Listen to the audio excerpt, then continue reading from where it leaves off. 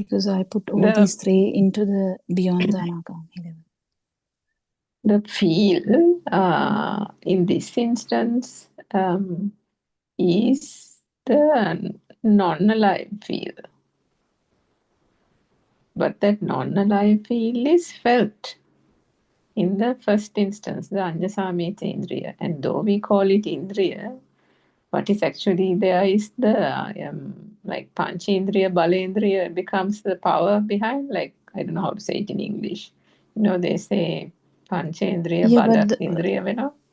yeah, I think So, we'll not talk too much about it because it becomes so full of Pali what are terms and these all, Pali isn't it? terms? Yeah. It's complicating, but maybe I'm mistaken actually, but I'm not sure because the always one vibration or the feel, because this is felt in one stimuli. So when you feel it in one stimuli, it's very clear. But when you take it over time, then the perceptions are worldly perceptions are nothing, irrelevant. There's no birth again.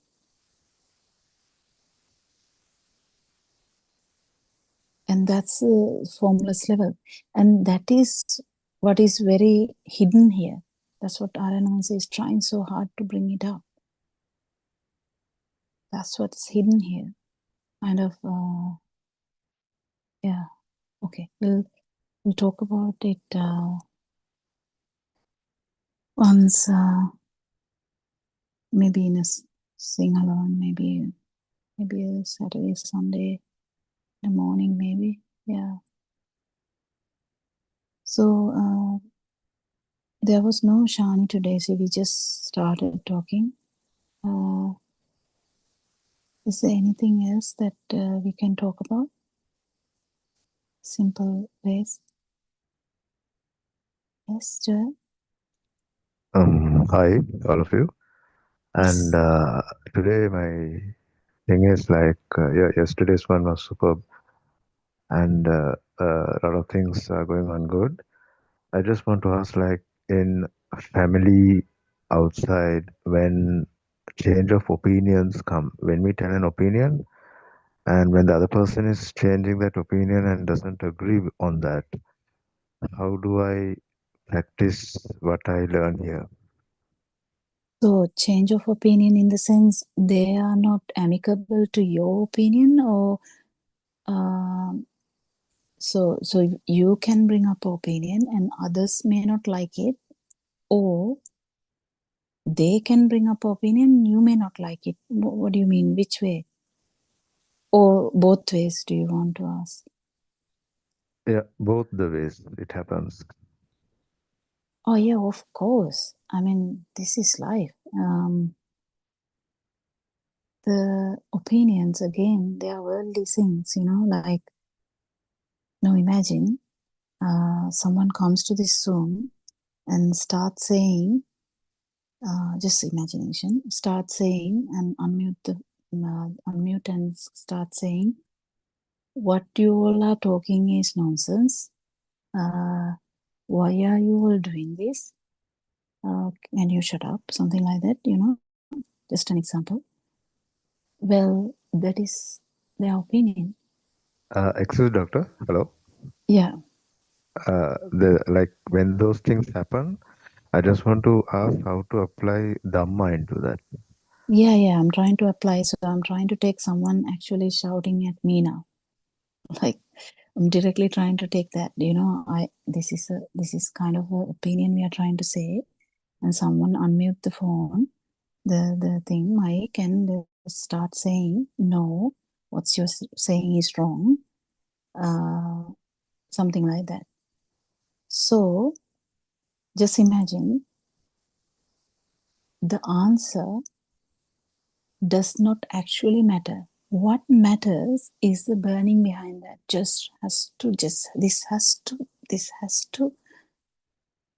This is the core of this Dhamma, I mean, this is what we are trying to say. This is what Aryan Mahansa is telling over again and again and again and again for 6 years now. The answer is not the actual thing, it's the power behind it, the burning behind it. So if someone starts saying something here, and that is completely opposing my view, I can actually talk about it. I can say, yes, Mr. So-and-so, I'm really happy that you're talking. It's your opinion, that's fine, thank you, anything. But what matters is how much burning you have. So how much burning you have is the indication for how much defilements you have, It's really comes to the how strong that view is. When we try to say Dhamma, we every day say this may be too hectic sometimes, but every single word we talk here, even the word truth, even the word Dhamma, is another thought. These thoughts are not true. They are just a creation. It is there. Don't worry. They are there. We are trying to communicate. Yes. All right. But it's not actually true. This is what all Dhamma is about. It's actually, even the alive feel is not true. It's just the fast vibration of the sensory function.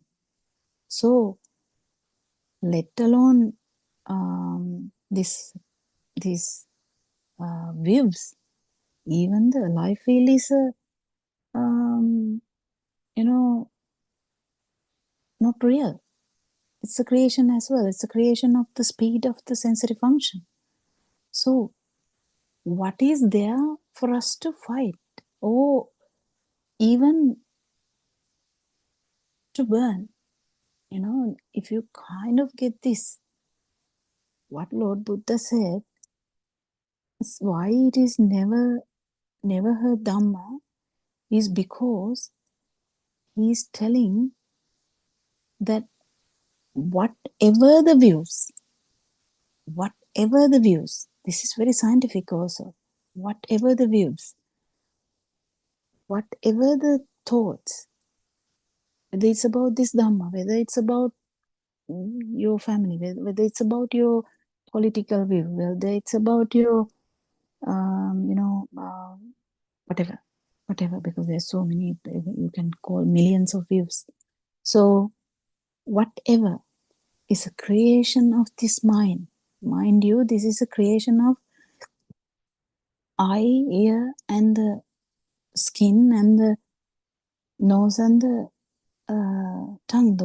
That's what we had. The skin had the temperature and the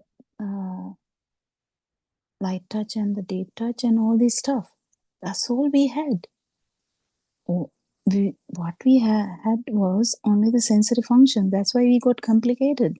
We thought it's felt here. But it's a misunderstanding. It's a misconception. That's the ignorance, that we thought it's felt here. It's actually felt in the sensory function.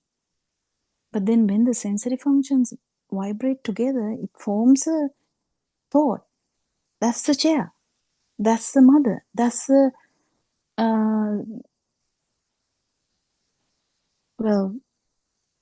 women independence, or what, anything. Or even the word truth. That's a creation of the mind. So someone actually came to have an argument with Lord Buddha at that era, and that person was arguing so hard. He was sweating. He was, having a full-blown argument, and Lord Buddha was waiting and waiting and waiting. And Lord Buddha finally said, "Why are you struggling?" I can't remember the person's name, by the way. Lord Buddha, a question. See, I'm not having any problem here. I'm not having any burning. Why are you burning? And from that moment, that person actually calmed down. Because to have an argument, actually there must be two sides. Can one argument alone? Like have an argument alone? No. Now imagine I come here and start an argument with Surangika.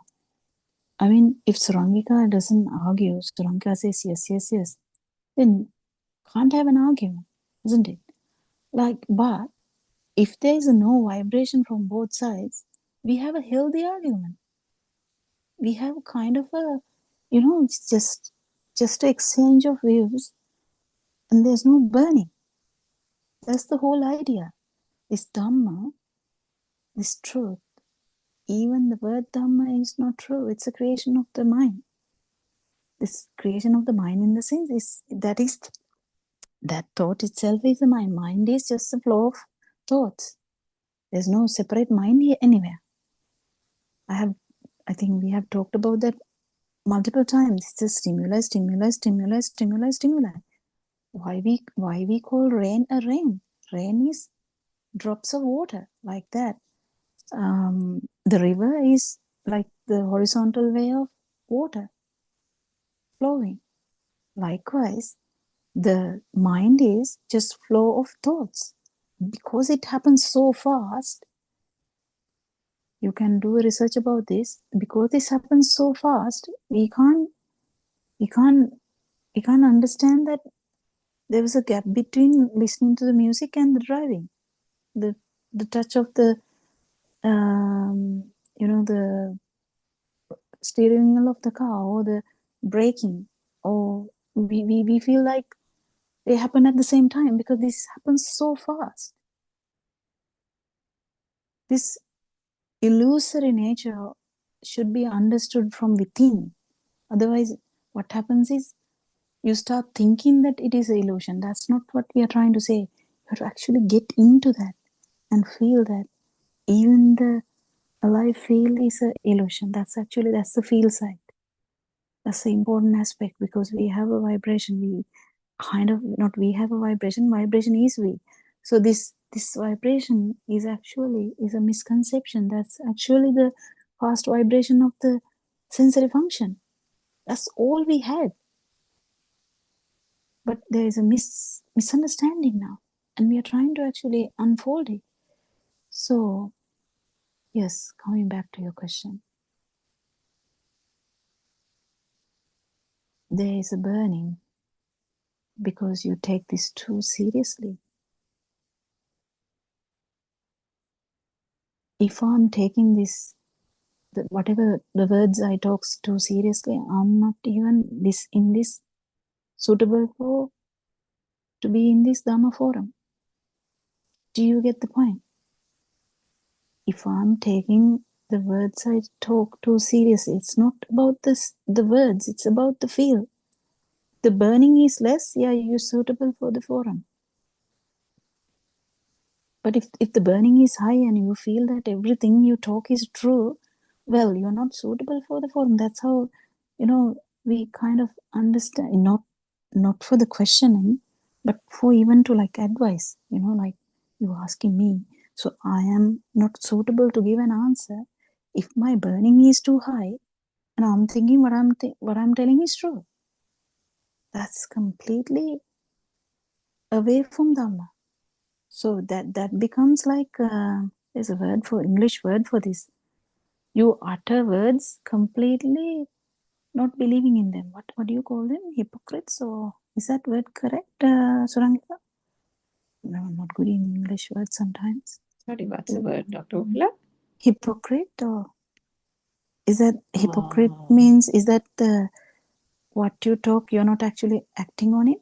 Yes, that's right, yeah. Yeah. So you become a hypocrite if you are actually taking every argument as true. None of these arguments are true. What is true? Tell me, Joel. Is Sri Lanka true? Is cricket true? I mean, yeah, I know Pathum got 100 marks, but I mean, this is all in this dream. But do we say that he didn't? No, he did. But it's from this, the perspective is from within you, whether you feel as this dream true. If you're feeling the dream is still true, well, it's the delusion. It's the defilement. So if the burning is all about burning, so if the burning is not there, you can have a very good argument. You can have a good argument. You can tell what you think correct here. You can tell. Oh, but if you feel that the other person's burning is so high because of your argument, you will just stop. And you will just, let the other person's burning calm down because you feel the other person burning. It's all about feel. All about feel. So, all about burning. It's not actually about the content of the argument. Did you get it, Joel? Yes, doctor. Like when you were telling it, I was thinking about Dr. Sakuntala's husband, Dr. Vikramasinghe. However we argue, he's very calm and quiet. So yeah, I got it. Thank you. All good. Yeah, I think others also can add. I don't know, says also he will join if he's able to. Also add an answer. We can add anything, Surangika or Dr. Sakuntala. You can add your opinion or anything to add to that conversation about the having an opinion different to others. Yeah, actually, I mean, if I just sort of add something to what you said, you very correctly said that you had to turn towards the self and see the fire, the self fire is coming up.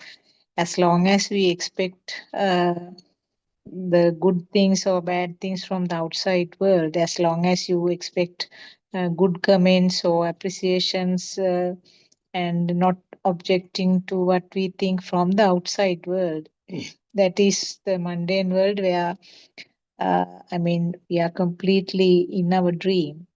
But what should happen is that the camera should be towards the self, towards the system, and always try to recognize the fire each time when somebody is making a comment. And it's a vibration at your sensor function, sensor levels. And the important thing is to recognize the fire which is coming up. So that fire means myself. That means the vibration on this side is the one which is indicated as the fire. So as you very correctly said, when the fire on this side is less and less, you automatically sort of doesn't mind whatever the comment coming up, isn't it? You become, sometimes you might feel even sympathizing about the other vibration who is sort of telling various comments or whatever. And you can use another way. The Lord Buddha actually used several, Aranwanse describes these things beautifully, like when Patachara came and how kindly she was treated, how Kisagotami came. It was kind of a thing for her to understand that the truth, like that there is always ways and means, like when that, who is that person who came for the argument with Lord Buddha at that time, and the Lord Buddha said, you are perspiring, you are sweating, you are in an agony, see what is happening to me. I'm not having any problem here. Do you remember the name? I can't remember the name. No, it was a Brahmin fellow who had lots of disciples under him. And he came for an argument. Argument, yes, I can't remember the name. Sorry, yes. Yeah, so it was a beautiful example, like Lord Buddha can actually do a argument, but he didn't but what finally he said struck that man forever. So because he's doing a one-sided argument, and this Dhamma is can be never argued anyway. So I mean, in mundane world also, if you are a person who has listened to this beautiful Dhamma and understanding one's burning, and you are in a path that the burning is becoming low, slowly you get to the stage that that's the only thing you kind of feel, the burning. If the burning is there, but you feel the burning is coming down, and there would be no burning. So it's very beautiful to understand this, to let go. And I have to add that to that thing. There are people who actually, without understanding Dhamma, also easily give up on arguments. Without any Dhamma also, without understanding truth about self, that this self is actually not there, and what we feel as a life feel is just the speed of the sensory functions. There may be someone who doesn't know that, but still with low vibration, they are very suitable for understanding this Dhamma. So we can't just say that, okay, sometimes some people might just give up on that because they might feel, it's too much to bother. Or they might feel that due to the ego, they might feel, okay, let him believe that, it's okay. You just keep believing whatever you believe in. I believe myself. There are so many young kids out there, young adults, who would think that adults that all the adults, the kids might think that they know better than the adults. So they might like, you keep talking, I don't mind. You just keep arguing, that's fine. And they will keep their mouth shut. But they are not doing it because they are having a low ego. Their ego can be very high, so that they keep their mouth shut. So it's very difficult for you to understand from outside what is happening. It is only Sambitiko, only to that system. It's self-evident to that system, or intimate to that system, that whether the burning happened or not. So from outside we can't say whether he's keeping his mouth shut, that his vibration is low, because he's shouting the vibration is low. You can't say, because Lord Buddha at one time said Tuchakotila multiple times until he went out from the monastery. Tuchakotila means in English, what is it in English, Saranka? What do you think? Tucha is like I think it indicates foolish, sort of. foolish, Mm. or pahat, or the tucha. Yeah. Kind of. So he said that multiple times. You can't really imagine that Lord Buddha said it so lightly, Tucha Potila, go away. Very unlikely, because he wanted to make a point to him.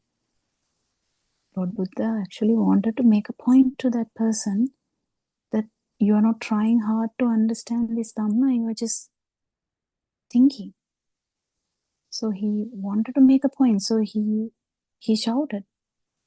Just imagine, he shouted, and then from looking at that from the outside, you can't say that there is inner vibration, because Lord Buddha has no inner vibration at all. There's no alloy field. So this is very, very different. Whatever we talk, it's according to that situation that Lord Buddha is actually telling one word. Lord Buddha never talks unnecessarily. There's no, every word matters, because it's spoken for a reason, to get other people to experience this non-self vibration, or non-self perception, or non-vibration, isn't it? Yeah.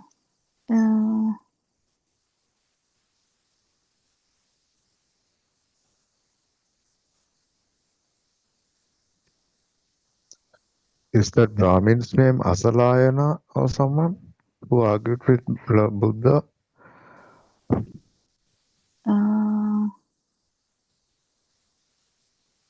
Can't remember. Doesn't come across my mind. Is arguments given going back? Satchaka. Satchaka Sorry. no arguments. Satchaka, was it? Yeah, Satchaka. Was the Satchaka. argument with Buddha's argument? No? Mm. Yeah. Buddha, Buddha always talk about that's atakka charadam. No takka vada. Can't argue. Yeah, it's a understand what it's experience. No, it's not a belief. It's not trust. It's not a vision. It's a practically happening. No, that's why it's experience is very important. That's why it's not a arguments. I think it's not necessary. Yeah. Yeah. That's okay.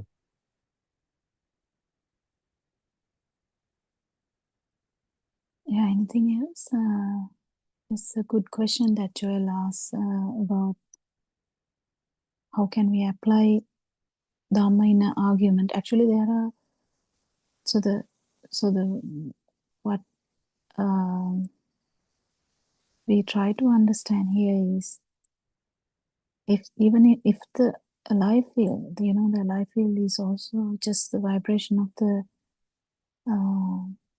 sensory function, we don't need any explanation about the perception. All the perceptions are just perceptions. They can come and go. Thoughts will come and go. Doesn't necessarily mean anything. It will come and go until your respiration is there. But the burning will not be there, because the Dhamma, you have to feel this. The main important thing is you have to feel this.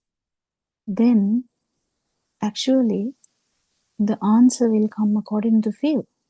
If you feel that there's no point answering, you might keep silent. If you feel that your answer might actually lower the other person's vibration, you might answer. And if you feel that if that other person is just burning because of some other problem, you might just calm him down. Not with Dhamma, just calm him down. In day-to-day life also you can do that. When someone comes and tells you something about some problem, even if you can't tell anything about Dhamma, because they are not willing to discuss Dhamma there, you can actually talk matching their vibration. You can actually try to bring that vibration down, and they will definitely feel that. You just have to ask one question. If you feel that while someone comes and sit down in front of you, when you feel that person, even before uttering a single word, if you look at them and ask, if you kind of know the patient, you definitely can ask, what's the problem? And they will be like, I didn't even tell you a problem. How do you know that I have a problem? You know, it's kind of, you know, it's different. It's all in the field side. So it's very important to get tuned to this burn, or you have to tune to your own burning. That's the most important thing. You're not trying to actually tune to others' burning, but when your burning is very low down here, you might feel the other person's burning, and you might try to help that. It just happens. You're not even trying very hard. It just happens. But there will be moments that complete unmatched. It's okay. So Joel, its main message is, it's all about understanding that this all perceptions are not true. Actually, they are creations of the sensory functions.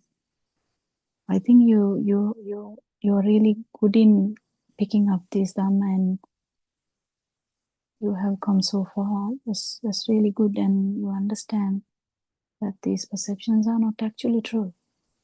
But because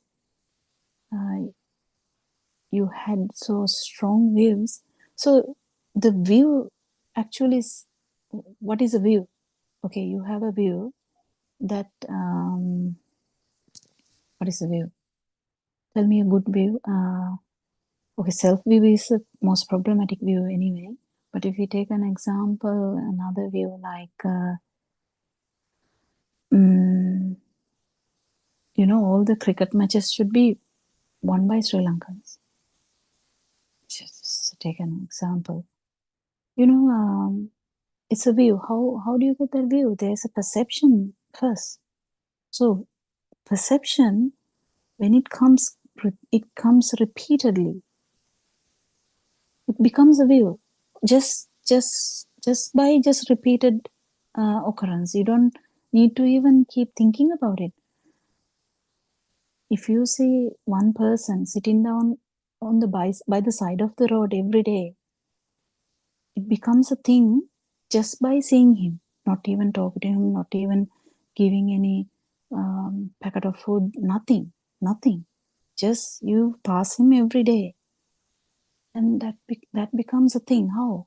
Just the repetition of that vibration, the repetition of that stimuli. This is how this system works. And imagine someone married for 70 years or 50 years in that case, and suddenly the other person die. The one person who is living can't live. Why? Because the whole system is like collapsed, because every stimuli was related to that other person. So it's like that this side is like now empty, and that this person, the one is remaining, feels so much sorrow. Well, the scientific side of it is, or the actual, it's not scientific, but the actual, from perspective of truth, you can understand how this power works. It's like a glue. It's like you know, electricity, like the gravity. It's a power, and it grabs the stimuli so hard. In the sense, it's like one single thing. It's really beautiful if you can feel this Dhamma and understand that even the alive field is a joke. Even the alive field is actually not there when the stimuli is not a thing. So there was never a self. Only what was there was a stimuli with a power. And when the power is not there, yes, stimuli would be there. The thoughts are there. You still can see things, you still can hear things, you still feel things, you still can talk, you still can do things. What's the big deal? There's no big deal at all. It continues to happen until the respiration stops.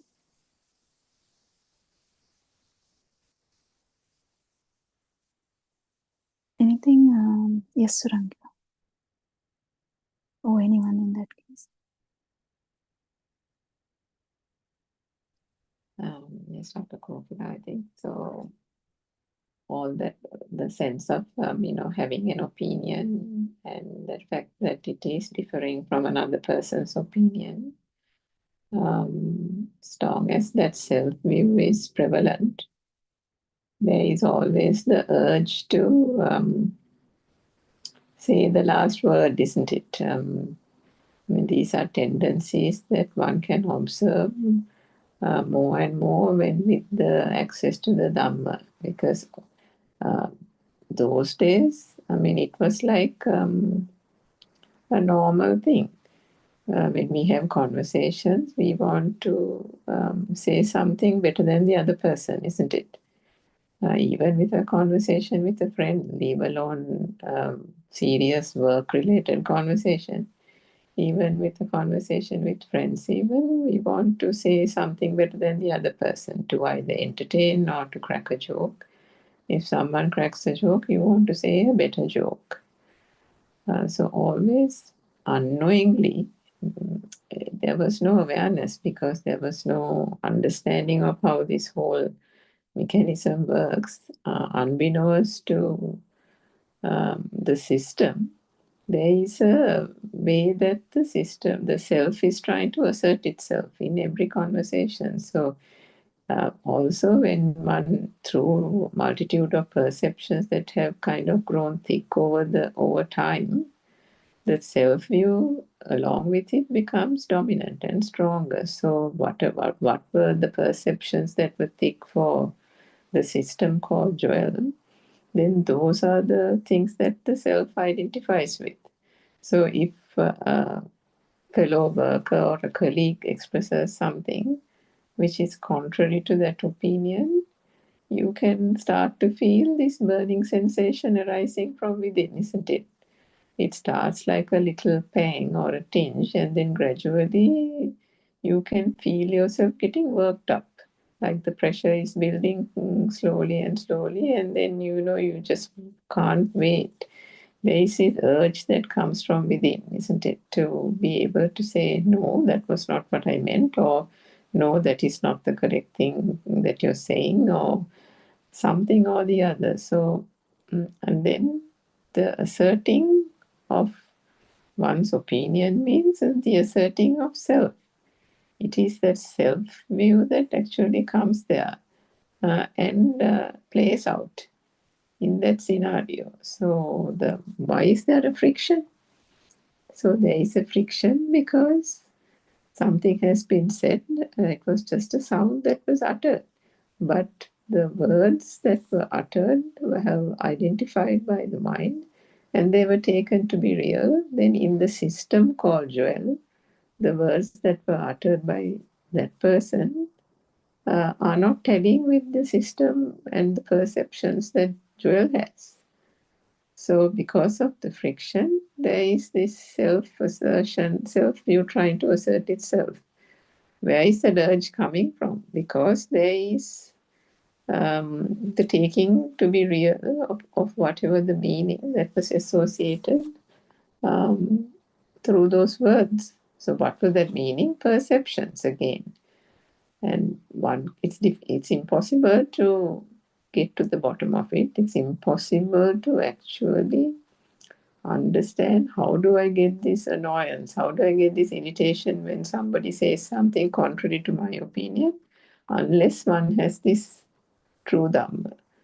It is through this beautiful Dhamma that there is an observer, isn't it? Then the mechanism of how this mind operates, how the self is trying to assert itself, how the perceptions work, all these things become so clear that, as Dr. Kokila said, even if somebody says something different or says something which is quite radical, the urge to correct the person, the urge to say, even if you think it might not be right, the urge to say, no, that's not true, or whatever it is, doesn't really arise.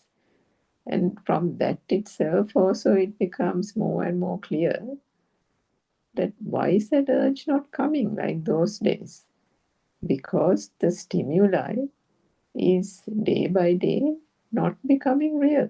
The importance of the stimuli is no longer real because we have seen through and through that stimuli. The analysis is there. This system will work and react to whatever perceptions that have arisen by way of whatever that has been learned through education, through environmental conditions and background and so on. So all the system does is a reaction to those perceptions. Similarly, the so-called person who is expressing a different opinion is expressing it based on that system's perceptions, that system's stimuli, and whatever that has become real in that system. So when one understands that this is all just a simple process going on, the sympathy and the empathy to allow that person to say whatever it is more dominant than anything else. And there's nothing to be even dominant or to even think about being dominant, because the assertion of an identity from this side is it just falls away. And I think gradually that will become more and more apparent to you, Joel, because at the beginning it's not so apparent, but then quietly, as you keep on understanding the Dhamma, you will feel that, you don't really care. Anybody can say anything, even if they say something good or complimentary towards you, or even negative towards you, it wouldn't matter. So it's a case of understanding, but definitely something that one can realize with the Dhamma understanding.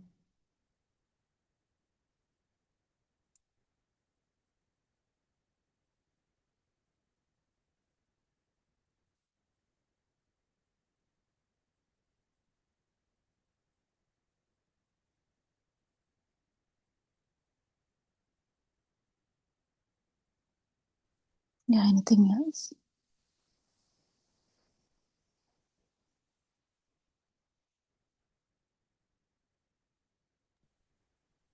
Yeah, as both of you explained, I think one point is that whatever the comment made by the system or the other person, if it is not completely, I mean, if it is, if you are not completely, if you are completely disagreeing with that, you can always look tough from outside. You can always be straightforward and tell what you have to do or whatever the correction or whatever. I mean, I'm just talking about some matters that was given as a comment. If it is something completely incorrect or you are not agreeing at all with that, you can look tough from the superficial level. I mean, you can look tough like this example, that metaphor example that we gave just now about that person called Satchaka who came to meet Lord Buddha and argue about his teaching. Lord Buddha sort of replied whatever the questions in the appropriate way, and he didn't kind of give in because that other person was telling some very incorrect things. But he looked straightforward and he was sort of kind of tough. But the important and the most essential thing was that there was no fire and no burning within himself, but all the comments or whatever the communication was done. So in your case also, if somebody is making some negative comments or these are sort of facts that are not agreeable to you, you can always explain the way that you think. You do not have to give in all the time for something that you feel that is not agreeable at all. What is important is that you try to do it, or you should be able to do it without that fire within you. This beautiful example about this tree, I remember Arana Mahanse was explaining. Be like a tree. Now the tree will treat by providing the shade and fruits, and if any other parts are needed for medicinal acts. For a person who has tried to damage the tree, as well as the person who kind of helped the tree by putting water and putting manures. So for both categories, for both people, the response of the tree is the same. So when you understand your new when you are aware about this fire that is coming within you, and then more and more you identify that, automatically you will feel that you feel more relaxed, whatever the circumstance, whatever the, as Surangika said, it could be something like a complimentary a thing, maybe some form of great appreciation about you, or on the other hand, maybe some form of adverse kind of comment. So in both, if you start recognizing your own fire, and the fact that it will get less and less, when you more you identify, it will be less and less, and then at the end actually it will be like that response of the tree, which is very very beautiful actually, where the survival in this society becomes easier and easier when you get onto that pattern, isn't it?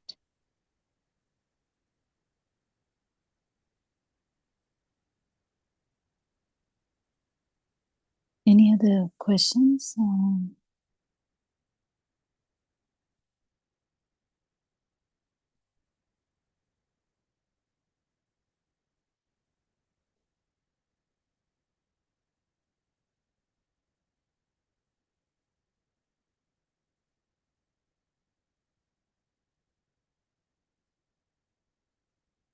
Yeah, it's very important to understand this, this truth about how this mind works. That's the main topic here, how this self-vibration manifests. There's 5 sensory organs, and when they vibrate at the same time, then there's a kind of a new vibration, but it has all the features of those 5 sensory organs, and that is the thought or the stimuli. And stimuli has all these 3 levels. The sensual part of it, where the value comes from, and then the perception, and the feel, where you feel it as a thing. So when it comes to the Dhamma, you understand even actions, day-to-day actions. Imagine stand up, sit down, walking, eating, cutting. They are all perceptions. They are all perceptions. And these are picked up by children, initially a small baby, even if you tell the baby to, they say Kankamboro Sinsinnaru thing, that where you ask to go and run, and touch the table and come. And they do it so beautifully, they like it, And the parents would do it just to keep them entertained. And slowly the baby is learning there's something called terror. There's something called running. You run. This is running. And slowly these perceptions develop. They understand, when the teacher comes to the classroom, teacher says, good morning, children. And the teacher might say, when I teach, keep silent. And all these perceptions slowly understood by the child. They will not understand. In the beginning, they will just walk around. They will laugh. They will, talk with the other child. But slowly, gradually, this child will keep understanding these perceptions. There's a meaning now. There's a meaning. It feels as a thing. So when the teacher says, oh, you can't understand anything, this is also the child takes so seriously. That's where the trauma comes. So this whole thing, when do we call child is really good? We call the child is really good when the child feels everything as real. So that's what the adult, becoming an adult, some children, they can't understand anything. There are differently able children. So they have difficulties. So then we say they don't understand. So if we say sit down, they may not know what sit down is. So someone has to actually make them to sit down. So it's a problem of the perceptions. But still the self-vibration is there. Even the worm has the self-vibration. So this manifestation is the mind as in a human. Yes, Joe. I was just looking for this for some time from the day I started to listen to this discussion. Can someone explain to me what kind of persona or what kind of personality did Buddha have? Did he have a personality? How did he live? How was he, like, personality in the sense, what kind of image, what kind of uh, body figure did he have? Can someone explain it to me? Well, Lord Buddha is non-vibration. Why is that type of question? Yes, Nobody's here, no one is here. Is experience is like a nature. What kind of personality? No person here. What kind of personality is there? How can that question is asked? It's wrong question. What do you think about Kokila? Yeah, it is wrong, Arenas. Oh, no person is here. That question is the Upaka. The sutras there, no? Upaka asking, Yeah. who are you? I'm not a person. It's a really Buddha told, no? I'm not a person. Buddha is not a person. Buddha is not this physical body. You know, who are you? You are not a physical body. You are not a mind. Who are you? You are the power. Power is zero. Where are you? Nobody's here. What do you think about? Yes, Arenas. Yeah, that's the main point. That's the main thing is here. What is this Dhamma? It's a nature. Dhamma is nothing, anything. Dhamma is this system. How is this created in our mind? Mind is not anything. It's a power. It's a wave. It's a vibe. It's zero is coming. No vibe is here. This system is happening. No, right? Like a trees have branches. There's a moving. Nobody is doing. It's a system. It's like a nature. No, wind. How is coming the wind? It's a nature. No, nobody is here. Like that. No, everything like that. It's a nature. How is this gravity power is happening? Now somebody is doing. No, gravity power is automatically happening. No, it's a natural phenomenon. That's why we are talking about here. Our mind power is nobody's doing, no one is doing. It's a Sela Sutra. Sela said this. Nobody doing this. You also not doing. Nobody is doing. No, nothing here. Doer. System is working. That's the understanding the Dhamma. That's the process. How is creating our mind. Mind is illusion. Mind is not truth. Mind is a system we can understand how is creating these thoughts. Thought is the mind we are talking, but thought have the power. Power how is coming. That's vibration power. No, it's okay. It's okay. I think Joel won't study this. No person is here. It's finally is coming this. Nobody's here. No one is here. No death or birth. The system we can we won't understand the system. That's the Buddha's philosophy is that one is a dependent origination. What that dependent origination is creating this system. How is these thoughts are coming? How is thoughts value? How is coming? That's very important. No, that's you. You are the power. Power is zero. You are not here. This system is only the camera like that.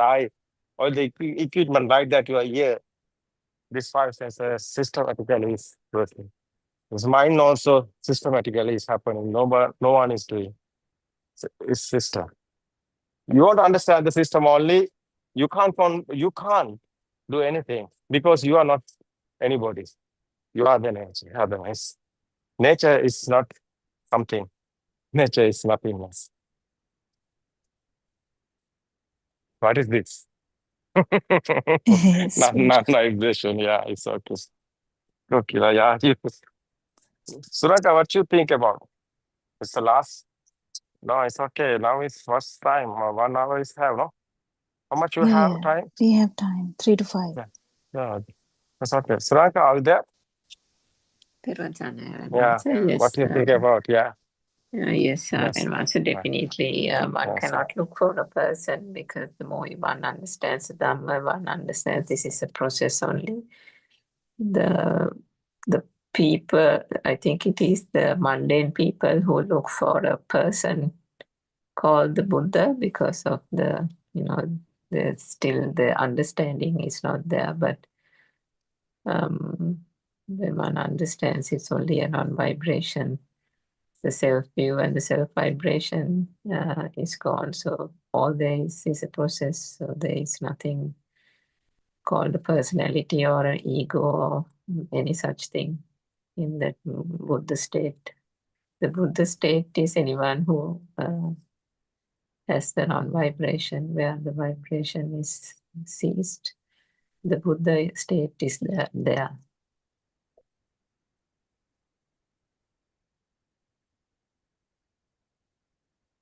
Yes, I must.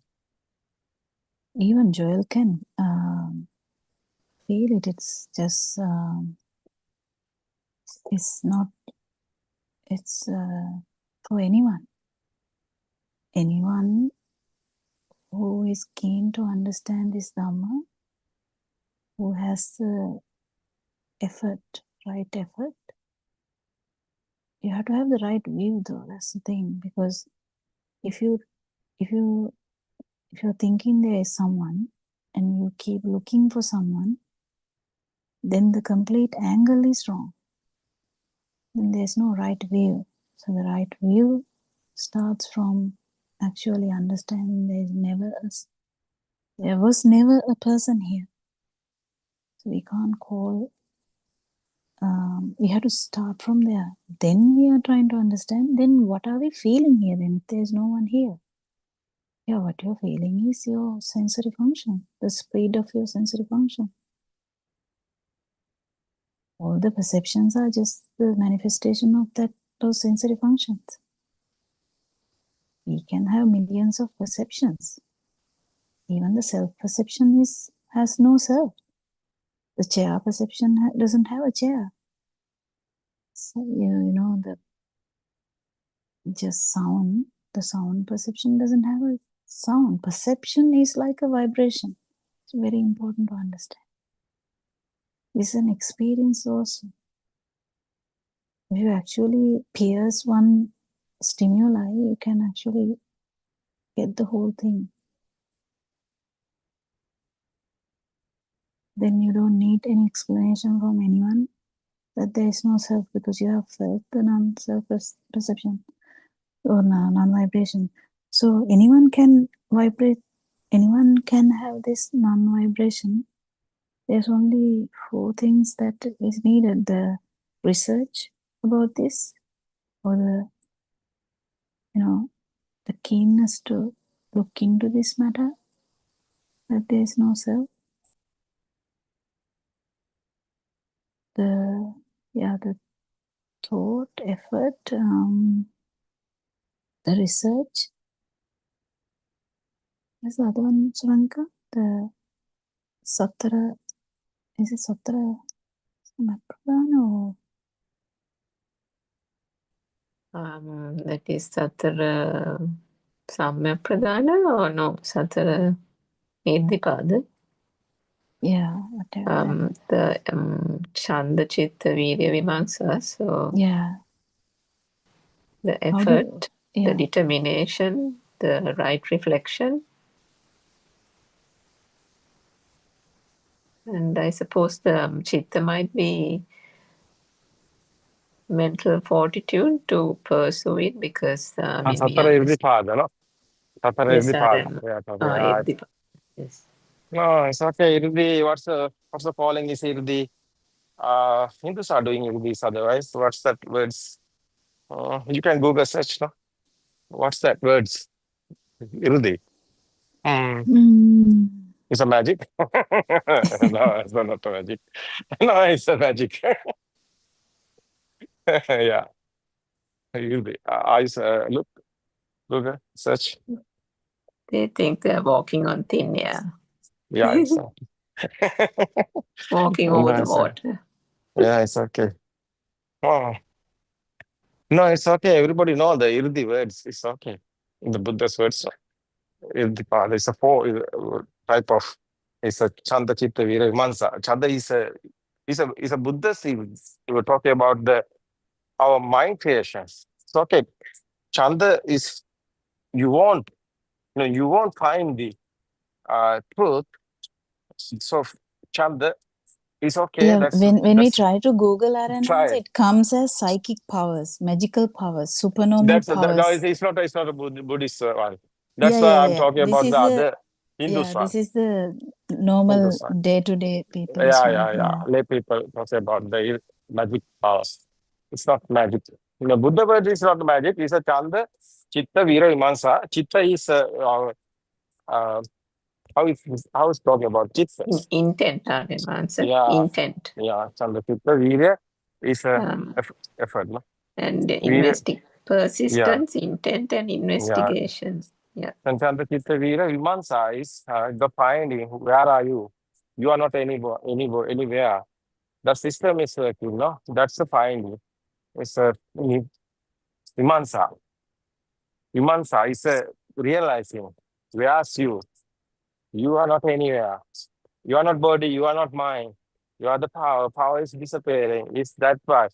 You finding where are you? That's the Chanda. You won't know the truth. You won't know where am I. Where you are not anywhere. You are the nature. You are the air. You are the sky. You are the everything. No, that's the Irdi. You are not anywhere. That's the Irdi. It's a Buddha's word. The Buddha's experience is this one. So Buddha using these words only. That's the Pali words we are talking about. But the English words is you are not anywhere. That's the Irdi. It's working. Everything is happening. System is working. Nobody is here. That's the Irdi. It's okay. Yeah. Yeah, that's I think the experience everyone should have. That's the most beautiful confirmation you get. Yeah, it's okay. Beyond everything, beyond this never, world, beyond the heaven, beyond the evil, beyond the everything, beyond the 3 worlds, beyond the 31 worlds. That's the Irdi is coming. You are not anyone. yeah. That's why, it's okay. Yes, Gautam. Yeah. So the actually understanding or not actually feeling, this is the best feeling that will confirm you that there was never a self. Whatever you felt was just a sensory faculty function. The speed, actually, is the speed. If there was no speed, we can't talk about the ring of fire. I don't know whether I talked about ring of fire here or the morning one. Ring of fire is the best example. I think Lord Buddha took it, or they also take it. Ring of fire. There's only, if you take one like a torch or the stick with the fire, if you rotate it so fast, only you can see the ring of fire. It's the speed. This is so beautiful if you can actually feel it. Is the vibratory, the speed is the main reason for this alive field, and that's the beauty of this Dhamma. And the invitation is out there for everyone to feel this, and everyone to actually understand that physics and scientists are actually trying to find out this thing. They are talking about the consciousness. They are talking about the quantum fields having consciousness. They are talking a lot, but they have never had the understanding that Lord Buddha had, that if you want to feel the non-vibration, it has to be through the stimuli. It has to be. There's no way you can confirm this, and there's no other way to confirm the non-vibration. Everyone thinks that the consciousness is the basic thing. Conscious is not the basic thing. The basic thing is actual base is the non-vibration. So this is the beauty of this Dhamma. So we hope this word will spread. The non-vibration is manifesting at the moment, and it just hearing this, you might actually be able to match that vibration. Then the Buddha status is there. There's no person as such. Buddha status is there. If you feel it throughout, there is an Arahant.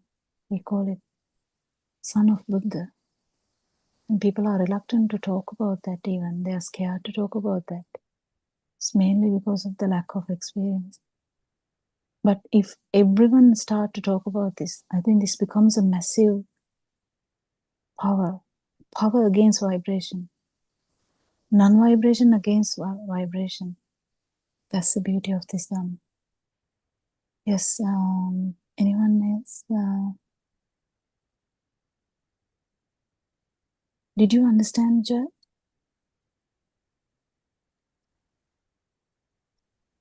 Yes, doctor, and I felt when Aryan Mansa was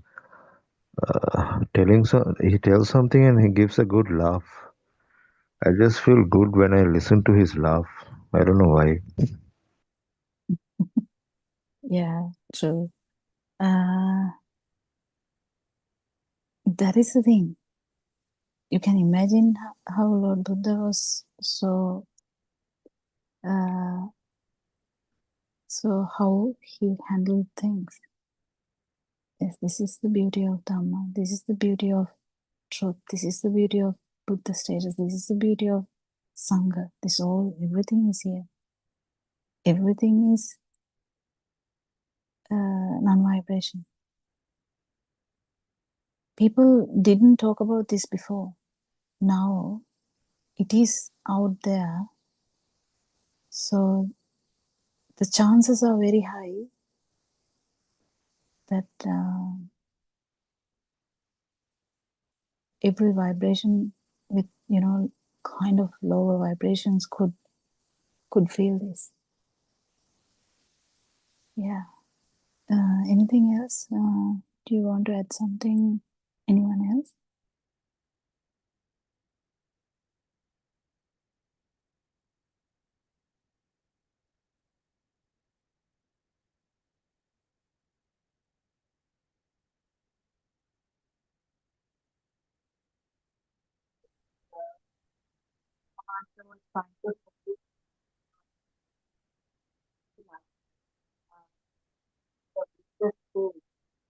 I can't hear you. Can others hear Dr. Sakuntala?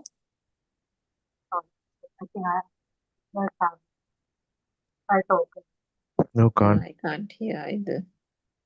I think your internet connection is poor at this moment, maybe.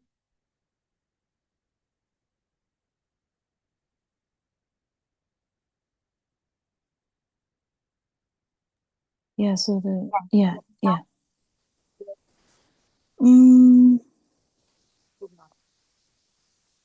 Not really. It's like your voice is like not clear. We can hear something. How is it now?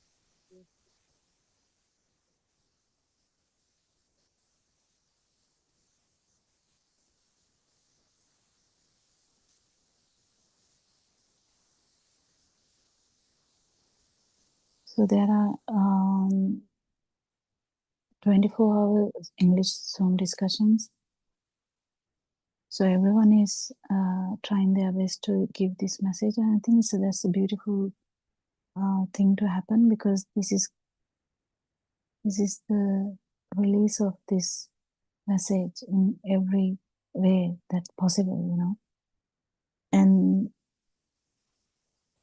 the more you try to give it to others, the more you feel it as well.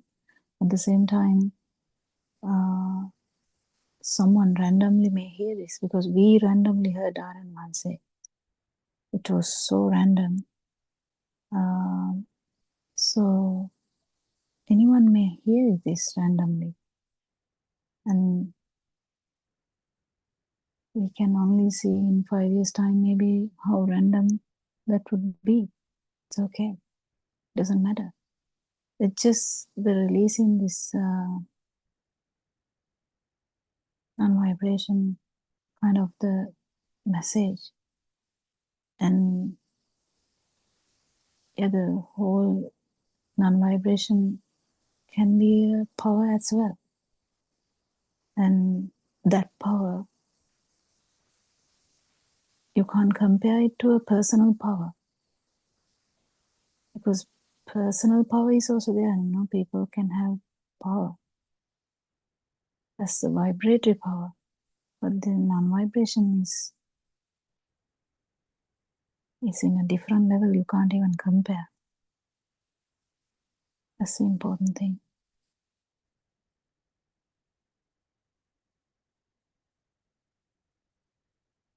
Yes, Suramika.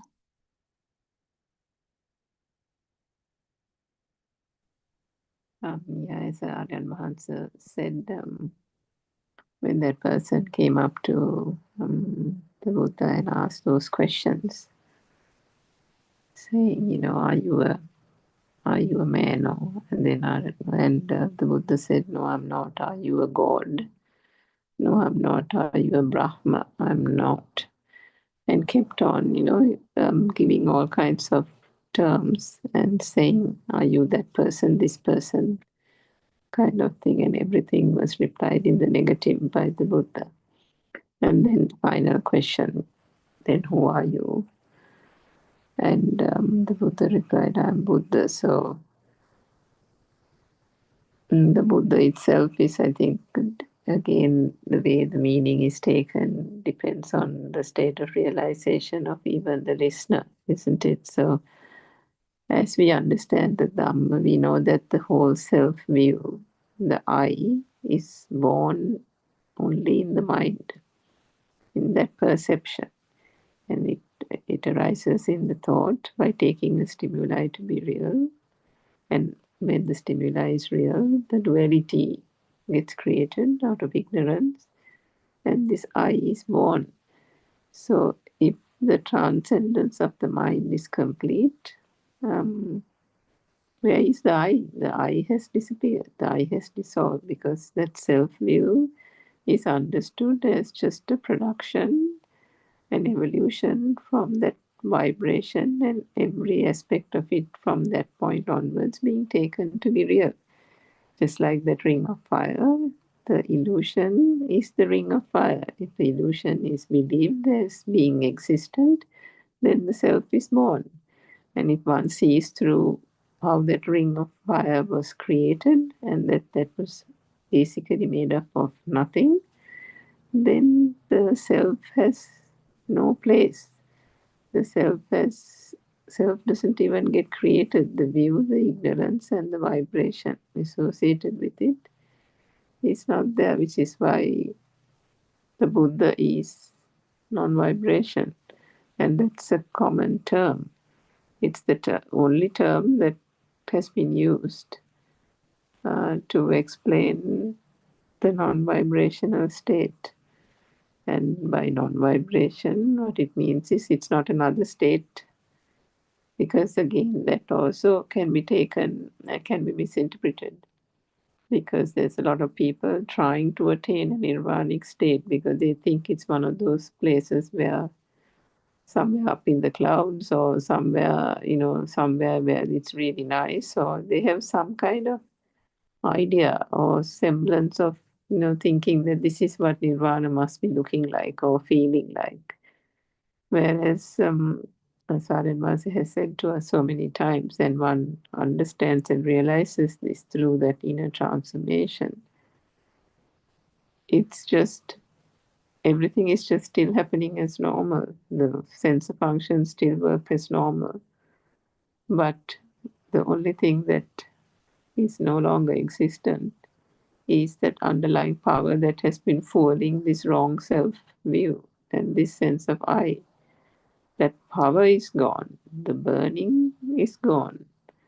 So, even yesterday, Dr. Kokila, it struck me later when Joel asked the question about relationships and how to make that a successful relationship. Even that,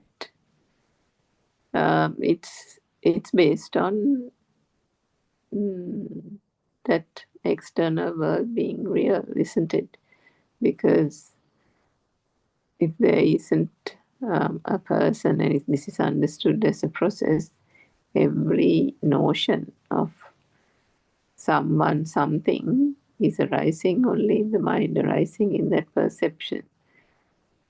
And the more that is realized through the Dhamma, then one turns away from this wrong notion of this external world being a reality and a person or persons being there outside. Because if there is a person, only the attraction happens, isn't it? And the personality of that person, the good qualities of that person, then all of that has to become real, isn't it, for that whole thing to work. So that part is understood gradually, that everything that is thought of in that manner or perceived is only in the mind. And then comes the next stage of understanding that there is nothing in the mind either. The mind is either just these thoughts and stimuli coming one after the other with no essence, no substance in it. So in both those aspects, the external world and the mind, when one escapes through that, escapes from it, or sees the truth in it, rather, the what shall I say, the craving for a relationship gradually starts reducing, because for one thing, there is no turning to the external world, and then there is no person here craving either.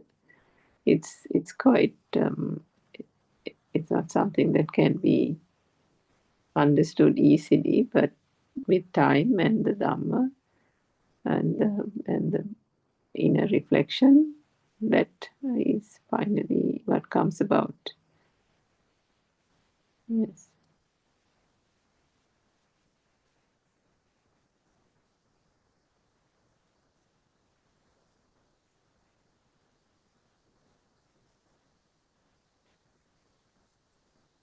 Yeah. It's all about the perspective that we look at the world. If we look at the glass with the red glass, we see the red world red. We look at through a blue glass, we see a blue world. So we look with the self-perception. We always have a idea of self, this feel of self, and actually the dream kind of duality is there. So this self-perception, you can't just think about this Dhamma and challenge the self-perception. These doubts will go away if you actually feel the non-self-perception, in the sense non-vibration. That's the challenge we have. If one, at least in one stimuli, if you feel the non-self-perception or the non-vibration, then definitely lack of or absence of self-perception is the non-self-perception. There's no new perception. If there's a new perception, again, that is kind of useless, because perceptions are again vibrations. All the perceptions are vibrations. You have to just get that. That's what I started when we talk about this arguments, we were talking about the thoughts. All the perceptions are vibrations. Just simple as that. So whatever, if someone has billions of perceptions, all the billions of perceptions are vibrations, nothing to do with the non-vibration. But the actual, when the power is not there, the perception can be there without the power. That is the non-self perception, in the sense perception without the power. This is very intimate, very, very sandhitika, means very, it has to be felt. Otherwise, all the time there will be a doubt. There will be a doubt about the self-perception. There will be a doubt about what you're feeling, whether it can be a self. You get angry, you feel that it is a self. You get sad, you feel that it's a self. You get happy, you feel that it's a self. But at least once, if you had this, if you feel the non-vibration, you surely know that yes, we feel something, yes, because because the senses are working, there is a speed vibration. So there is a life feel, yes, but that is what only happened. There was never a self, because you have a different experience. Only you can actually, only the non-vibration can challenge the vibration. Just another vibration, another thought can't challenge the vibration. So vibration can't challenge the vibration. Another thought can't challenge the thought. Only non-vibration can challenge the vibration. So that's the thing.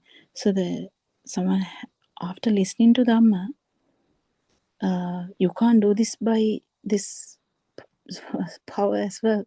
So the correct view, then correct effort, or right effort, right view, right effort, right thinking, right,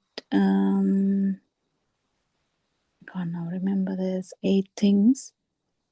Right, it says, samma ditti, samma sankappa, samma vaca, like that. So this is all about that, fully understanding this, there was never a self, then there are no questions about, there are no doubts about that. Even if you feel angry, whether it's self, no. You know that what the problem is, the stimuli.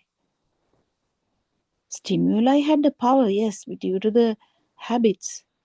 There are so many habits we have. Those habits mean repetition of stimuli. When one stimuli repeat about, they say if you repeat something for 3 weeks, it becomes a habit. So how many times the self vibration or the self perception has come? Can you even imagine? So it's a perception like engraved on stone. Gale ketuwa wage. So that's why it is difficult, but it's not it's doable. It's doable. And there was an era that everyone thought that the Buddha status will never be here and now. But it is doable. It is possible. It is there. So that's why this Dhamma is so important. It is all about the stimuli. It's all about the aramana. It's all about this thought. The thickness of the thought, or the value of the thought, or the how much real you feel that thought is what is happening. And more you get into this Dhamma, the way you look at the stimuli keep changing. So the paths are actually quite different from, one trying to enter this path is different to one who has fully realized that there was never a self by an experience. Then that path is quite different. And someone actually completely, fully feel the non-vibration, it keeps changing, the path keep changing. So it's not one straight line path. That's the importance of a noble friend, to keep telling you the every step, directly or indirectly. So Aranwanse keeps telling this in Sinhala medium so well that everyone can tune in.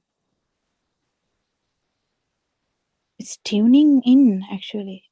It's nothing about actually understanding. It's kind of tuning in.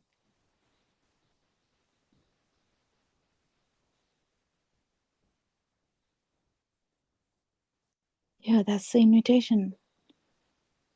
There's nothing to lose. We are not asking you to sit down and do something. We are not asking you to even, there's no problem at all. This is science. This is truth. Just listen and see. If you feel it, you feel it. If you don't feel it, it's okay.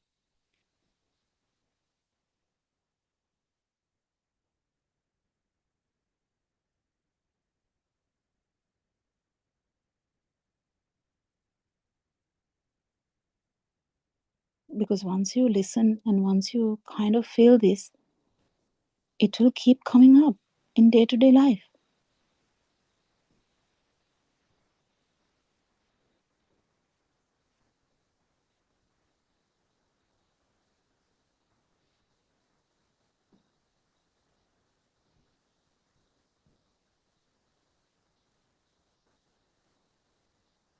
And if your burning goes down, you're definitely going to feel this. Everyone is going to feel this.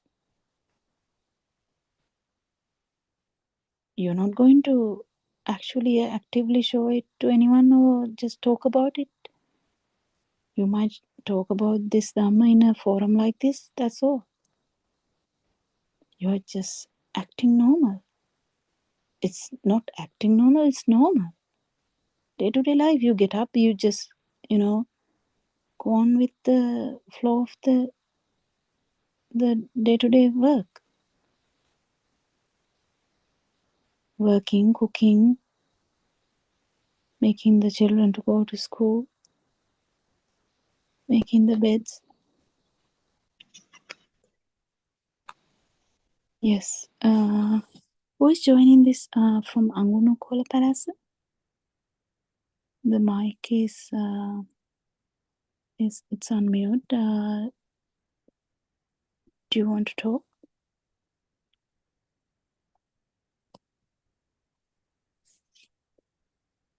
Yes, you can join. We can't hear you though. Not sure whether it's due to the internet connection or whether you're not trying to talk or accidentally the mic is unmuted. Hello?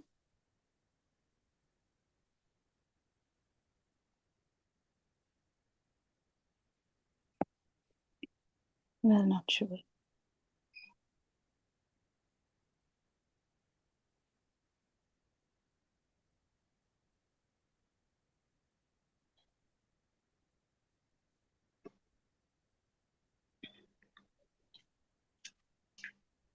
Maybe it is an accidental one, Surangika. Yeah, probably, I think, but there's no disturbance at the moment. I'm wondering whether I should mute the phone or not. Maybe by mistake, isn't it?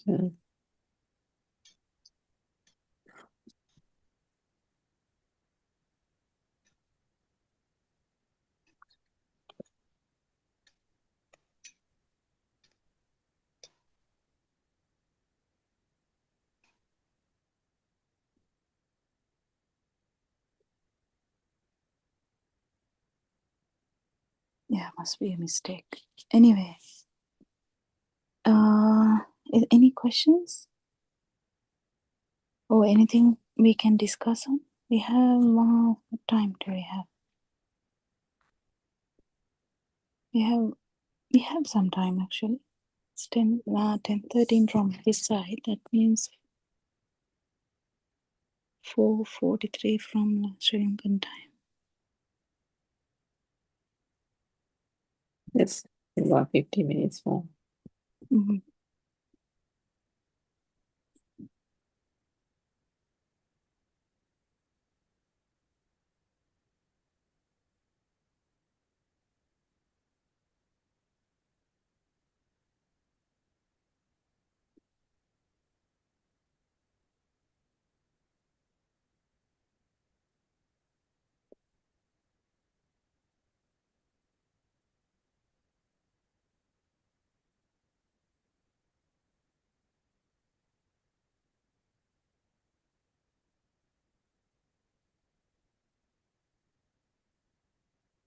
Yeah, you can add something, Sranka.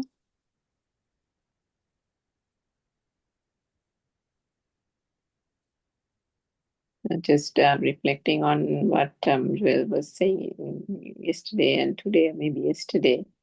I remember like long years ago, about maybe 10, 12 years ago, of course, they were still listening to the Dhamma there at that time and a little bit of Paramatha Dharma also. But this is the thing, if you're just listening and it hasn't really sunk in, or one was, I think that was at the very early stages. I mentioned this to a person who had advanced, who was a quite an advanced practitioner.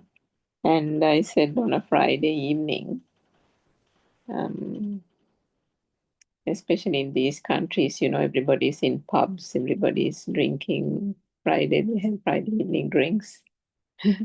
And they're all in pubs. The pubs are full, and then, you're going home from work, and you don't want to go to pubs either because for some reason, that kind of thing doesn't agree with one. depending on our background and stuff like that. But I was telling him, he was in Sri Lanka, but I was telling him that why do I get this feeling of everybody's doing something on Friday evenings, everybody's excited about the weekend. I don't have anything to do. And on Friday evenings, more than other days, I feel more lonely because there's nothing to look forward to in the weekend. So we were trying to analyze that feeling, and he was saying, try to look for who is the person who is feeling like this, that kind of things. We were trying to analyze it. So coming back to Joel's question, it's as long as that self-view is there and one is not aware of it, through the Dhamma, how this self-view comes about, one is grappling with various emotions, isn't it? Whether it is coming by way of how do I struggle when another person says something contrary to my opinion, or I'm feeling lonely, what do I do about it? Or I'm having that problem, I'm having this problem, I'm not sure how I can get over it. Anything for that matter, because all these are things that as long as a person is here, there will be a stimuli that is real, isn't it? So it's interesting that whilst what that friend was telling me made perfect sense. He was explaining how to look at the self-view and how did that come about and all that. And he, of course, again said only observe. But there was not enough correct Dhamma, there was not enough reflection. So all those Chanda, Chitta, Virya, the determination, the investigation, the mental fortitude, and the ability to do the penetrative insight, all those elements are needed so much in equal proportions to be able to really see the truth behind this whole self-view.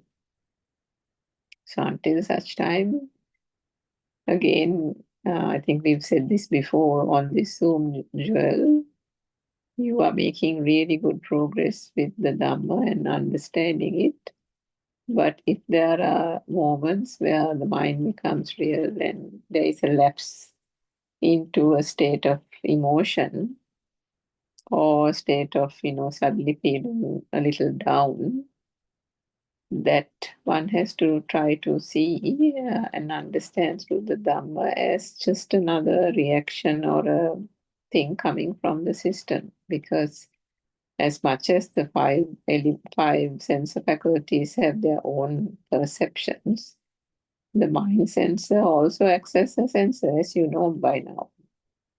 And so the features or the perceptions that are unique to the mind sensor are those emotions. And I think Dr. Kokila has explained this several times about various emotions, sadness, happiness.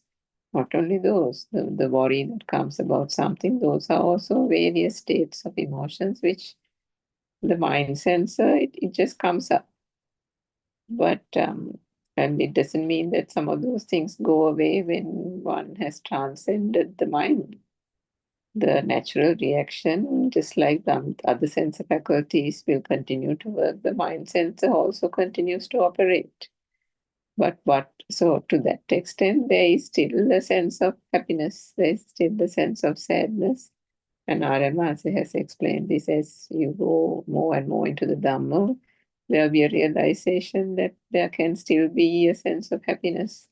For example, when you see a long-standing friend after a long time, naturally the system will be happy seeing that person after a long time, a long-lost friend or person being, you meet a person after a long time. And then similarly, if there is a death of a loved one or a family member, there can be a sense of sadness. But underlying that emotion that arises out of just a natural reaction of the mind consciousness, the mind senses, that underlying sense of burning and the power that is attached to that emotion is the thing that has dissolved. So, as we have said several times, that takes time, that takes active thinking, contemplation, putting this Dhamma into practice, all of which you are doing day by day, isn't it? So there's nothing to be disheartened. There's always this Zoom and Narayan Mahansa's guidance that is always going to be available to you, which is why this Zoom has now become a 24-hour Zoom because of Narayan Mahansa's vision. And at any time you can, even if you don't want to ask questions and it's not the discussion time, you can always tune into this YouTube channel, because 24/7 there's going to be Dhamma that is being explained, isn't it, Dr. Kopila? Yeah, actually, in an arahant or in nine vibratory status, if you take an example of a tree, the tree flourishes nicely when there is water and the correct environment. It doesn't mean that the tree looks so beautiful. The tree is actually growing nicely. Doesn't mean that the tree is happy or sad about that status or has the alive feel. At the same time, there's a tsunami or flood or lightning hits that tree, that whole tree is withered or destroyed. Still, there's no problem to the tree. When you put water and put some, pohora, what is pohora? There's something to make it better. Trees flourishing nicely, giving flowers, giving fruits. But it has no problem, the actual tree has no problem. There's no alive feel. There's no self-view. There's no self-vibration, nothing. There's no alive feel. That's the most important thing. So, same way, tree doesn't ask for water, or tree doesn't ask for well. At the same time, if there's a lightning directly to that tree and the tree is dying, tree is not yearning for the alive feel or crying for the alive feel or looking forward to have the alive feel. There's nothing like that. Nothing so whatever. That's a beautiful metaphor we can take, like Aranhanse all the time talks about, like a tree. And tree doesn't mind whether someone comes to the tree and cut the tree off. Because there's no alive feel. At the same time, if someone comes and puts some kindly put some water, talk nicely, or put some nourishing things to the tree, it will look beautiful. It will look so fresh. It is growing nicely. Doesn't necessarily mean anything. Because the life feel is not there. That's the main important thing. That's the beauty.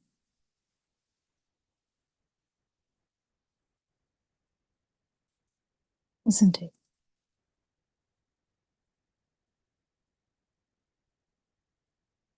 So likewise, someone who has zero vibration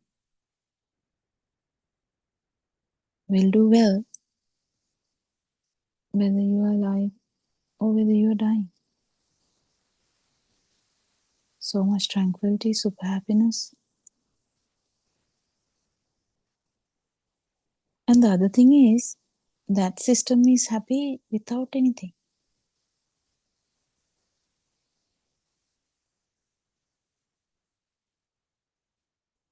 That's the most difficult part, I would say, because the habits are entertaining. The usual habit is to entertain the sensory function. We kind of, entertain the sensory function itself is the self vibration. But this is very difficult to actually catch because entertaining is different. Actual sensory function is different. So entertaining with power is the actual thing. That's where we talk about the taste is not the problem, but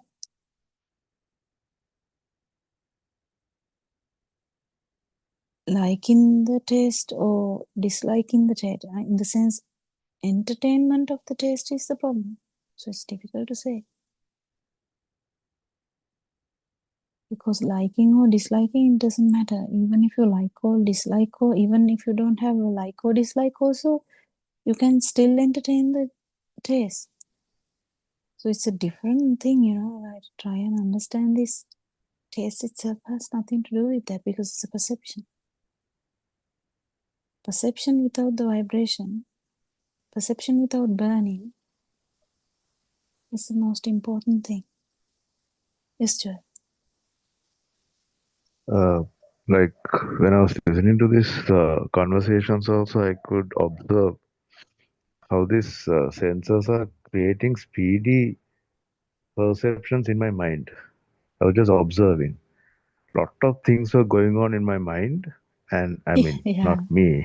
And it was like when Madam Surangika and you talking, how speed it is. I think it's speed than the world's rotation, I hope. So many things go up in the mind. And when I observe it, it's okay. But when I take it as a thing, it has been a real issue. Yeah, that's what I wanted to share. Thank you. That's so good. That's so good. That's why I'm saying you don't have anything to worry actually. You just let the system absorb this, that's all. You don't have to do anything here. It just you keep feeling this truth. That's so powerful. It's so powerful when someone is in a super happiness anyway, because it's a happiness without that self vibration. It's a beauty, actually. It's a beauty. This whole thing, that's why I think the importance of sharing this with the world, even though there's none to listen at this moment, doesn't matter. Just releasing this to the entire universe, so that one day, if there's someone seeking truth, someone trying to understand how you feel alive, how this mind works, how this speed has done this, how suffering has come to the world, or how suffering can be succeeded, or how suffering can be not, how cessation of suffering can be done. Because there were so many doubts that whether suffering can be, whether one can attain cessation of suffering. Now there's no doubts. But it has to feel in this system. And if you keep feeling how the fire comes, definitely you will feel the non-fire too. But that's the opposite of the fire. Yeah, it is beautiful, actually. Very good. Thank you, everyone, for joining the Zoom discussion today. Thank you, Joel, for asking so much valuable questions. Your input is really valuable because your question may be a question someone would ask in future.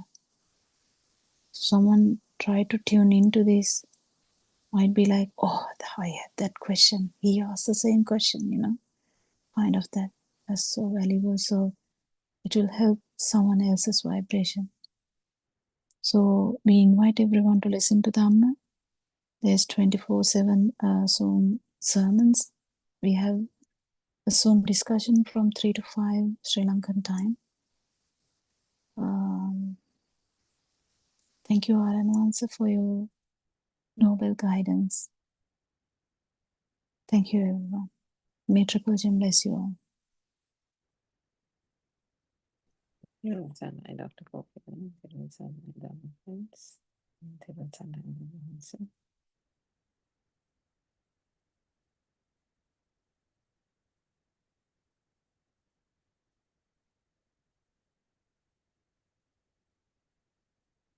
Dhamma friends. So let us continue with this next iteration of this 24-hour Buddothpada English Zoom discussions. So what just concluded was a 2-hour Dhamma discussion that took place between 3 and 5 p.m. Sri Lanka time.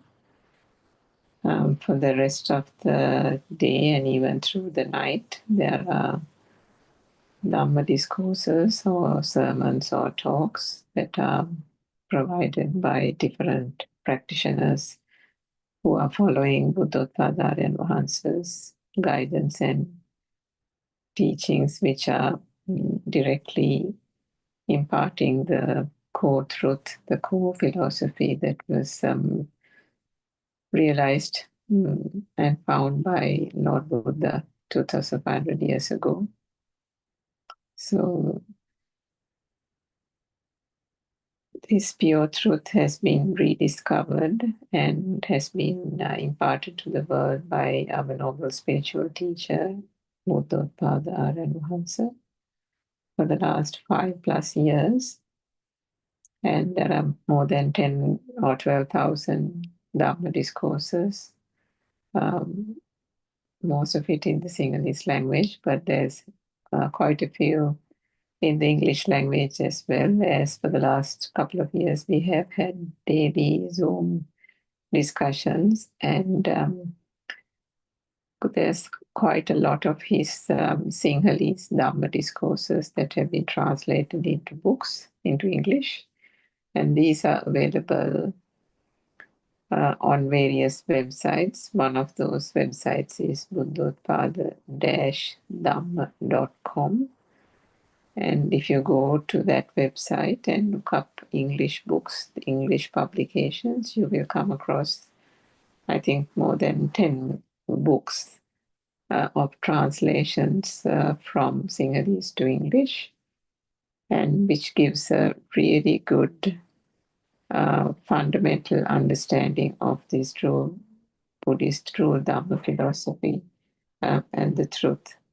Very simply and lucidly explained by R.N. Vahansa and written in very simple language. So they are in the form of just sermons translated to English, as well as just direct translations of Sinhala Zoom discussions where someone has come to the Zoom and have asked questions on various facets of the Buddhist philosophy, on the mechanics of the mind, how this self-view has formed, how one is getting this feeling of sadness, oppression, and this sense of clinging, and that person is suffering due to certain worldly factors, worldly incidents, and then they come up and ask, how do I get rid of this sorrow, and Vahansa? I'm suffering because my child has died, or I have no one in this world, or so something or the other is mentioned,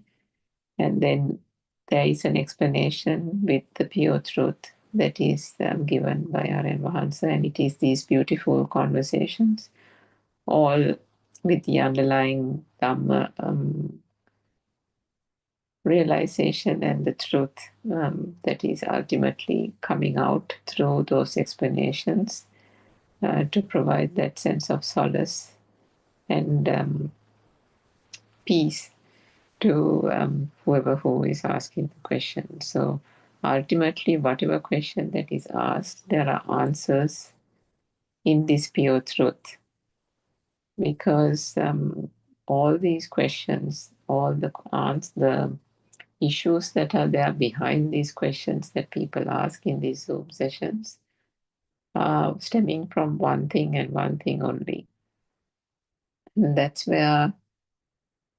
that's only because they have unknowingly, through ignorance, through no fault of theirs, taken various aspects of this world and worldly objects and persons that they are near and dear to them, whether they are family members or even people who are not dear to them, but people who they have encountered, interacted. They have taken various such things to be real.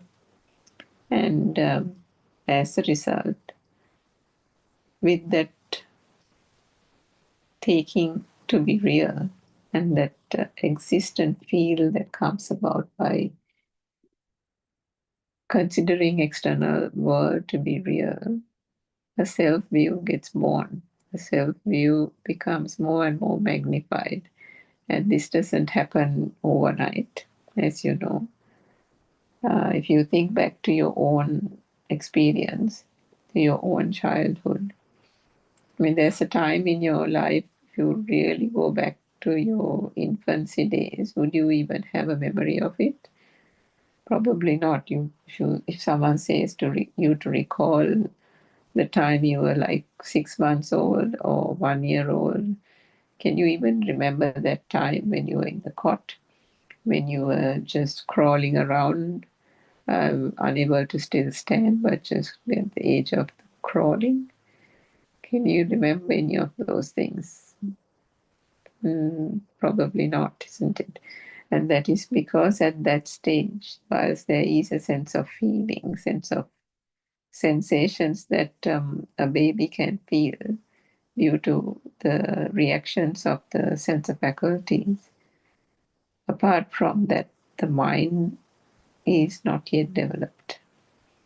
The mind that is not developed, what that means is that there is an incapacity in that system of the infant to be able to discern anything that gets that arises in these sense faculties. So whilst the baby will still have a vibration occurring in the eye sensor, which means that would give rise to a light. Same with the sound. If there's vibration in the ear, there'll be some kind of sound. So the baby would still have some kind of sensation due to the light, due to the sound, anything that is given for the baby to eat through the taste. Again, no sense of whether it is sweet, whether it is sour, whether it is bitter. All these are, again, as we would just find out a little later, just names and labels. There'll be something just put to the mouth and the baby would naturally react to it, either eat it, consume it, or kind of spit it out, as we have seen babies do. In a similar way, there'll be a reaction to a sense of smell, but again, no reaction as to this is a bad smell or this is a good smell and this is a great smell and so on. So those basic reactions are there. But it is gradually, once the baby starts maturing and growing into like early childhood, that the mind and capability of the mind to interpret what is being generated out of the sense faculties starts to develop, and it is at that stage where the real learning starts to happen. And when we say this learning is basically things that are being shown and accepted in this conventional society.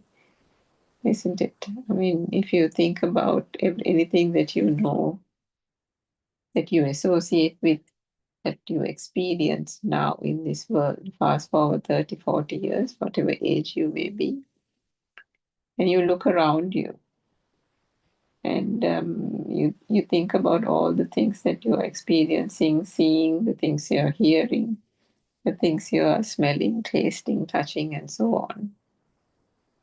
You don't think about them as that. You don't think that, oh, I touched that, or I smelled this, right?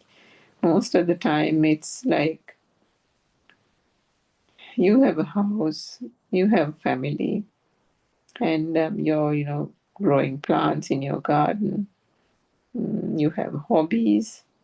You might have a pet dog, all these kind of things. So what are these things that we just named? They are all just perceptions, isn't it? Perceptions. By that, what we mean is all these are concepts that have been learned during the childhood days. The sensations that arise out of the faculties gives rise to various perceptions called light, sound, touch, taste, and smell. But what happens with these basic sensations? When one of those arises, a sound is associated with it. And then, for example, in our childhood days, we might learn the word sky. Someone will show something or point to the sky and say that is called sky, or this is called the sun, or that is called the rainbow, or this is called rain, and this is thunder and lightning, or this is a river, and that is a stone, this is a rock, that's your school, here is a supermarket. What did you eat for lunch today? I don't like cereal. All these things, cereal, lunch, school, breakfast, every one of these aspects which is part of your day-to-day world, part of your so-called reality. Because, as we mentioned, you have a life, you have a family, a husband, maybe 2 children, you own a car, you have a job, you go to work daily or you do 4 days a week, and then you have various hobbies, you have likes and dislikes. You might like to cook, you might not like to cook, you might like gardening, you might like spending time with friends. So friends, gardening, flowers, cooking, children, going to buy groceries, liking to spend time with friends, taking your dog out to work, for a walk. All these, can you just pause for a moment and think about all these things that we just mentioned? Even the notion of taking the dog for a walk. The baby in the cot didn't have any idea what that meant. Taking is a learned word and has a learned meaning. The dog means, again, a learned concept. Walk means another learned concept. It doesn't have to be always a person.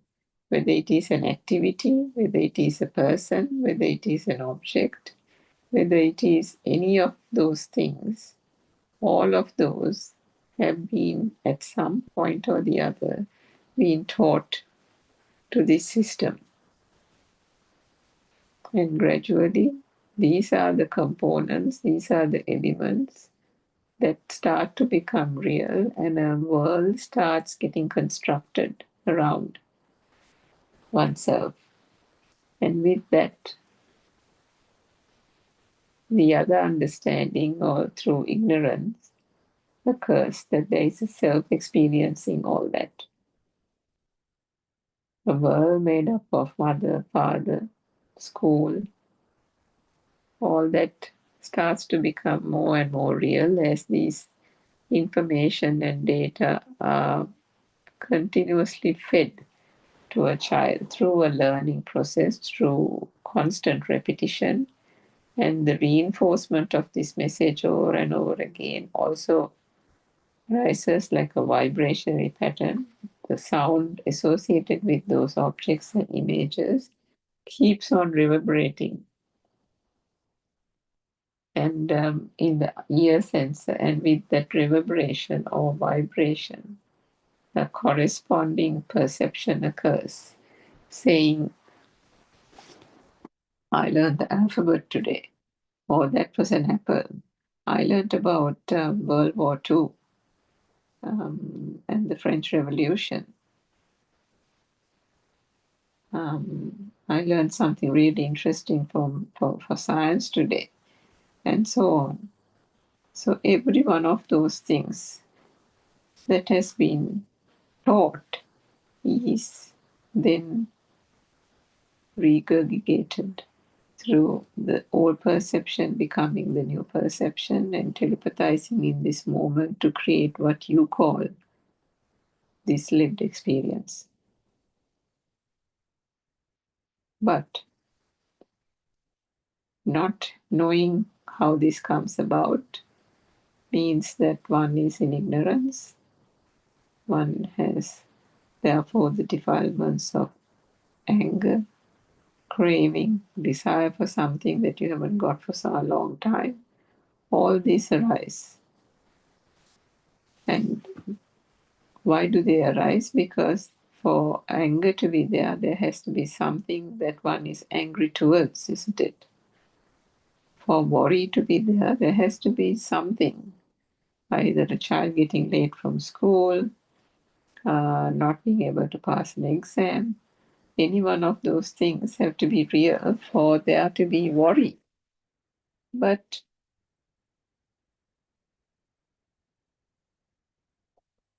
if you are sleeping, for example, once you have gone to bed, despite all the worries that you might have during the day, perhaps when you're awake, are those still going to pester you when you are sleeping? No. The mind has got dormant and the thoughts don't spring up when one is asleep. So ultimately, can you see, you can try to understand it, that these concepts, the parents, the children, the house, the mortgage that you have to pay, the chores that you have to run, which is, and the deadline that you have to meet at work, no matter what. All these things that are preying upon you, are preying upon your mind, as they say, is emanating only from a thought, isn't it? Because if it was not a thought, and if it was there permanently, even when you go to sleep in the night, that should be coming. That should occur to you as a natural process. But that doesn't really happen because of the ignorance. Everything is not taken in the way it is in terms of the Dhamma, but taken to be real. And there is an interaction, an association, and an engagement with that object. An existent feel arises because of that. The more and more you believe something to be true, the more and more there is value attached to that stimuli. And the more value that you attach to the stimuli, when, for example, if that either gets lost, or if it is a person, the person either, example, if it's a relationship, if the person leaves you, or if it is a family member and that person dies, then that incident brings a lot of sorrow, a lot of suffering, because you cannot comprehend that that person is now no longer living, that that person has now left you and gone, and so on. But again, who is feeling the suffering? Who is feeling the loneliness? Isn't that stemming from an identity that we have created here called the I? So, with the true Dhamma and the Dhamma message, what Lord Buddha tried to convince all followers, not convince, but at least impart in the form of Dhamma. There was no convincing. This is a self-evident Dhamma or truth which people have to first understand and then realize themselves through innate penetrative thinking and understanding. It is only through that wisdom can arise and the self-realization and the super awakening can be achieved. So when we think about it, every aspect that we are experiencing in this world is coming about through a thought, a concept that has been learned during childhood and now is firmly entrenched. So even when you think about the basic motion of waking up from bed and then going to the toilet in the morning, then going to the sink and washing your hands, then staying there and brushing your teeth. All these are mental pictures, mind objects, or i.e. the thoughts that have been learned from our childhood days over and over again. You even know that babies have to be kind of potty trained. So, because after the days where they have been in the cot, then gradually children are made used to the bathroom, the toilet, in order to be able to, pass stools in that manner, like adults do. So even that, can you recall that also has to be constantly reinforced? There must be a demonstration, and then that has to be constantly reinforced in order for that message, that mental picture to be absorbed. But even that arises only out of perceptions. But any activity that is taught is perceived only through these senses, nothing outside, but is perceived through the senses. And when that vibration occurs in the light consciousness, sound, touch, and taste, and so on, a similar vibration occurs. When that interacts with another vibration, a similar vibration occurs, and it is that is called finally the thought, aka, or otherwise known as your husband, your children, your mortgage, your job, your car, and so on. Because the only way you know you're living is through that sense of feeling that you get of being alive, isn't it? Always there is a sense, there is an underlying sense of being alive.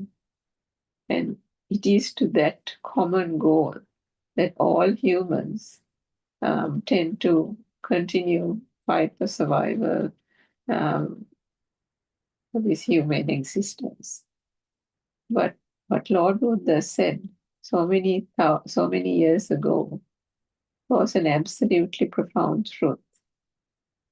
what he said was, even that feeling of being alive, is that real? Can that actually happen when thoughts arise and die, arise and die, arise and die in this very moment? What is a thought? A thought is something that has not occurred before and is coming now over and over again as a mere thought. So it is these type of perceptions, if taken to be true, that constantly arises in the mind.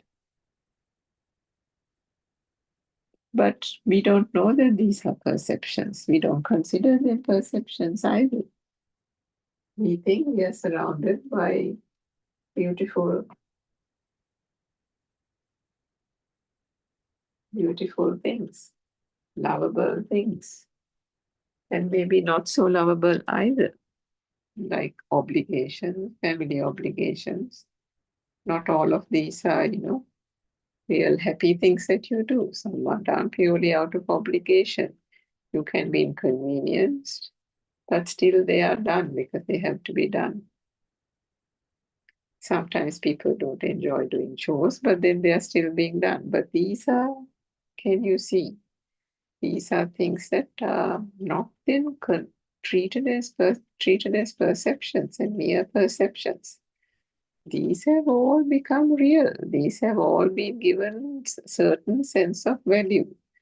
The value that you give to drop your child to school is not the same thing, that it's not the same type of value you'd give to some other task.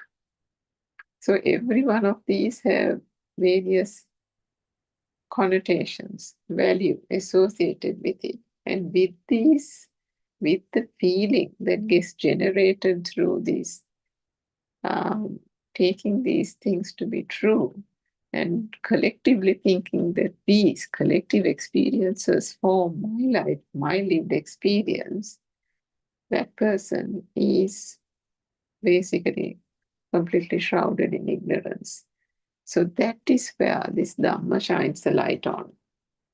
Because as long as you consider these things, this life, the mortgage, the family, the obligations, the children, everything to be true, and then an I is born, and it is the I that then suffers when some of these things don't turn out to the way you want it to turn out.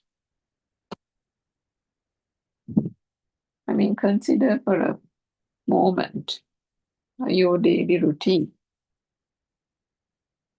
Supposing, say, you get up in the morning, you do your brushing your teeth, and then you go to the kitchen, you make a cup of tea.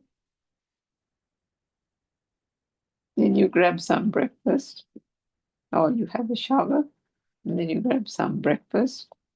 Maybe it's cereal today. And then you make breakfast for the children and for the husband. And you wake up the children to go to school. You might get dressed and then take one of the kids and drop them in school. But you might not take the car to your office straight away because you might not have parking. So you might leave it somewhere at the train station close by and then take the train to work.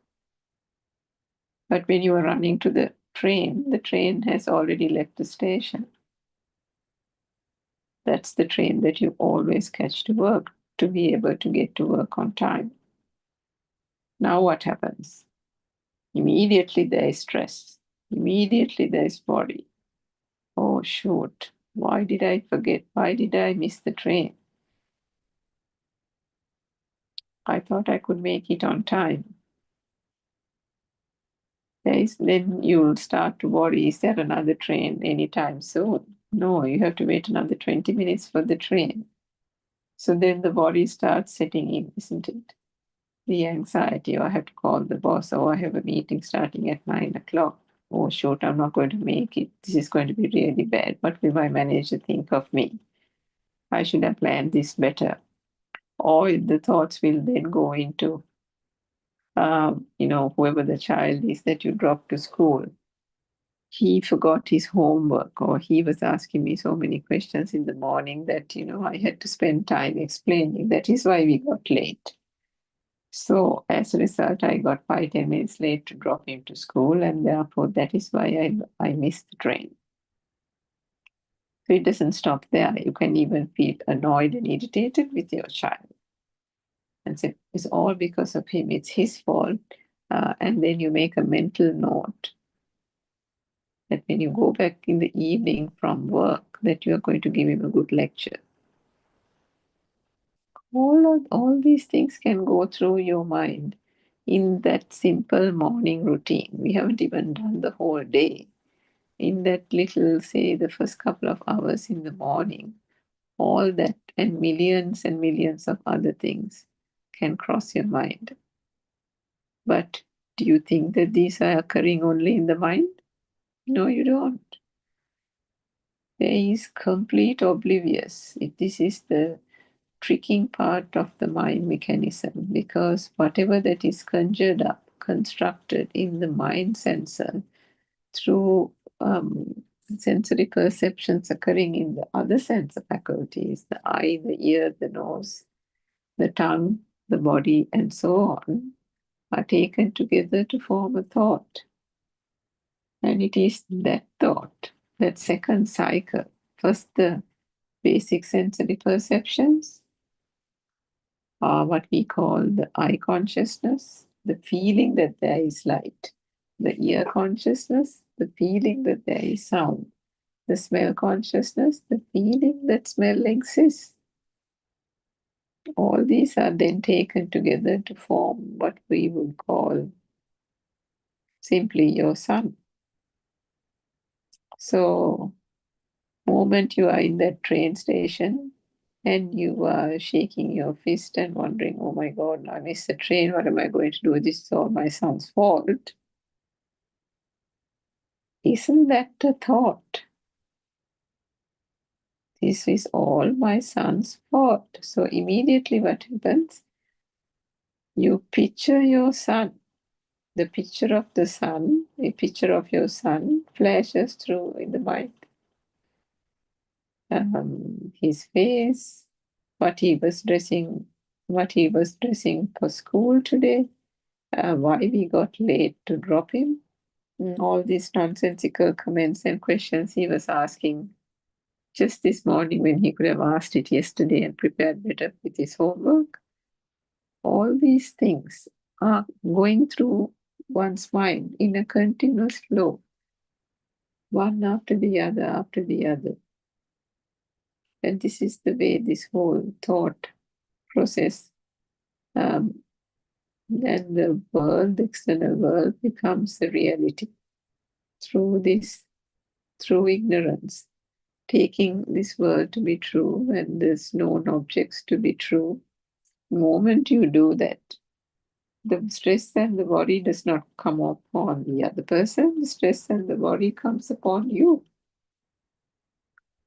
But what is that worry? What is that feeling of, oh, why am I feeling so bad that I missed the train? Why am I feeling so bad that, my manager will give me a bit of a lecture? Why am I feeling bad that I'm going to miss that meeting and that's not going to be good when it comes for the time for my performance appraisal? These are performance appraisal, getting late for the train, child, all these things are perceptions and perceptions only. If one knows that there is complete incapability of not human beings, but all living species to experience a world outside, and that what gets manifested is only one's sensor faculties, only one's the sensory perceptions, whatever that emanates, then this becomes clearer and clearer.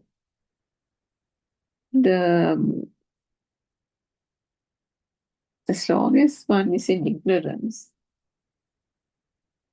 there is that value given to various aspects, to various things and objects. But the moment you know that these are not true, I mean, take the example of a mother playing with little kids who are playing with sand. Say they are making sand castles, and the mother, so they are making these sand castles out of all earnest. Some like castles and then just a wall around and all these type of things is done.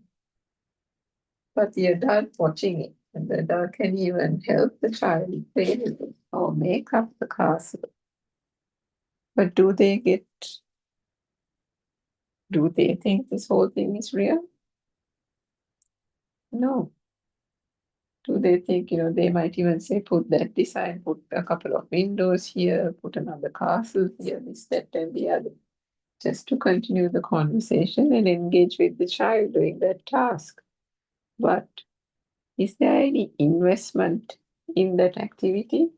Is there any belief that that whole activity is real and the same castles are real, the building of it is real, all that is real? No, there isn't, because there is an understanding through and through that there's nothing in the sandcastles. It's just a game that children play. There is nothing there to be concerned about, to hold as valuable, and so on. Another example is the mirror. So every day we go in front of the mirror and we, comb our hair and do our, comb the hair. And but then we know how the mirror is made up of, isn't it? We know that, it has certain properties which makes the reflection, it's just the reflection coming back to us, nothing else. We don't try to go behind the mirror and see, oh, I can see a person, who's that person? We don't try to go behind the mirror to see if there's a person hiding behind the mirror, right? But in contrast, if you take, for example, a dog, and this was example that even in the Buddha's days was used. So if a dog accidentally peeps into a puddle of water or a pool of water and sees the reflection of a dog, or sees his reflection, its reflection in the water, the dog gets very, very excited. The dog thinks that there is a dog in the water, and he will go from one corner of the pool to the other corner, and will continue to peep in, and each time he peeps in, he can see this reflection of a dog. The only thing is he doesn't know it's a reflection. He thinks it's a dog. So he barks at it. He's excited by it. He doesn't know what to do about it, but he can see it, and so he believes it, and so on. But that is the same type of thing that is happening here, where humans are concerned. Whilst we said that these sense faculties create a world only within the mind, due to the ignorance and of not knowing the pure truth or this Dhamma, what gets discerned or manifested in these five sense faculties gets projected outside to the world. And therefore, one then is in ignorance, thinking that this external world is true. External world is a reality. And that is why all these aspects, objects are taken to be real. Because one has no access to the true Dhamma. One does not know the truth. If one understands that all that is arising and ceasing are just thoughts and thoughts only, and it is the thoughts that say that there is a sandcastle. It's the thought that says that your son got you late to go to work. It's the thought that says that a train departed from the train station. It's a thought that says you missed the 8:30, 7:30 train. It's a thought that says that you have a meeting. It's a thought that says your manager will scold you or give you a lecture. It's a thought that says that you might not, this might be a black mark against your next performance appraisal. Are these all thoughts? Are these all concepts that was learned at some point in your life? Always compare this with the baby in the cot. The baby in the cot had no names, no labels, no trains, no school, no getting late, no sense of time, no sense of concept, no sense of any of these worldly objects whatsoever. All these have been gradually, over time, taught, learned, and is nothing but data or information. And for each of these to arise and to be learned, there has been a vibration that is occurring in one of the sense faculties, and that vibration has then given rise or interpreted by the mind to mean the school, the teacher, and so on. So every one of these objects have innate features. If you think about an apple, when an apple comes to mind, the sound of the word apple reverberates in the mind, in that thought. But the thought is only a perception. But yet the thought, in that thought, the picture of an apple, the sound of an apple, the texture of an apple, the feeling of solidity when one touches an apple, all that becomes real, comes to the mind in a flash, isn't it? But these are all perceptions. The thought is nothing but a perception. The fact that it becomes real, why do you consider an apple to be real? Why do you consider your child to be so real? Because there is a sensation, there is a feeling that one feels when that thought arises. So it is that the Dhamma and the truth that the Buddha explained is trying to get at, to say that that is arising only due to the speed of vibration occurring in the senses, which has an underlying power. Every vibration has an underlying power, and it is that power. Because of the speed of vibration, the manifestation happens. The manifestation of light, the manifestation of sound only happens because the vibration is happening at speed. If the vibration does not happen at speed, there is no manifestation. So when these are occurring at speed, there is a feeling that gets generated. And that feeling is the thing that makes you think there is an apple out there, that there is a tree out there, that these are your children, and then with that comes the notion that I am here. So the I, the me, the my concepts arise, but they arise only where the stimuli is existing. So the learned concept is the teacher. The learned concept is the school. But what happens?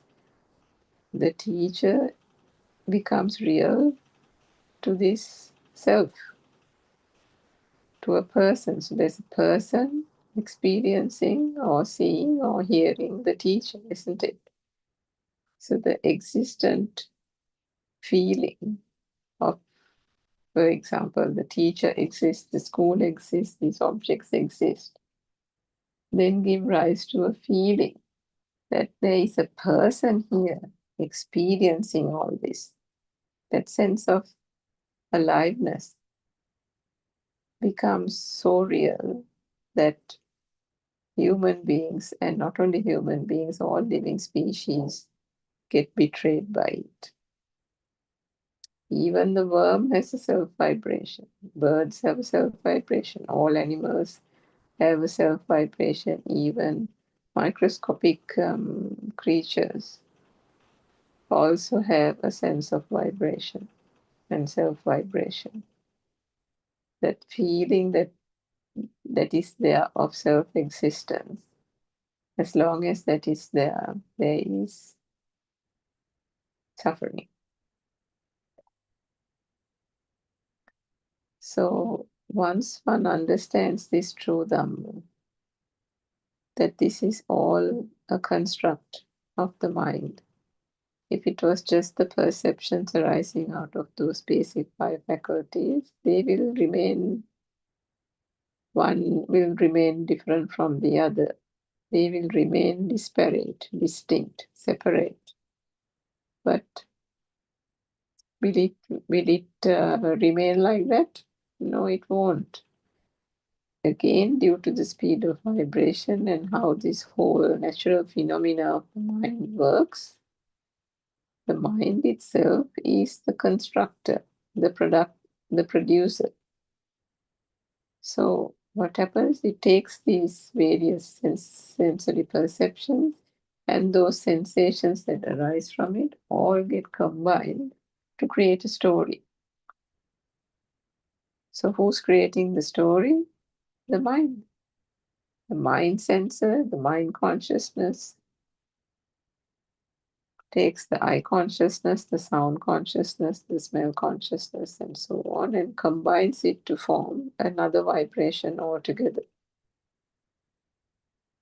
But unfortunately, due to the ignorance of not knowing the truth, not being exposed to the truth, not having access to the truth and to the guidance and non-vibration of the noble teacher who can impart the truth,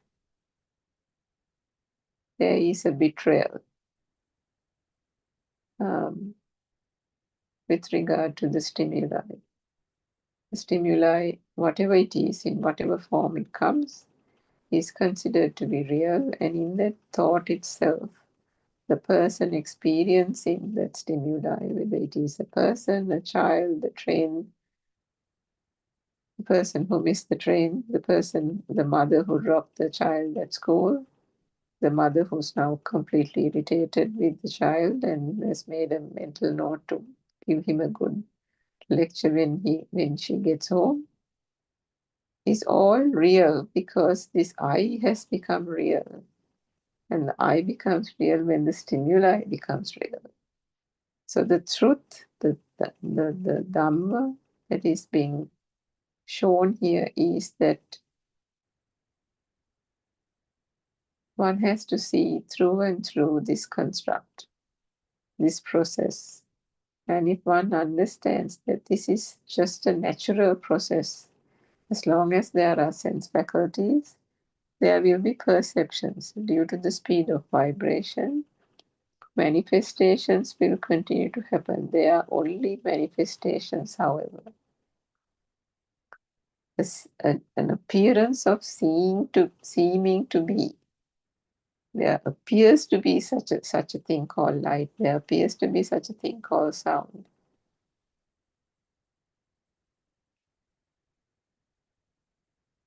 But you might say, what nonsense, I can see, I can see TV, I can see you, I can see the trees, the garden, my house and car and all these things. What are you talking about? But if you understand this mechanism, you know that all these are just learned concepts, which are just getting manifested through these sense perceptions and nothing else. The car is a perception, the sky is a perception, the train is a perception, the child is a perception.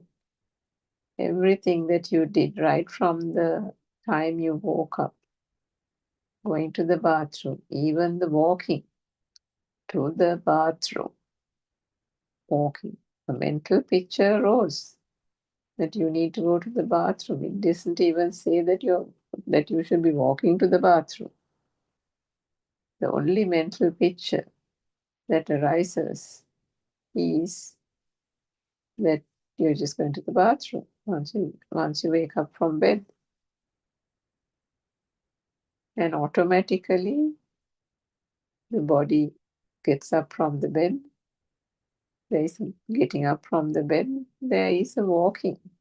Almost involuntarily, there is a walking. The hands go side by side, go up and down on the side. The legs are moving. And then there is a going to the bathroom. There is a going to the toilet. That whole thing is a perception. Then you brush your teeth. What is brushing your teeth? The activity of brushing your teeth is also a perception, isn't it? Wasn't that also learned? Did the baby know how to brush the baby's teeth? No.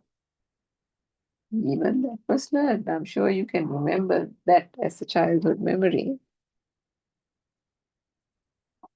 How we were taught by our parents to brush our teeth. So these are all perceptions, isn't it? Then you proceed from there to wash your face or have a shower. What is shower? Wash your face. What is toothpaste? Toothbrush.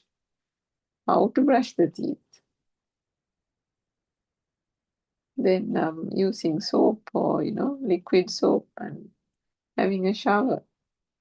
Then reaching out to dry yourself, reaching out for the towel. How does that happen? There's an automatic reaching out for the towel. There's an automatic shutting off the shower tap when you're done washing.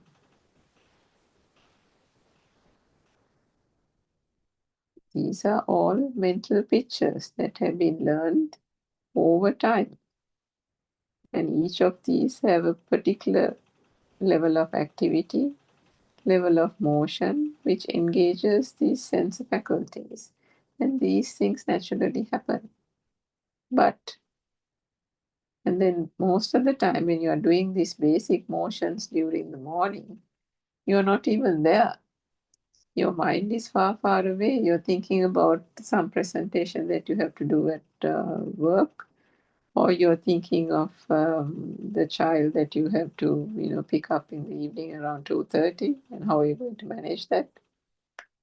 You're thinking of something, some quarrel that you had with your husband the night before. And these are the things, whilst you're thinking, the other things are also happening. How did that happen?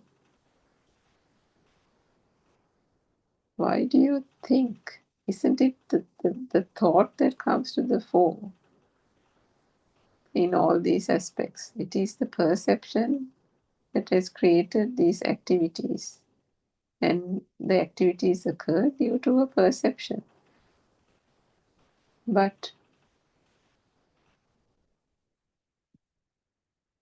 in the making of the tea, in the getting dressed to work, in taking the child to school, all these are just mental pictures, perceptions. But we believe it to be true. We project it outside to an external world and consider the external world to be true. And therefore you think the satisfaction, the happiness, the sorrow, everything is derived from the so-called external world. And then what happens? Because that duality has been created, the I, the self, the me, will suffer each time there is an occurrence in the stimuli, whether it is by way of happiness, enjoyment of the stimuli, whatever it was, and suffering or sorrow due to, say, the death of a person, the death of a child. If any notion, if any concept is not considered as a concept but as a thing, then there lies ignorance. Because the moment something is a thing, a self-view is born where there was no self to begin with. Can you see that it is in the thought that these various notions and concepts have been formed? And then isn't this sense of I also an extension of that notion and concept? If not for the thought, there is no sense of I. And this is then gradually understood as one progresses on the Dhamma path. The mechanism of how those sense faculties generate or give rise to perceptions is well understood. That these all occur through a vibration occurring in the sense faculties, which then gives rise to light,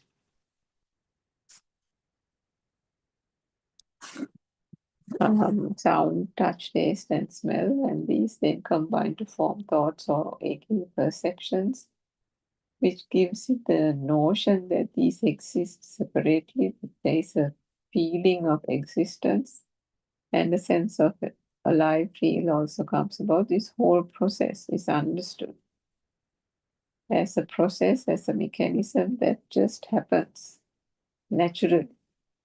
No one is doing it. No one is responsible for it. If there is a cause, there is an effect. The cause is the vibration, the effect is the sense of perceptions. The cause then becomes the sensory perceptions, the effect becomes the mind consciousness, i.e., the thought, the mind object. In other words, the child, the mother, the father, these are the final outputs. So then what happens? The child, the mother, the father, the school, the teacher becomes real, and then there's an existent world that gets created. There are objects, and then the notion that they exist comes about. And if this notion of exists comes about, that alive feel comes about, which is why when the child dies or the child meets with an accident, you feel it, don't you? You feel the pain, you feel the burning in the system. But do you call it feeling the burning in the system? No. I am suffering. I am in so much of pain. I am beyond myself in grief because my child died at such an early age. I can't take it as a mother, you will say. Or you will worry about work, what your manager says. You will start worrying about job security. Or when you're coming home, you know the petrol finishes halfway on the road and you're stranded and you have to still pick up your child. Can you see how the burning comes up? Can you see how the stress occurs? In every one of these aspects, wherever the experience, if it is arising out of interaction from various stimuli, which is perceptions, which is thoughts, but taking them to be real will invariably bring upon that system, that feeling of suffering, that feeling of depression, stress, worry, and so on. The craving, the defilements, the full works is there. But in this beauty of the true Dhamma, when one gradually realizes that actually nothing is here, no one was existing, the vibrations that occurs in the senses and the sensory perceptions, there's nothing there either. It is only happening due to the speed of vibration. What happens? The things that you have considered dear and of value gradually start diminishing in value. Everything goes on in the usual way, like earlier. Like earlier, when before you access the true Dhamma, the same things continue to happen. You will still be, you will still have family obligations, you will still have chores to run, You still have, work to do as a mother, to cook, to clean, and so on. You still have to, go for a job and do various duties there as well. None of those change. But with this true Dhamma, when there is enough penetrative insight and deep reflection on each of these stimuli, what it is made up of, how did this external world come about? Is there anything called such an external world? And when one truly understands these sense faculties and how they come about to create a construct out of nothing, then gradually the value, the importance that is attached to these stimuli reduce and start to dissolve. And then you will feel there will be a sense of peace, there will be a sense of tranquility that will start gradually arising from within. The notion of self-view, is constantly challenged in the face of this true Dhamma. Self-vibration, self-view has no place because this is a no-soul Dhamma. The understanding that is obtained through this truth is that there is no person here waiting to seek salvation. There is no person here waiting to gain liberation, because we have kicked the bucket from underneath, or whatever the term they call it, and that whole concept that was holding steady has now fallen away by us, by taking away that very concept on which everything hinged, that sense of I being real, that an I exists here.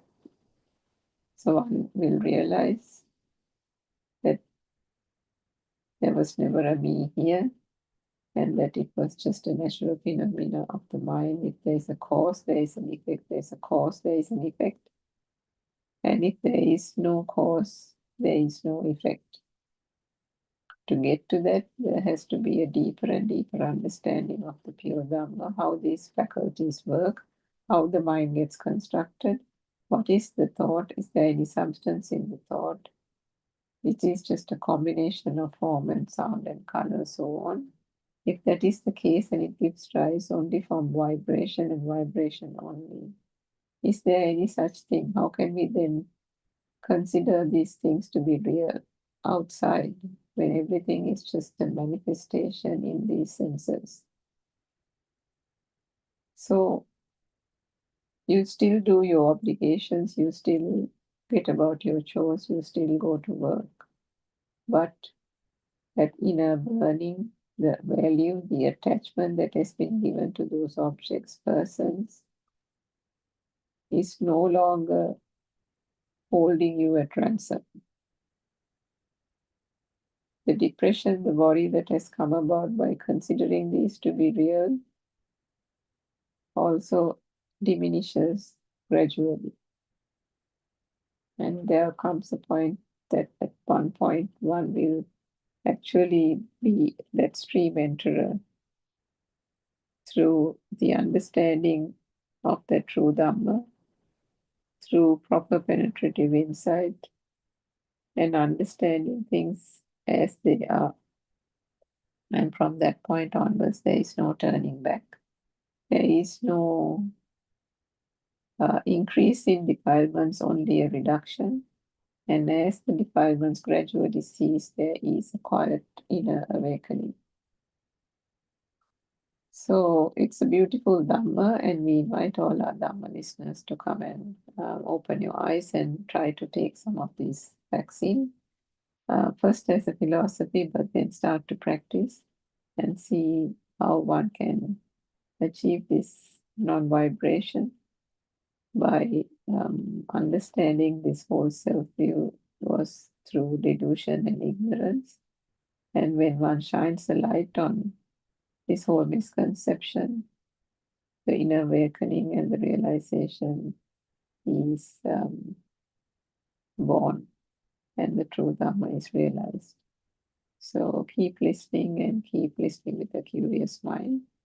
And I'm sure you'll get some benefit out of these Dhamma discourses. Tevan Saranai Dhamma.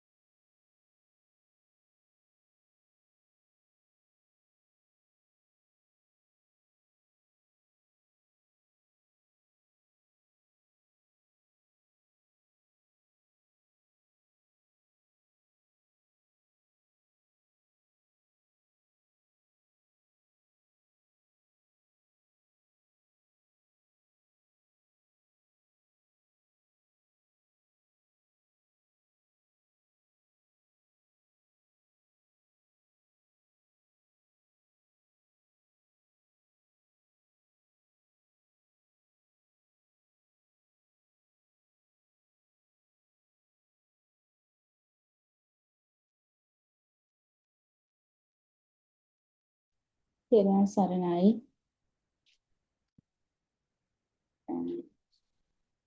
Thank you, Dhamma friends. Now I'm going to start the Dhamma talk from 6 p.m. to 7 p.m. First of all, I would like to pay my utmost respect to our Kalyan Mitrayanan Wahanse, Aryan Wahanse. Pada Namaskara Karami Aryan Wahanse Avasarai. First of all, I will start with something with actually this Buddothpado Dhamma sermons. When we talk about these Buddothpado discourses done by our Kalyana Mitrayanan Wahanse, Aryan Wahanse, by now it has changed most of the people's lifestyle. I mean the lifestyle of the day-to-day lifestyle. Even for us, we were really fortunate. We are really fortunate to hear this through Dhamma, because this Buddothpada Deshana, the Sadharma Deshana, give us the real truth of Dhamma. So we are really fortunate because this is true Dhamma, and what Lord Buddha preached 2006 years ago, what Lord Buddha had preached. Now today we listen to these things as it was.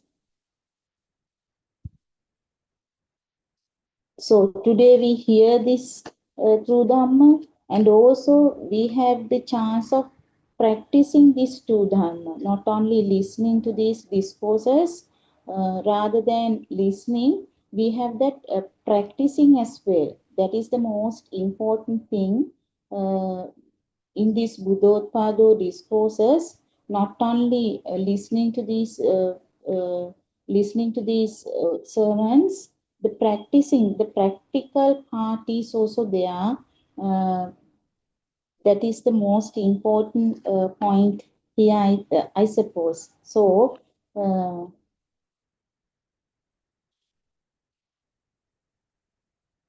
our Kalyana Mitrayan Mahanse has taken an immense courage to give this to the whole world.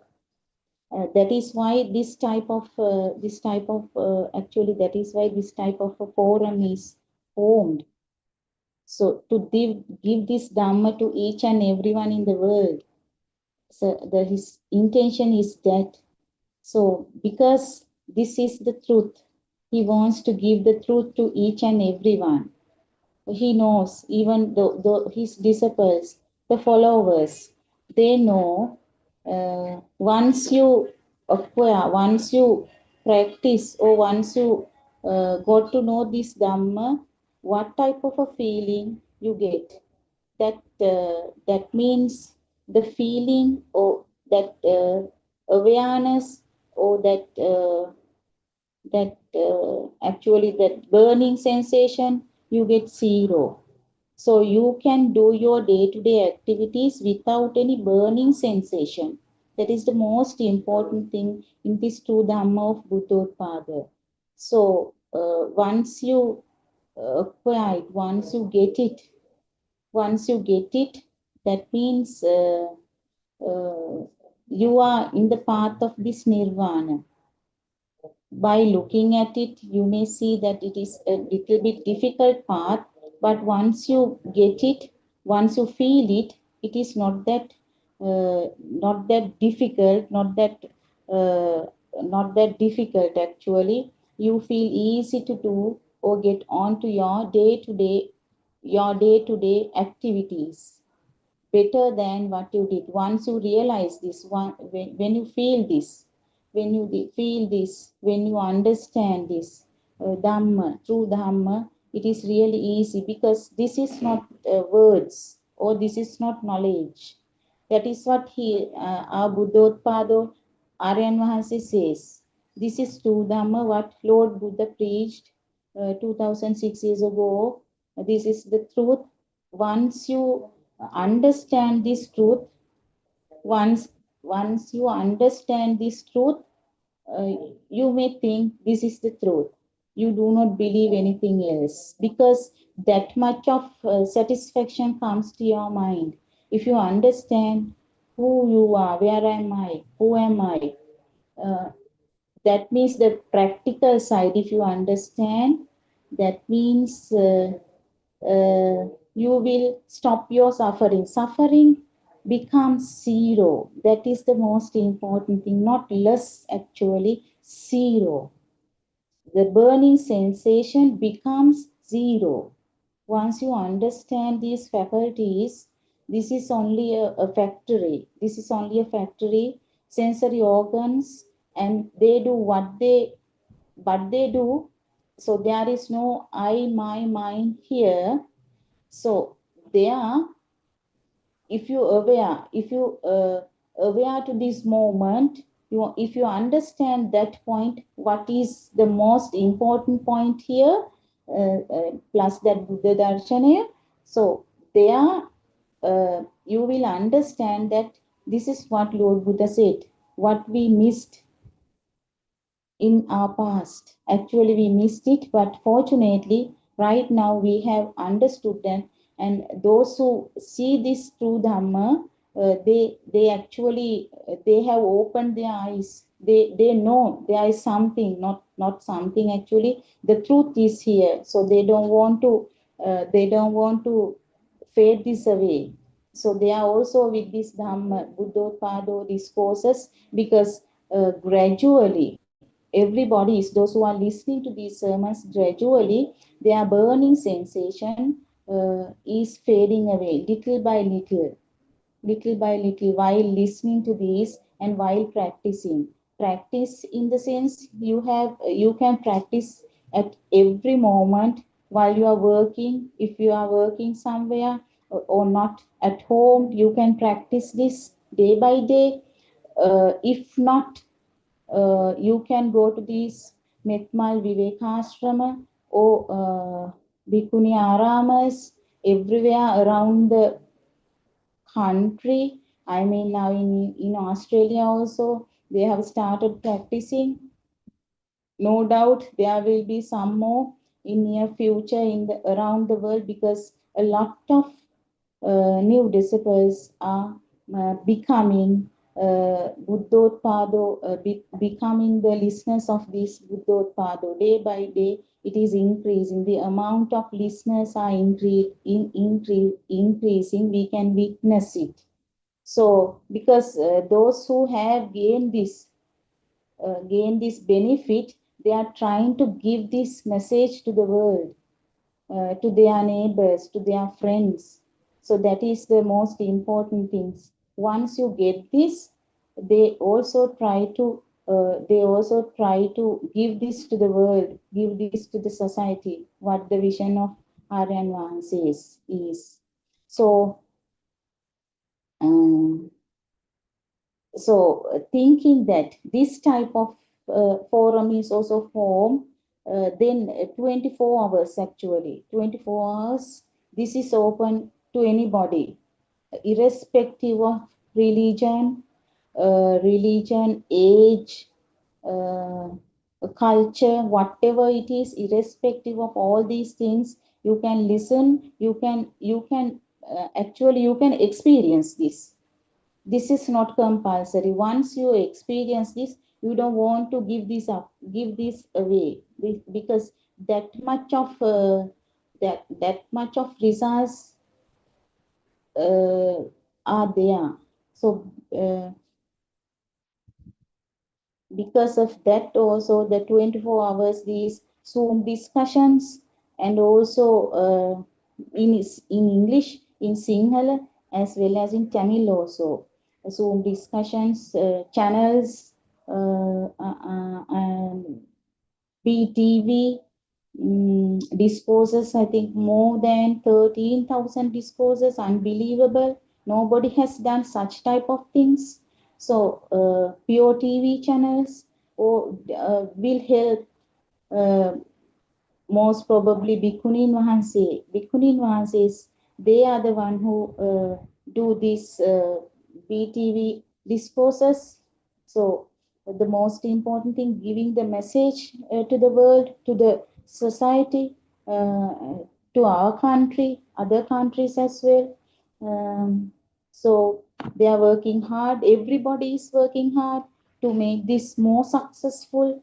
So actually, we have become another part of this, and mm,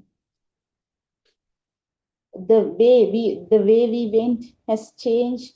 Earlier, it was not the way we went.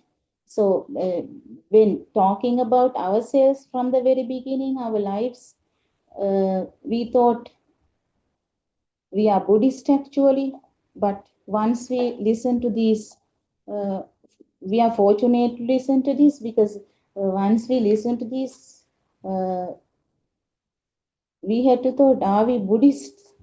So even although in our birth certificates it says that we are Buddhists, are we really Buddhists? That's what we got to know. So it is totally different. So we were in that mithya dushtya, what do you call that mithya dushtya from the very beginning, before finding this truth Dhamma actually. So we were very tend to do these pujas, uh, whatever it is, pujas, pin pau, merits. We did everything on behalf of merits. We wanted, actually, if not that, we did not go there to listen to anything. So that is how, in return, we wanted something before finding this true Dhamma of Buddothpado Aryan Vahanse. So it was entirely different. So that is why it is very, very important to listen to this truth. And also, we were thoroughly engaged in many different, different type of programs like meditation and all, because we thought meditation is the only way of getting rid of this samsara. So we were not only, most of the people, they do meditation because they think that nirvana is there. So it has become, actually now it has become programs. So people go there for this, they sit there and do meditation, and they get some kind of satisfaction only for that moment. Once you come out, again you start suffering. But it doesn't go away.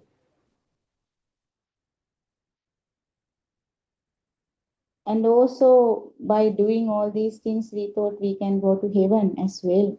So it was the heaven we were thinking. So it was the main purpose of that. So, but after listening to this Buddothpado sermons, Aran Wahanse's sermons, we started swimming against the river, which is very difficult, and that is called Patisotaya. We were there in Anusotaya, so we started swimming against the river.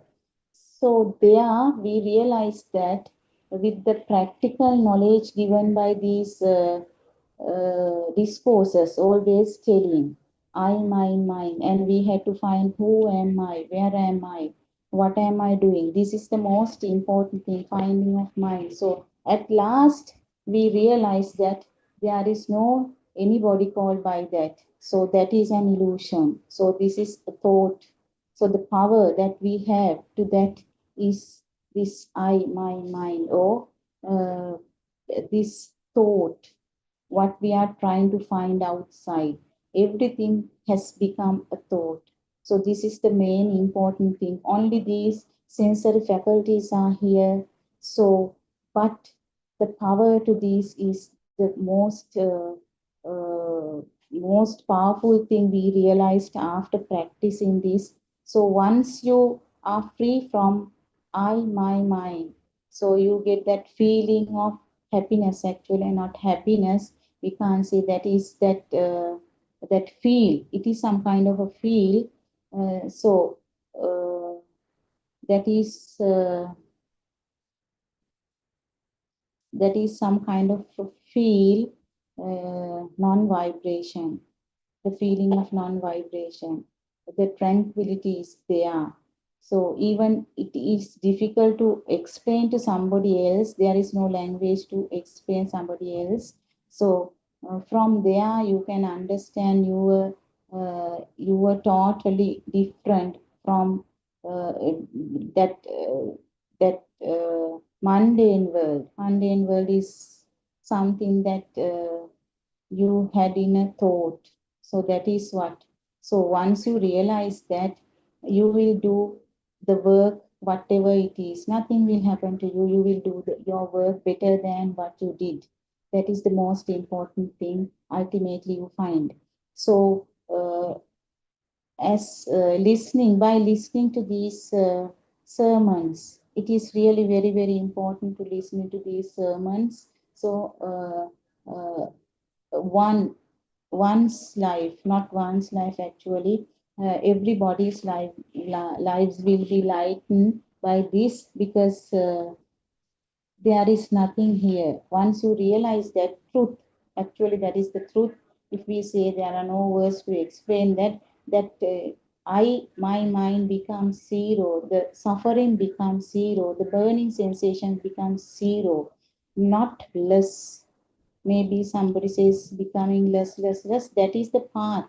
So gradually it will become zero. Less becomes zero. That day you will not be able to believe it even. When the time it becomes zero, you feel speechless, actually. You feel speechless, and you keep quiet, and actually you will experience it with the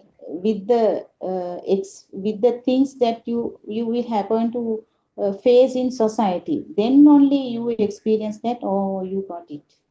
Otherwise, even you don't know. As that Aryan Vansi says, Kalyana Mithyan Vansi says, ගමේ ඉන්න අම්මත් නිවන් දකිනවා. But that remote area, the mother in the remote area will see this. So maybe they don't know actually. That's true.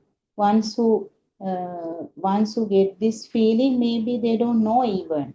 So they feel that very comfortably they can do their work rather than earlier, better than earlier. So you do it. You find your son. Some maybe you think, no son, no husband, no chair, no wall, not that.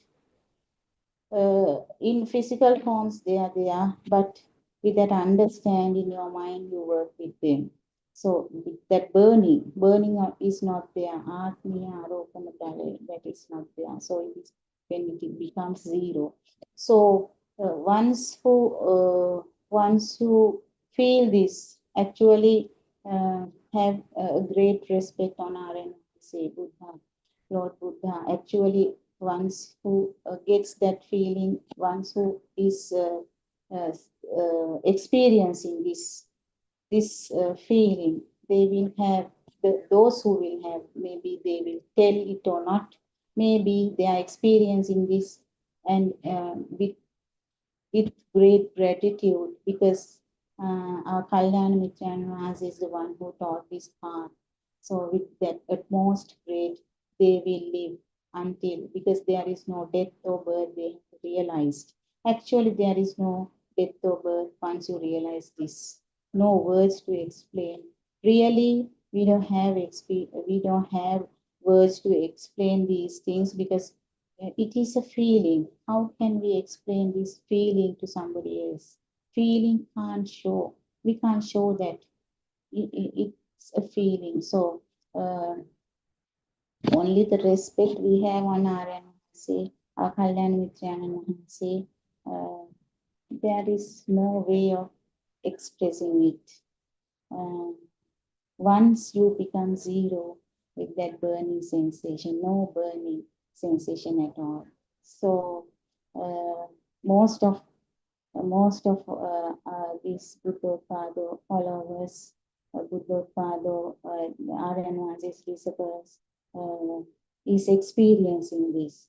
They are having these poses as well. So that is how they are giving this to the world. So once you experience it, you want to give it to the society.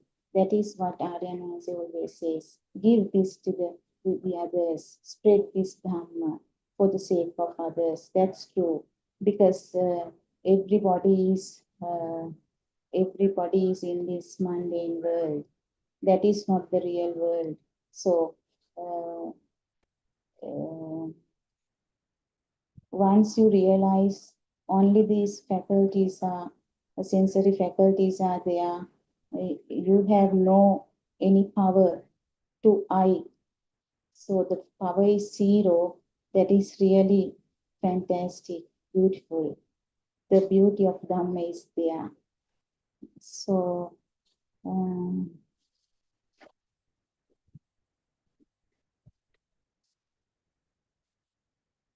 actually, I wanted to give my own words. Although I had written something in my paper, I said what I felt. So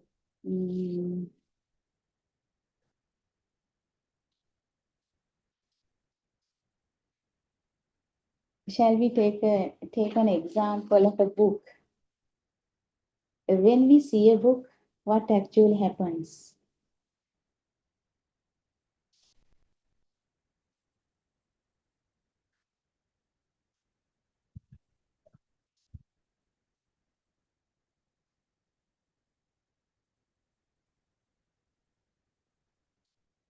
There is color, there is shape, there is a learned sound.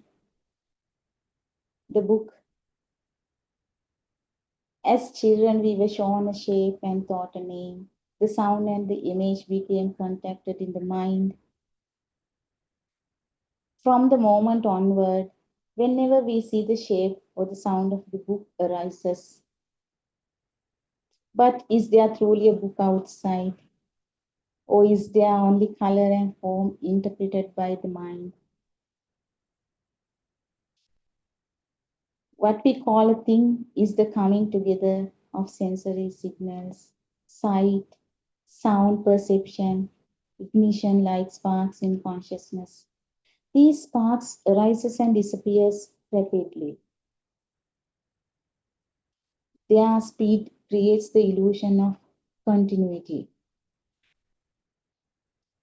We believe there is a solid world outside, but in reality, we are not experiencing momentary mental events. So that is the most important thing, that we believe that there is solid world outside, because everything is a thought. Everything is a thought. So just for an example, if we say a waterfall, that waterfall comes to our mind. It's a thought. Thoughts means here the thoughts, once you realize this, thoughts are coming. We can't stop anything. That is another point I want to mention here. Once you realize once that zero is there, once the burning sensation is zero, the thoughts are coming. You can't stop thoughts. As Aryanansa says, what he says is 100% pure. 100% pure. What he says is, we can't neglect even one word. So if he says වෙනදාටත් වඩා හොඳින්, better than the other days, you can work. That's true. වගේ, that is really true. Even one word we can't neglect. All the words are very valuable. What he preached is the true Dhamma. That is why it has become true Dhamma. Once you realize this, you will understand what he says cannot be neglected. Sri Sadharmaya, that's true. So the thoughts are coming. The thoughts are coming. We can't stop thoughts. And also when we speak, we think, that stops. Another thing is that stops. Straight away word comes. The words come. You don't think, it comes. Vitakka, no vitakka at all. That's true. I don't know how these things are created. I always experience this and listen to these sermons. Otherwise, we don't know what the thoughts are even. He is the one who taught. You have to start from the thought. He's the one who taught about the thought. So we have a great respect on that. Even we didn't know that. We wanted to find everything from the outside before listening to this Dhamma. Before listening to this Dhamma, the whole world was alive for us. Now it has become zero because of this Buddothpado Dhamma discourses, valuable, golden Dhamma discourses, really golden. So thoughts, we can't stop. They are coming, but we can understand. We can do vipassana there. Very less. It is coming also very not heavy. They are also not very heavy, very light. Tatra vipassati. We can see that each and every thought can be seen. So less talking in the sense, I mean, vitakka, no vitakka. Straight away the word comes. And also another thing, you become the chair. That's true. You become the chair. While experiencing, we can't straight away tell all these things. We have to experience this, because we don't know even that we have realized this. That is another thing. So, because we actually that you become chair because there are no two ends, no streams. No streams. That is another thing. You become the chair. That's true. Because there is no one inside. You see the chair. That's all. Nothing else. You become that chair. Uttuamai yoga. He says, Aranvasi says, that's true. You become that person. That's true. Once you experience this, you will understand. That's true. Less that vitakka, no vitakka.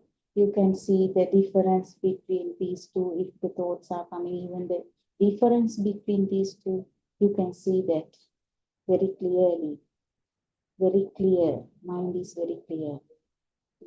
That's what I wanted to tell you that also. So that is really unbelievable experience. Unbelievable experience. And nobody will tell these things. I don't know how this came to my mind. I wanted to just read what I wrote, but it came to my mind. Ultimately, I had to tell that. So unbelievable things, that internal transformation. That is the word Aranvasi says, internal transformation. So it happens. Once it happens, you don't want to show it to anybody. You keep quiet. You keep quiet. Although Aranvasi has experienced more than that, he is beyond all these things. That his wisdom is 100,000s away from this internal transformation. So what he says is quite right. 100%, 200%, that's true. What he says is true. So there is not fear of death. It is only a thought. So you can close your eyes. If somebody comes to kill you, you can say, okay, no problem. You can close your eyes and ask him to what to do. That's true.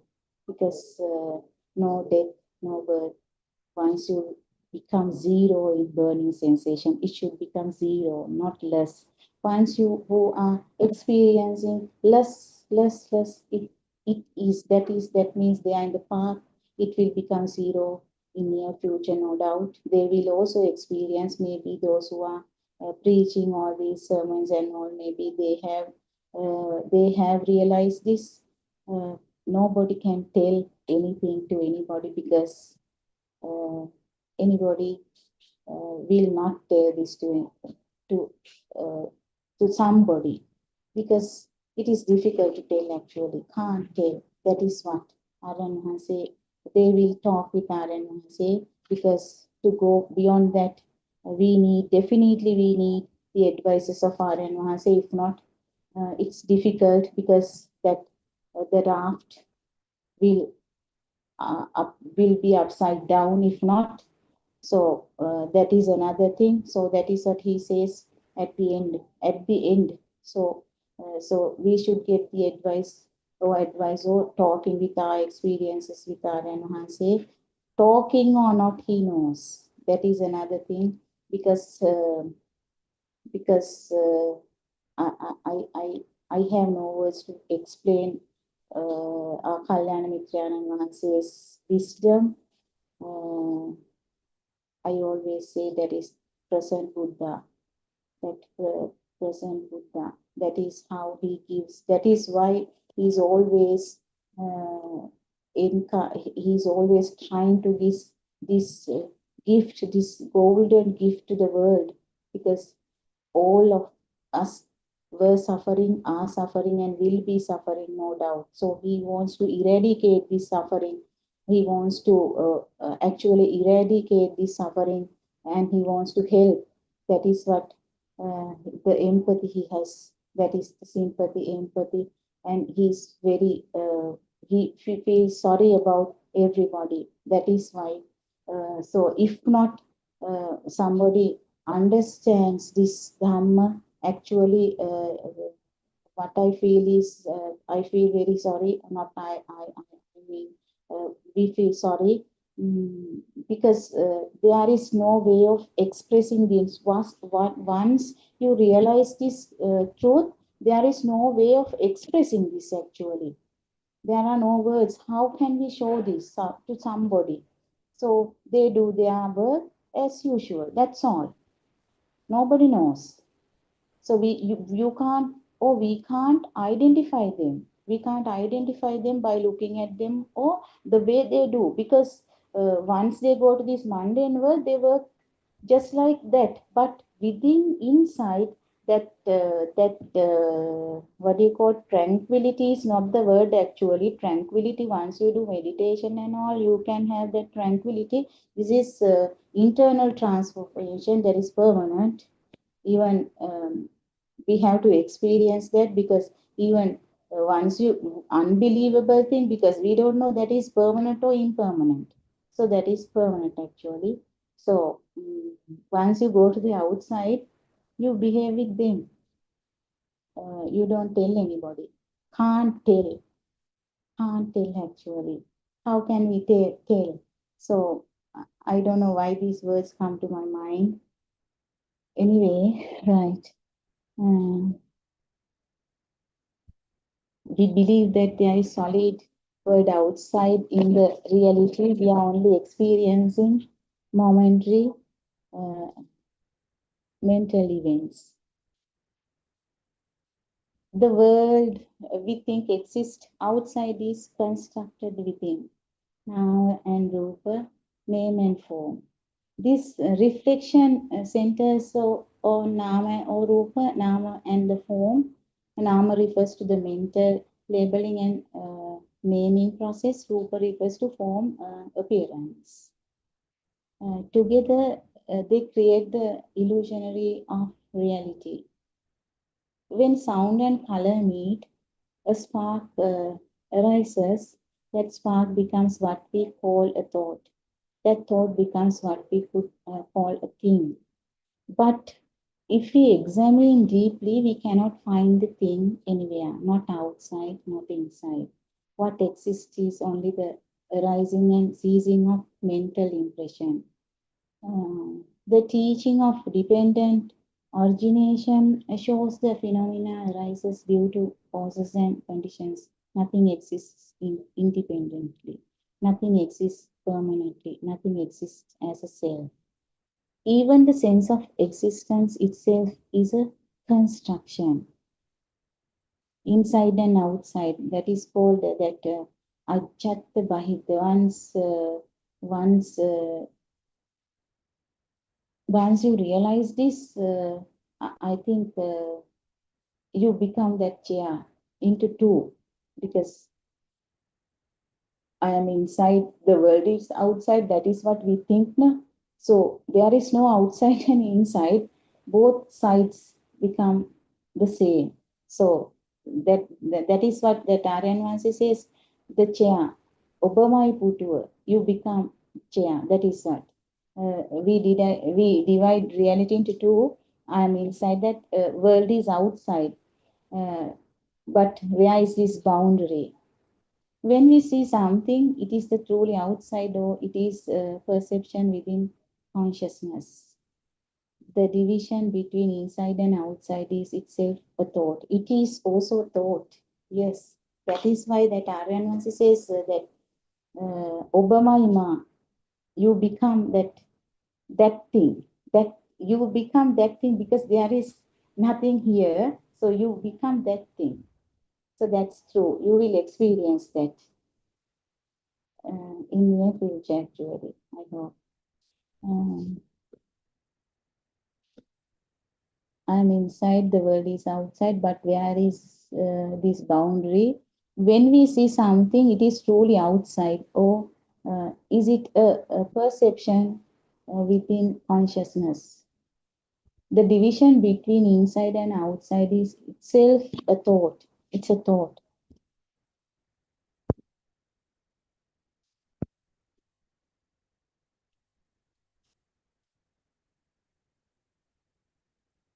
We create duality, observer and observed. And that's what I told you.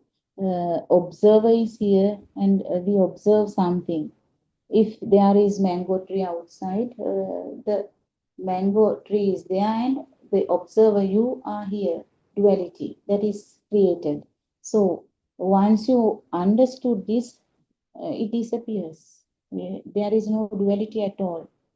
But if there is no solid observer and no solid observed, what remains? Only awareness. Yes, that is called awareness here. Emptiness. Yes. We say, this is my body, this is my child, this is my husband, this is my house. But what is the my? If a finger is cut, are we reduced? If the body ages, are we diminished? If thoughts change, do we disappear? The sense of I is simply another thought, another spark arising in consciousness. We mistake that spark for identity. But a thought has no life, a thought has no substance. A thought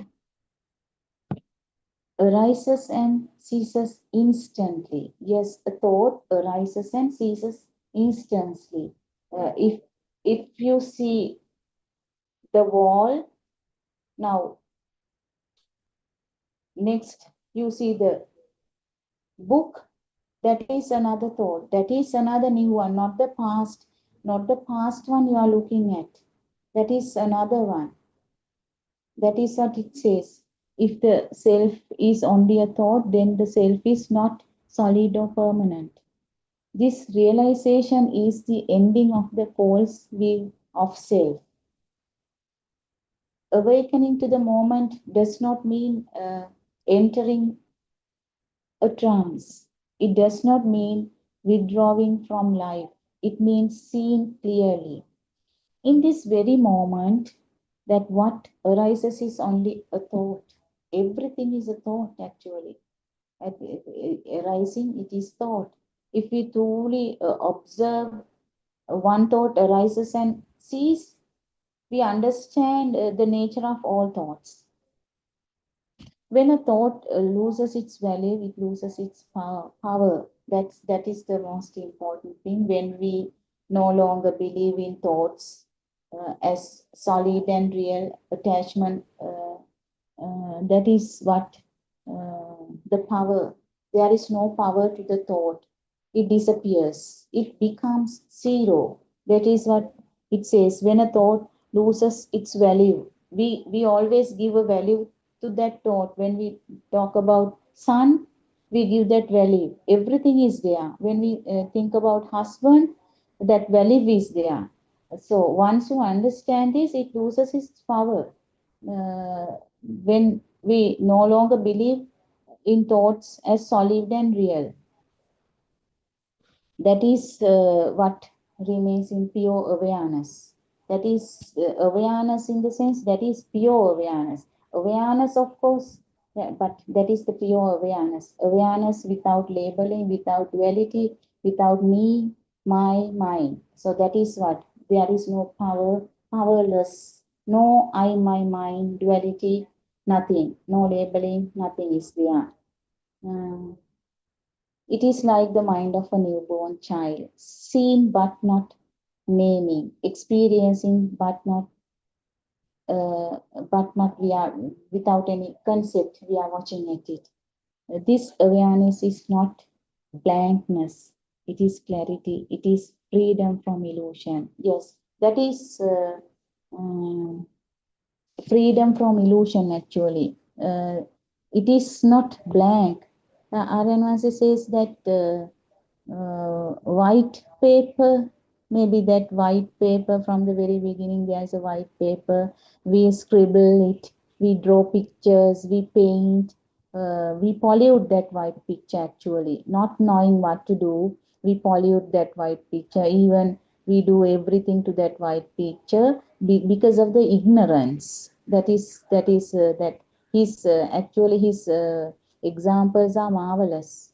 White paper, Even that another thing I want to tell about that another thing is that if you a tree with 5,000 leaves, that is another marvelous example. Nobody has given marvelous example. A tree, if you understand this, only the if you understand this chair, that means you understand whole world.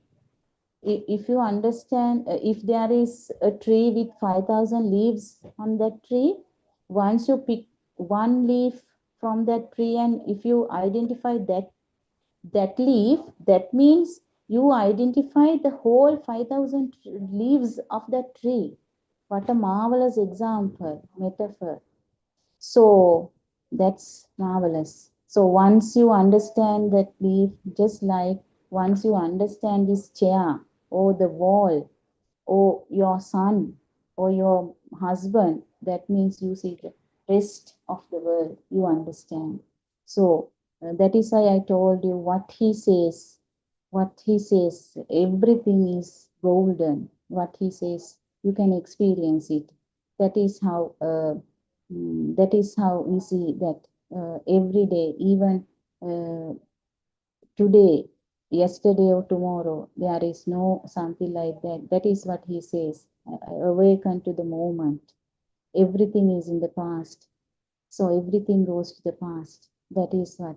That's really, really very beautiful examples he has taken to us. So take the maximum use from these golden discourses, what he has preached, more than 13,000.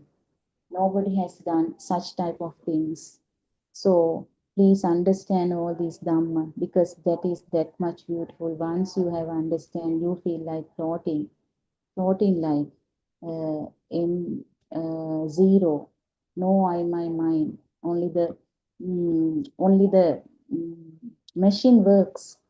Factory constructing tiles. The factory is constructing tiles. Nobody is there, only the machine works. So what a beautiful example. That tree, example of the tree, finding out one leaf out of 5,000 leaves. That means you understood all 5,000 leaves if you understand that one leaf of that tree. So these are very beautiful examples. Emptiness does not mean that nothing exists. It means that what we believe exists as solid and independent does not actually exist in that way. There is no permanent entity, no permanent self, no permanent world. When thought cease to be believed, the illusion collapsed. What remains is vast, like boundless space. In this stage, there is no greed, no hatred, no delusion, because these depend on belief in self and object.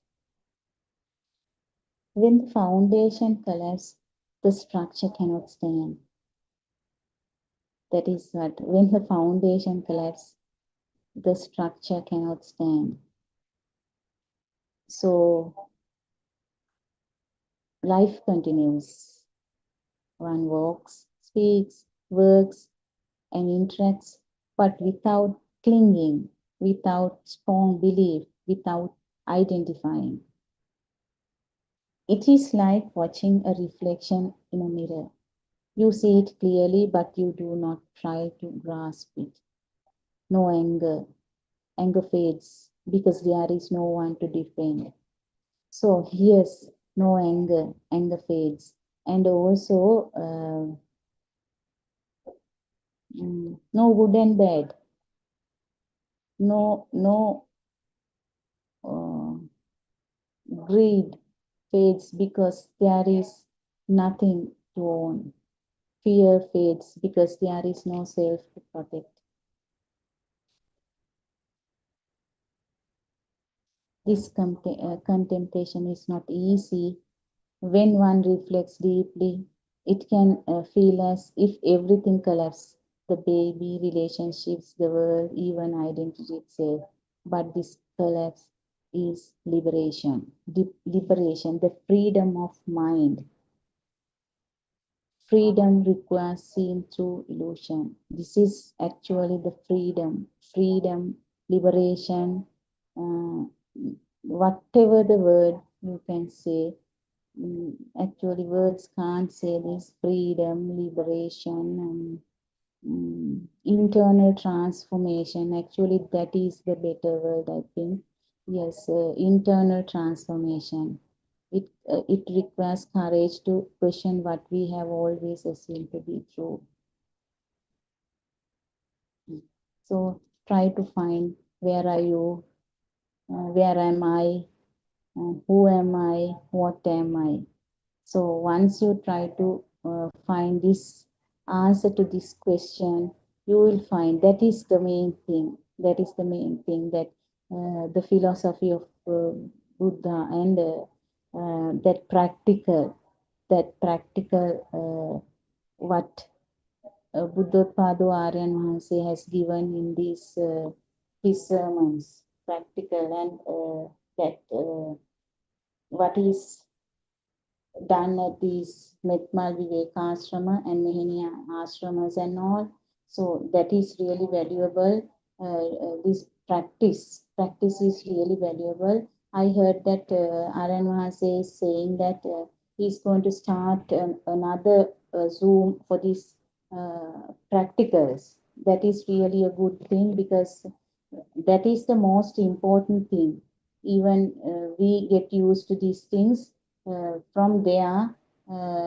You see, that is the main, actually the basic or the foundation of these discourses. There you find that. So there you can. It is first of all you have to take it as knowledge, but later on you can practice it even even at home. You can practice it while doing your job, whatever it is, if not at while cooking, while in the farm, mm, while in the hospital or university, while studying, whatever the thing that you can observe it, you can practice it actually. Once you get into that practice, that is the path to this freedom of mind. So once you realize that, the other things automatically happens. That is what. So I think I have run out of the time now. So I will wind up my speech here.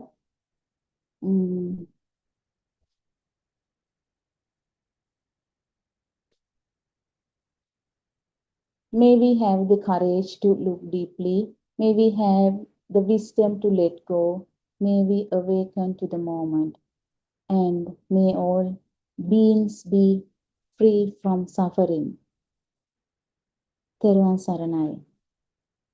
I want to pay my respect to our Kalyana Mitrayan Wahanse, Buddothpado Aryan Wahanse, Pada Namaskara Karami Aryan Wahanse, Theruvan Saranai, Avasarai.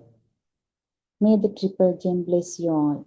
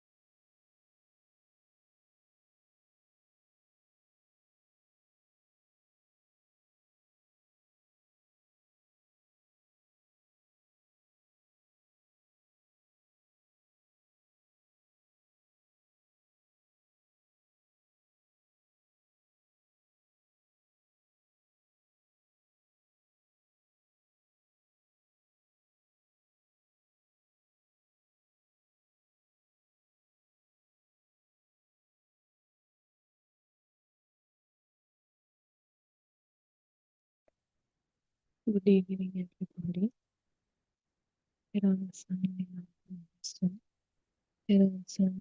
All the friends.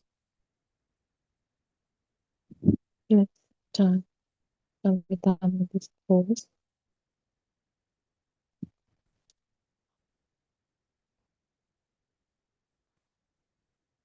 Our main topic today is not outside, not inside. Lay people come here, they believing they live in a real world, an outside existing world. They believe there is an outside world that exists on its own. At the same time, they believe there is an inside, there is a me or myself, and that mind belongs to that myself or me who is experiencing that so-called outside world. Because of these two beliefs, which is there is an outside and at the same time there is an inside, or a mind or a me who sees everything that exists outside, this confusion continues.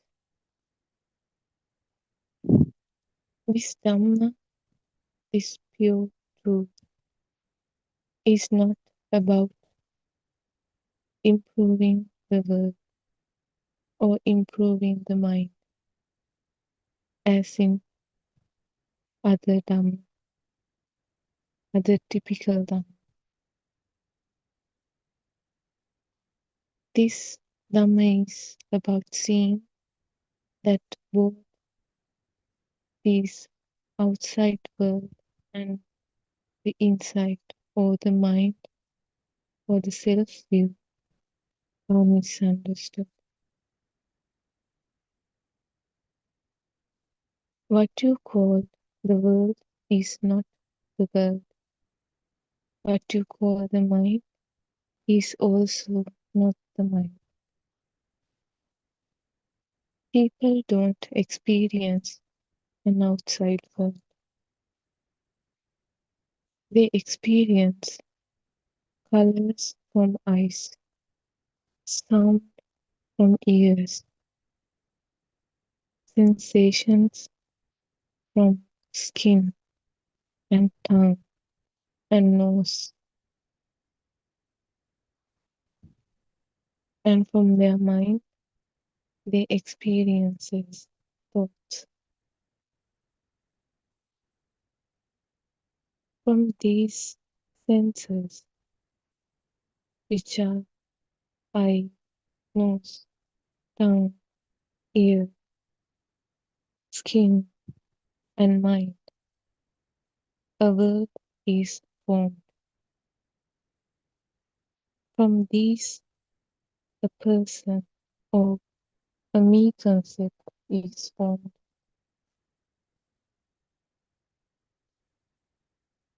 People say there is a tree outside, but there is only a color or a shape that your eye perceives. People say there's a person outside, but there is only this color, form, and movement there. And people say they hear sounds, but there is only a vibration.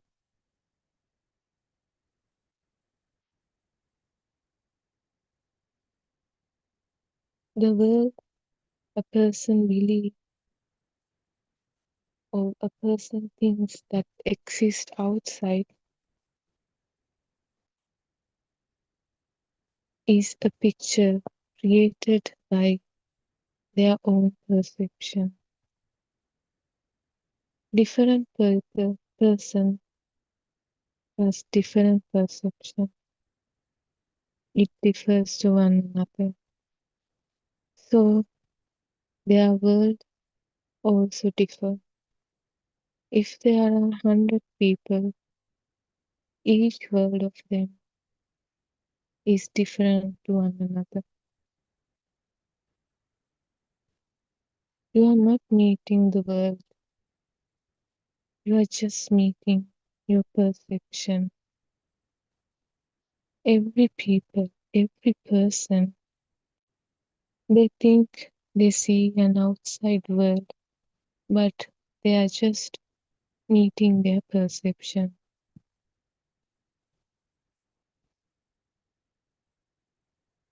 But because of the ignorance, they do not see this, and they take this perception to be the world. They think there is a world outside and it's real.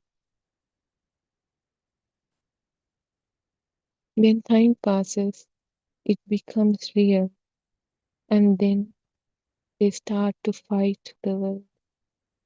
They start to cling to that world, and they start to fear the world.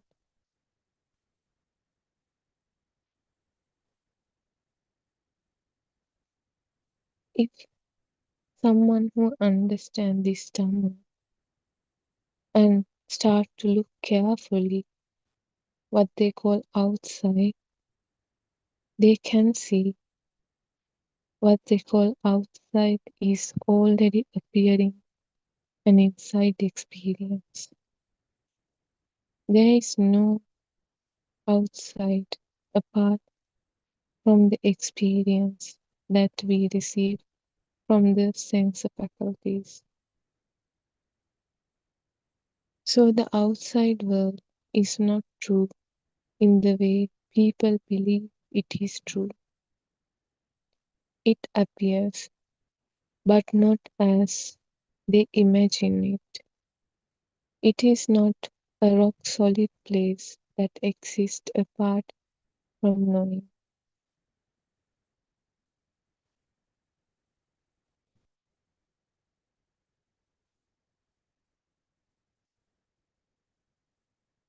Now let's turn into look at what they call insight.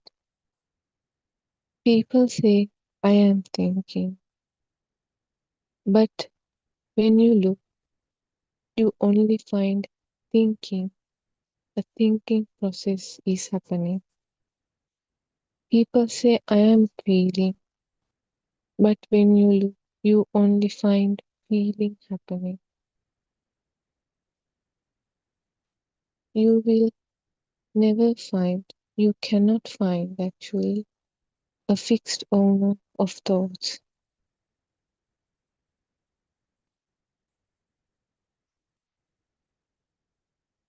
Otherwise, you would be able to control your thoughts. Also, you cannot find a container called mind. We cannot find, we would never find where is the mind is. At the same time, we cannot find a self behind these experiences.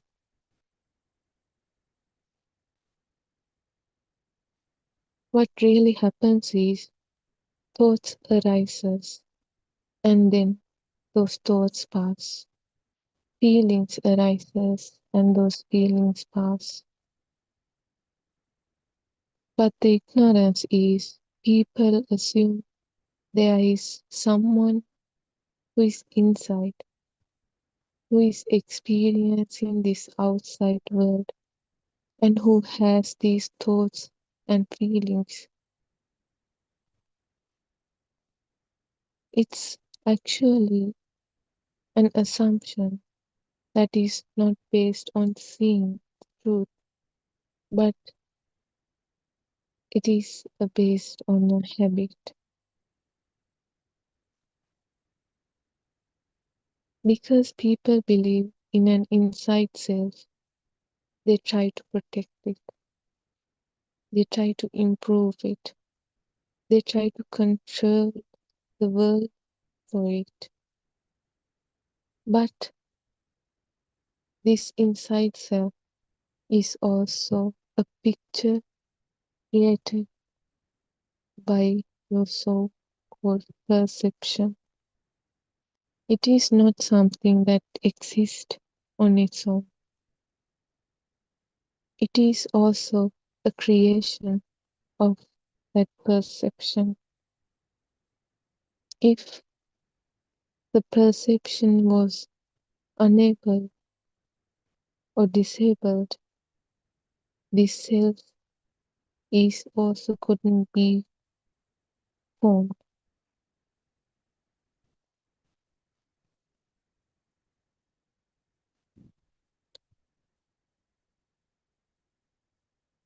So what humans call outside is just a mere picture, and also what they call inside is also a mere picture. Two pictures appear together and support each other because people believe both pictures and conflict continues.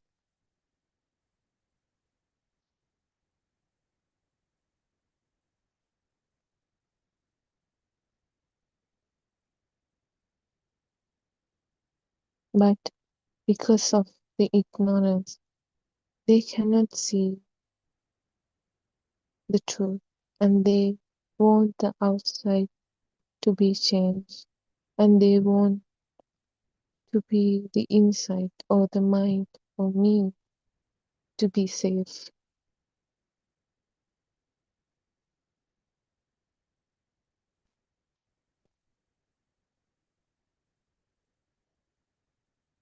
This wanting doesn't end because the pictures are taken to be real. But if you can see through both these concepts, both these inside and outside, then the structure that supports it collapsed. This doesn't mean nothing appears in the sense of seeing, it still continues. Appearances continues. You still hear. Your hearing continues. Your movement continues.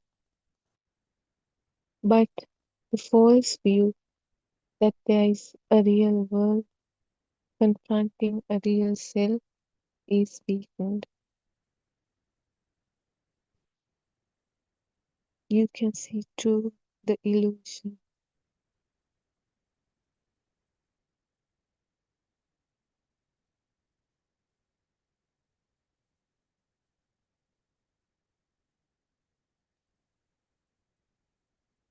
This is not a philosophy. This is something that any person can be verified. Any person.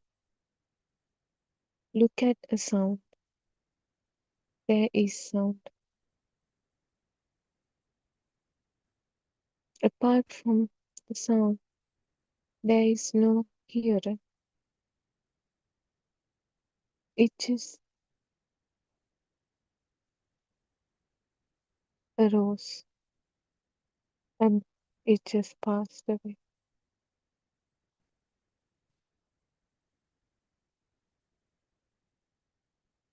Look at color.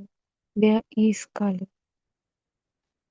And there is no seer apart from seeing those colors.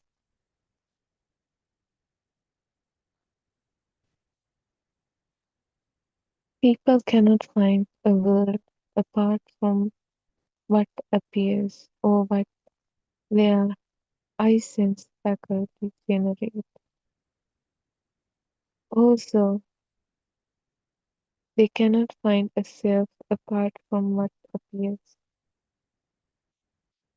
This belief in outside and inside is the root confusion. Remove this belief, you get the wisdom and the structure of clinging weakness.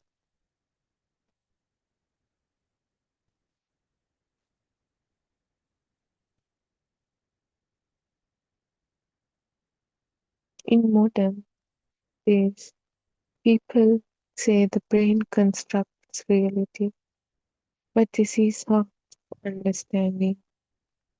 They still believe there is a real observer, a person who owns the brain. But the Buddha pointed out that the observer is also constructed, that the me, myself, the I-ness is constructed. This is why pure truth cuts deeper. The world we see is a construction of our own mind. The self is also constructed. Seeing this ends the basis for taking either as real.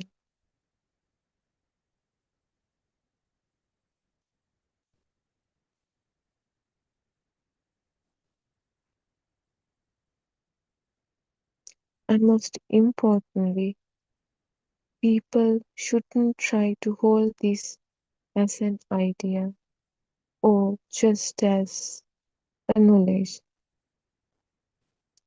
And they shouldn't try to believe this as a view. They shouldn't believe it blindly. Instead, they should look and see how experiences actually appears. What you call here and what you call there both appear in knowing. There is no real division.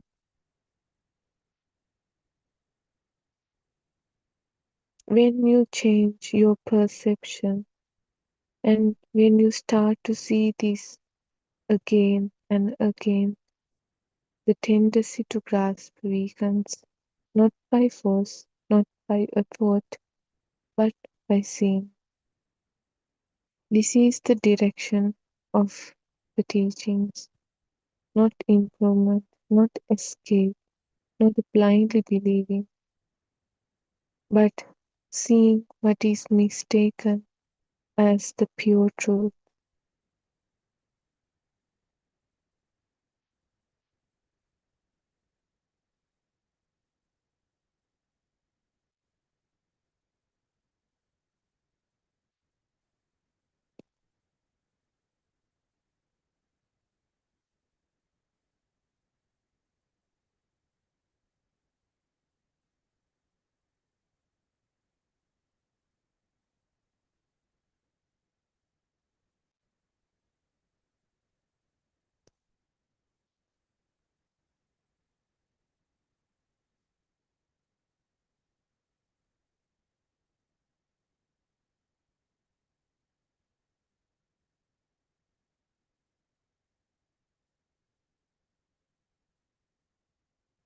Most of the people who listen to this Dhamma hear this Dhamma and take it as a knowledge and turn it into an idea. They just say the outside is not true and the inside is not true. Then they store it as another thought. And it doesn't help. It doesn't change the way they see it, the way they experience or see the truth, the real truth. This Dhamma is not meant to be stored. It's meant to be looked at, experienced thoroughly.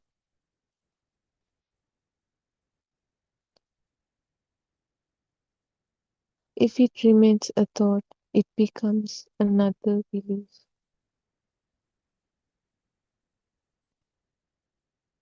When people hear outside is not true, do not repeat the sentence.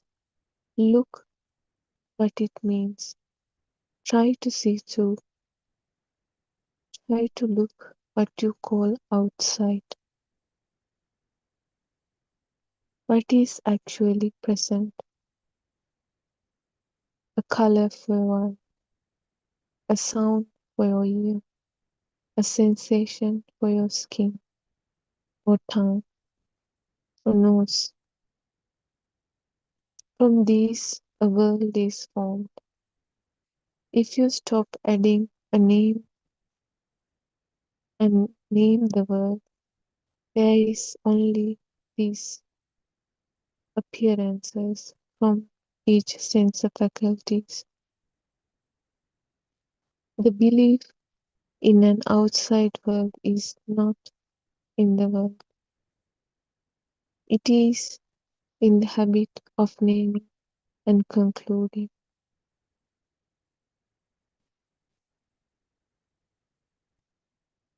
People say this is happening to me, but what is happening? There is sound, there is sensation, there is thought about sound and sensation. The idea of me is added afterward. There is no me in the sound or sensation, but it was added later. This me is not found in what appears, and you would never find it also. It is the conclusion made about what appears. Look at a thought, look at your mind, and try to grasp a thought. It just appears and it disappears. We cannot find a place where it came from, and we cannot find a place where it stays, and we cannot find a thing that owns it. If the inside were real in the way people believe, there would be something stable to point to. There is nothing stable to point to in real.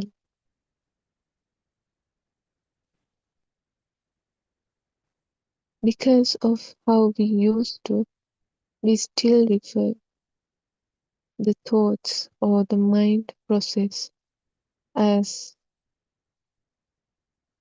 there is someone who is doing it, like my thinking. I am thinking, and my feeling. I am feeling something. It is only a language.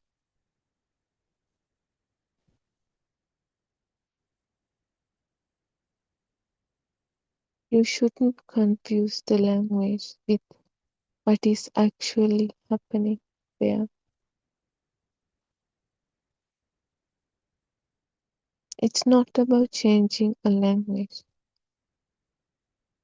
It's pointing out that what language points to is a misunderstanding. You can continue to say that I see, but look and see whether there is an I behind seeing. There is seeing. There is a seeing process happening, a picture arises, but there is no seer apart from this seeing.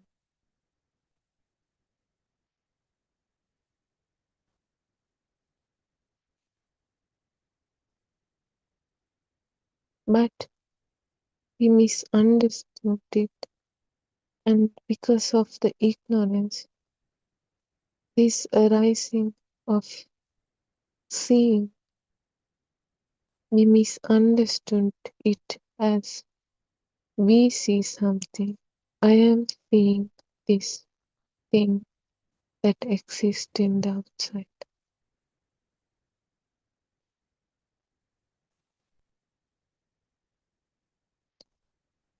We can continue to say we hear or I hear, but look and see it for yourself and experience whether there is an I behind hearing, behind the sound you hear. There is just hearing, and it doesn't say that I am hearing. We are the ones who thinking that I hear it. There is no hearer apart from the hearing. The division into inside and outside is also created by thinking. This illusion, this ignorance is thinking, and this thinking is the one who divides. There is outside world and there is the inside, or a person or I-ness who sees that outside. Experience itself is not divided. When you do not add the division, experience is simple. Seeing is just a seeing. Hearing is just a hearing. Smell is just a smell. Feel is just a feel. The habit of dividing experiences into me here and the world there is what keeps conflict operating. It is the ignorance itself. People may ask, if there is no inside and no outside, how does the life function? Well, life already functions without these beliefs. Walking happens without a walker. Hearing happens without a hearer or me. Seeing happens without a seer. They don't need someone. They don't have to make this happen. It's already happening this way. The problem is not in experience. The problem is in the view based on the experience or the wrong perception.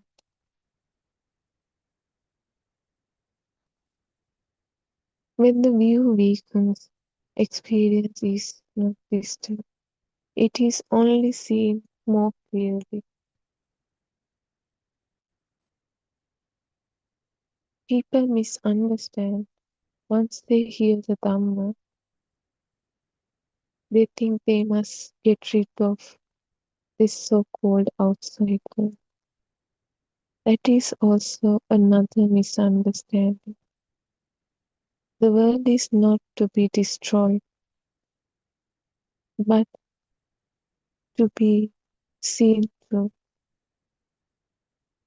The belief about the world is to be seen through.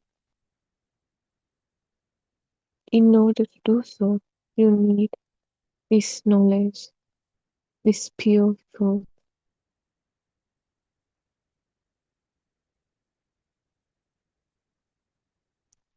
At the same time, when some people hear this, they think they must get rid of the self, this I-ness, from this me, myself. That's also another misunderstanding. The self is not something a person can remove. That belief in self is something a person seeks through. Nothing needs to be pushed away, nothing needs to be made to disappear. Only the wrong view or the ignorance is being pointed out and to be understood. As long as people believe there is a real outside, they will continue and they will try to control it. At the same time, as long as they believe there is a mind inside or a me, I-ness, they will continue to try to protect it from that so-called outside world. But when the both beliefs weaken, the control and the protection loosen on their own.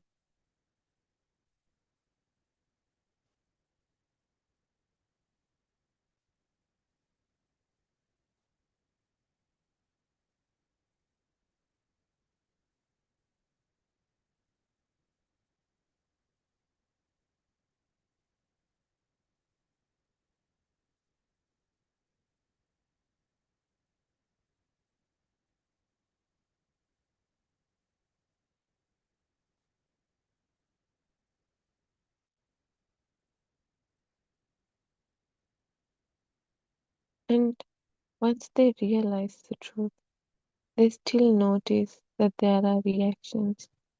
And sometimes people can misunderstood that they have failed. But the reaction arises due to the habit.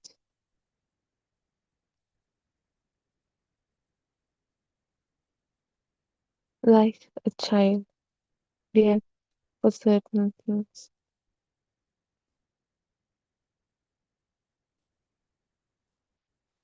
And it's not you're trying to stop it. It's about not mistaking those reactions for a self, not mistaking those reactions for someone who does those reactions, and not mistaking appearances for a world that there is a world outside.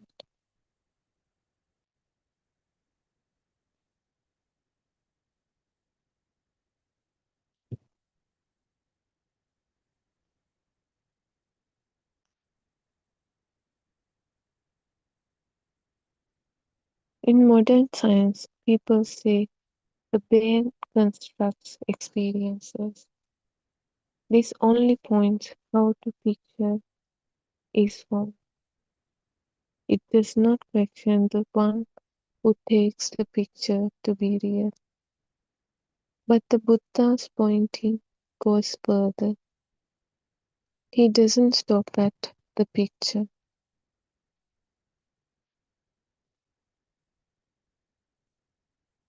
He questions the belief or the perception in the one who stands behind the picture.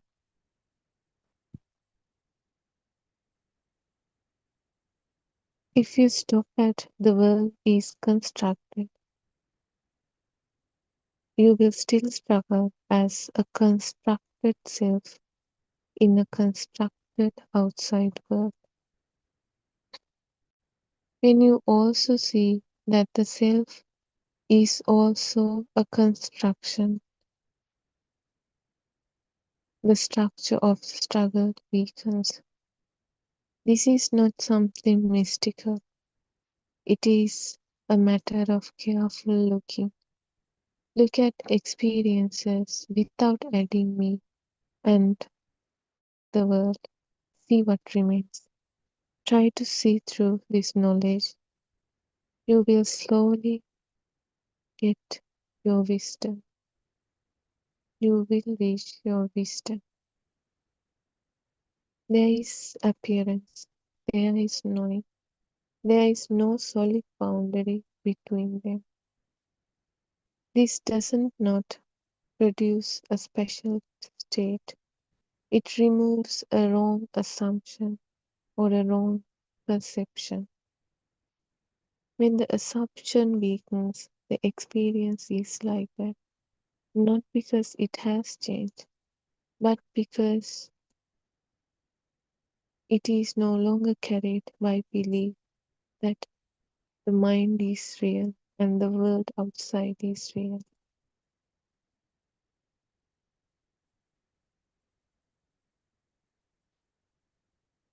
Most people make mistakes by trying to hold this teaching, trying to defend it, or try to turn it into an identity.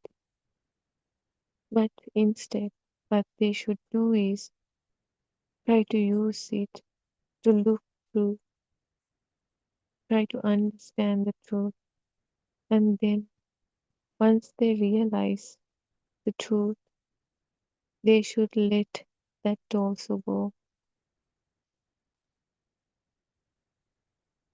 It's not supposed to sit with you as a concept. It's meant to undo a concept which you have learned since your childhood. When the undoing is happening, there is less interest in the build up views, and you slowly start to understand, realize, and experience yourself by your wisdom that there is me or the inside and the outside world is not true.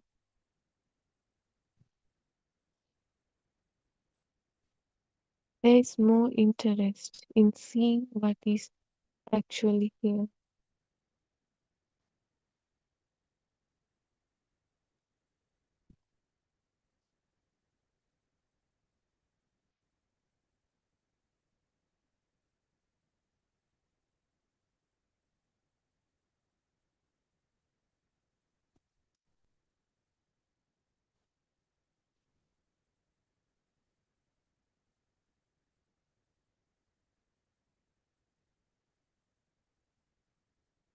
Do not turn this teaching into a position or just a mere knowledge.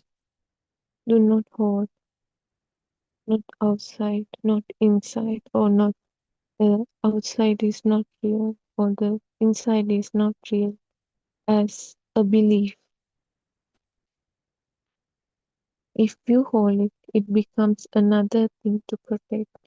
It becomes another thought. So people should try to see through what really is mentioned here.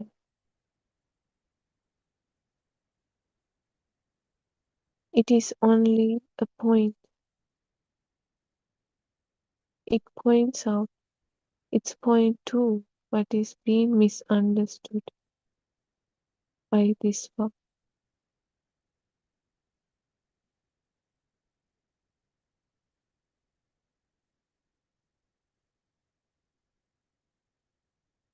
The person who reads, who gets the knowledge, is the one who should lead the way, who should walk on the path. The Dhamma is just a pointing to the right direction, but the rest is dead on the person's heart. When you say outside, check what is actually present. There is color, there is sound, there is sensation, there is thought about color, sound, and sensation. The word outside is added later. It is not found in what appears, what we see or hear or feel.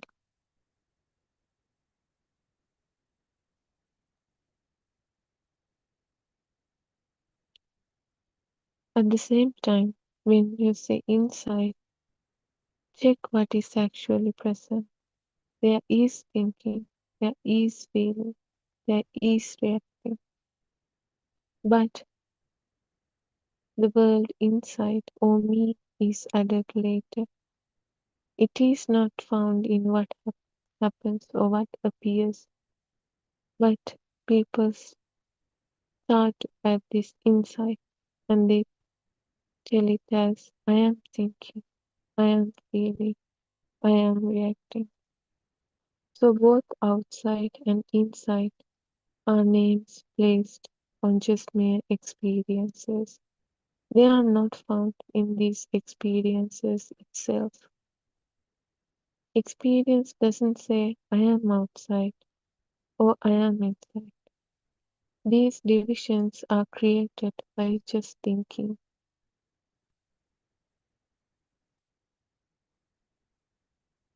If a person can or be able to find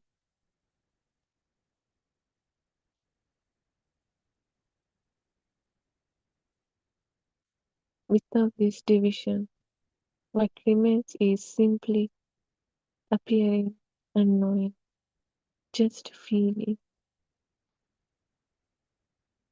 It doesn't make the experience special.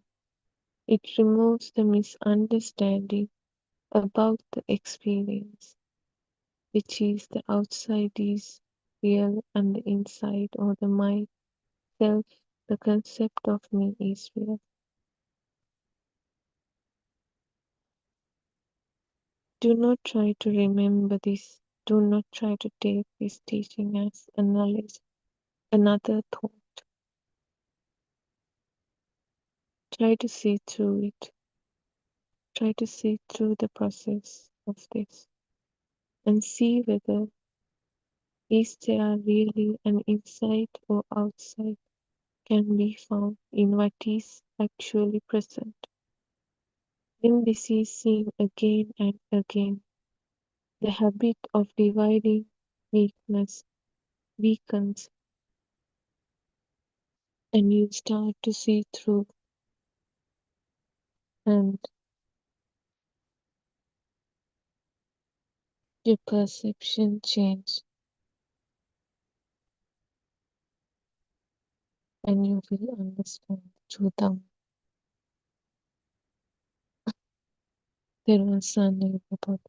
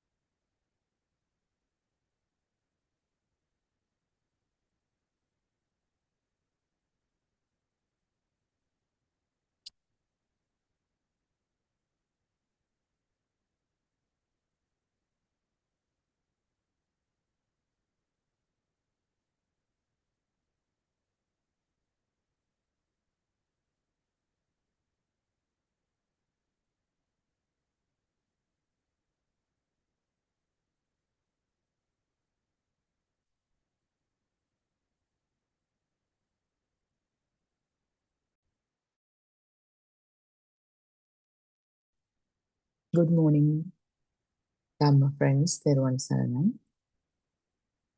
Let us begin by paying homage with deep gratitude to our noble friend and Kalyana Mitra Buddothpado Hanse. Having transcended personhood, he guides others to directly see the Dhamma within themselves, enabling an inner transformation that leads beyond the notion of self. Through this rare guidance, we are invited not to believe, but to observe and realize the truth through your own experience, through our own experience.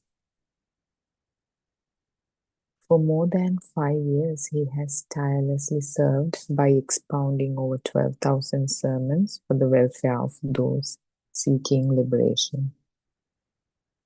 We offer our heartfelt appreciation for this compassionate effort to illuminate the path shown by the Buddha.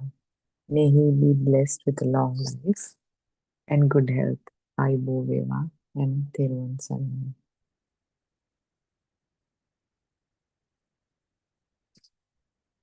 So, we've been discussing to a certain extent how this mind is a mental construct and how our human experience is limited by the capabilities of our physiological eyes, ears, noses, tongues, and skins, basically our sense bases.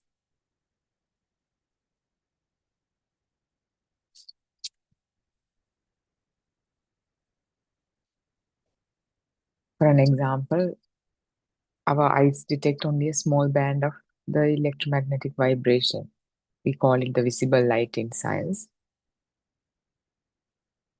The frequency range below that, the infrared, the frequency range above that ultraviolet, we do not see them. But we know through science that they exist. A snake sees in infrared as heat patterns. The bee sees ultraviolet markings on flowers that are completely invisible to us. So to the bee, the flower looks nothing like what we see. So which version is the real flower? The human version or the beast version? Human version because we are better? That will be a thought which has no truth in existence.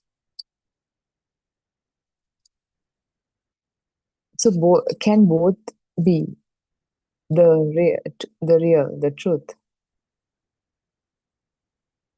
If you really think about it, there can only be one truth.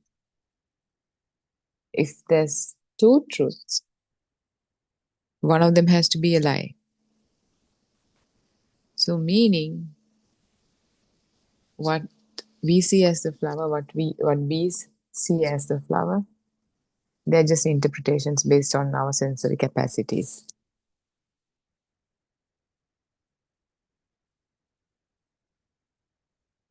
So this could be extended to not the eyes, but the ears, the noses, all the sense bases. The idea is we are not seeing something that's existing. We are seeing what our sensory bases our sense faculties can process. That's why there's all kinds of waves, radars, ultrasonic, and X-rays and all kinds of waves. But humans cannot detect them. There are certain apparatuses that has been designed to detect all these things, but it wouldn't be the experience of a being. It's a detection by a machine. So we really have no idea what's out there, because our experience is not what is out there. Our experience is what our senses can process. And those different vibrations are processed differently, manifested differently with the senses we have. And even though we say that, even then it's like, we have some senses, they detect it. No, that's not the case. Our whole experience, we talked about how there's no internal and external world. If you look around, if you move your arms and legs in the air a little bit, it feels like you're moving your arms and legs. But that idea that you're moving your arms and legs, that I am moving my arms and legs, is, as we've been discussing, a mental construct. It's a thought. Thought doesn't have that, the meaning the thought is given is not in the thought itself. It's a signpost, a perception. So, in essence, let's say you're waving your waving your hand in the air, palm in the air. You see the hand, the so-called hand, the back and the background. It could be your wall, it could be your floor. The difference is the difference of colors. Color vibrations detected by the eye.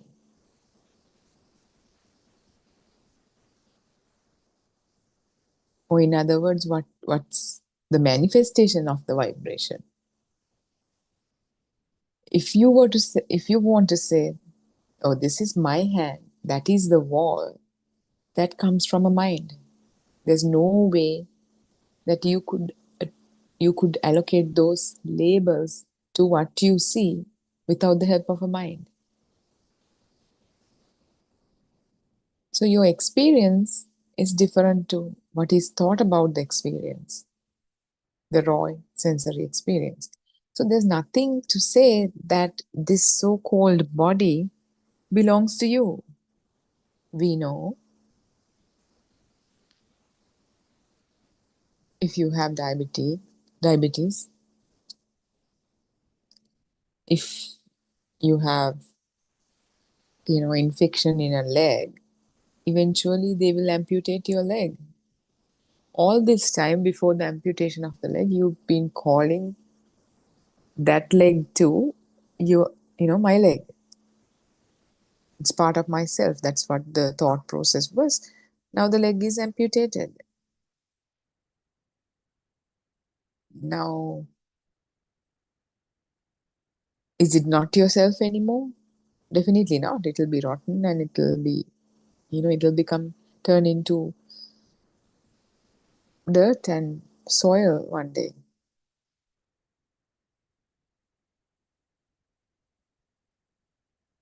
So clearly your body is not you. We say my leg, my hand, my arm, my eyes. Your eyes could be damaged and it could be removed. Your arms could be amputated. If you're in a coma, your body would not even respond. And when you are dead, because your body does not respond, people declare you as dead. But if you're in a coma, there's some hope that, even though, or if you're bedridden, if you're paralyzed, the body doesn't work. All this time you were calling the body yourself. Now, the body is not yourself anymore, but still you can respond, you can talk. There's a mind. Therefore, now we can think, is the mind the so-called self? But if you're in a coma, there's no response from the mind. So the body is not yourself, the mind is not yourself. The baby, the newborn baby, the example that we always refer to, the newborn baby was introduced to the mother, father, and the labors, the image of the mother and the sound given, that's the mother, image of the father. The sound was given, that is the father. So there was an initial thought, if that is my mother, if that is my father, if that is my bag, there should be a self to whom all these things belong. That self should be David or whoever the parents ask them to call himself as. So David is the one who sees, because it feels like something is out there and David is seeing. So it has to be David who's seeing. It feels like something is out there, some sound is out there, and David is hearing it, and it should be David who's hearing it. This entanglement with thought, every experience is attributed an ownership. So this sense, the self was in essence entangled to the ability to see, ability to hear, ability to smell, taste, touch, and now all that is gone. Behind those abilities was the sense that something is out there and I'm feeling it. So that something is, the sense that something's out there was the one that was entangled to a self. So when that something's out there, that sense is gone.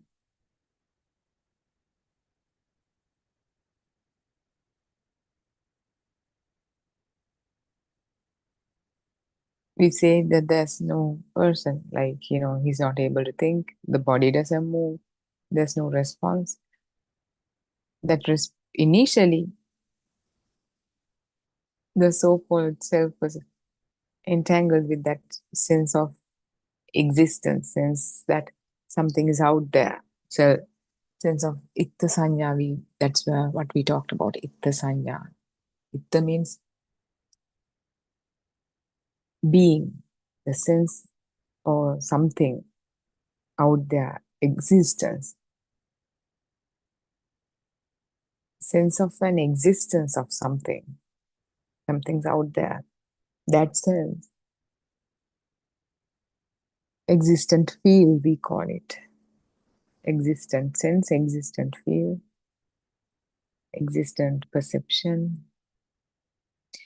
So, as we now, if you have started your own investigations, you see now whatever throughout the day we do, whatever gives us the emotional pain,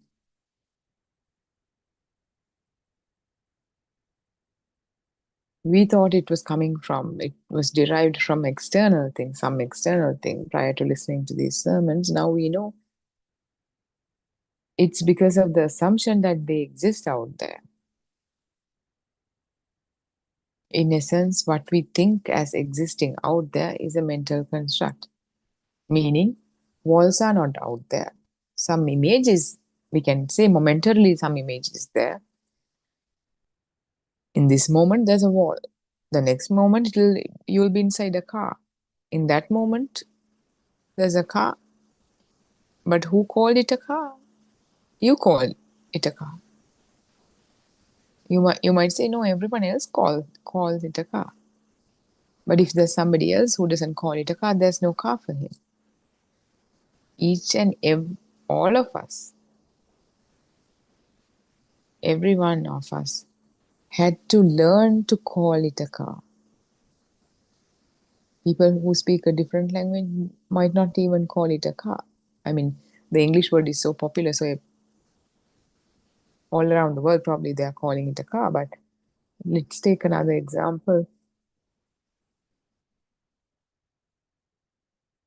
Bed.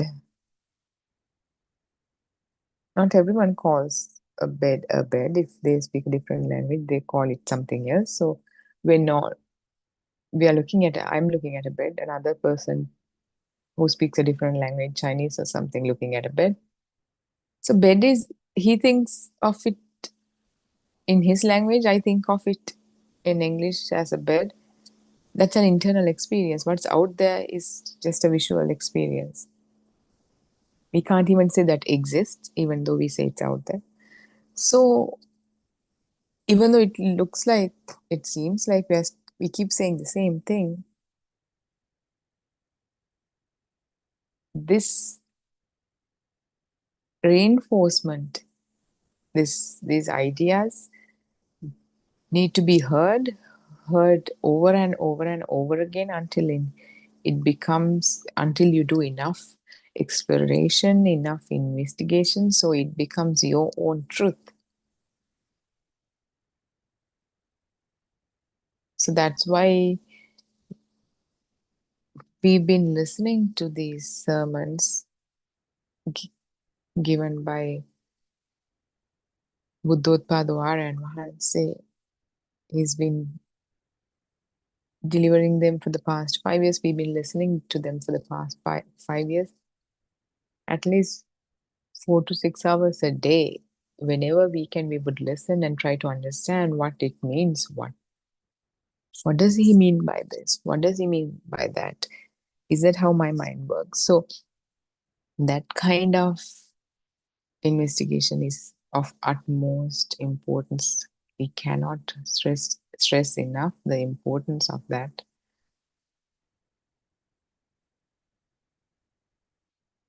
So the moment, the life, the world,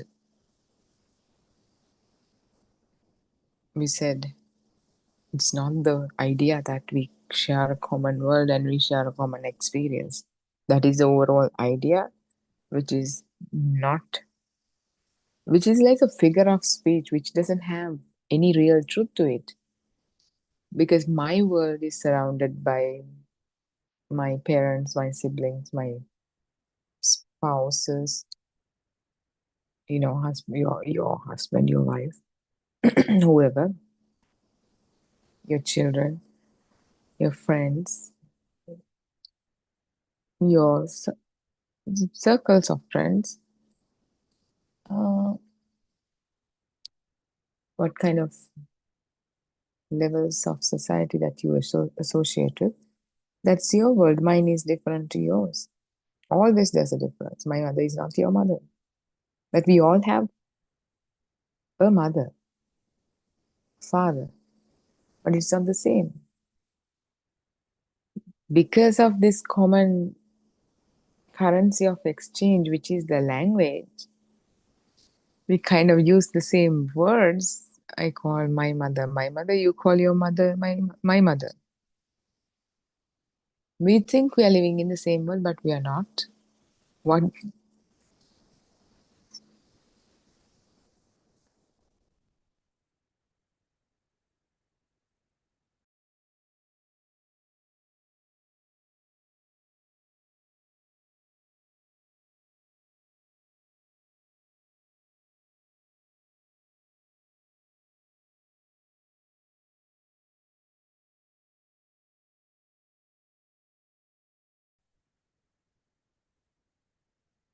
But if we really turn towards ourselves and look at our own experience, it's a very unique experience.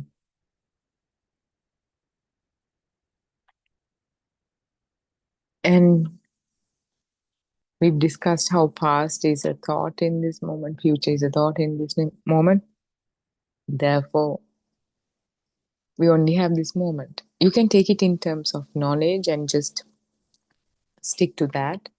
But if you really investigate how we only have this moment, you will see there's only this moment. Nothing else. There's this moment. It boils down to the thought you have right now is the world. We talked about all this. And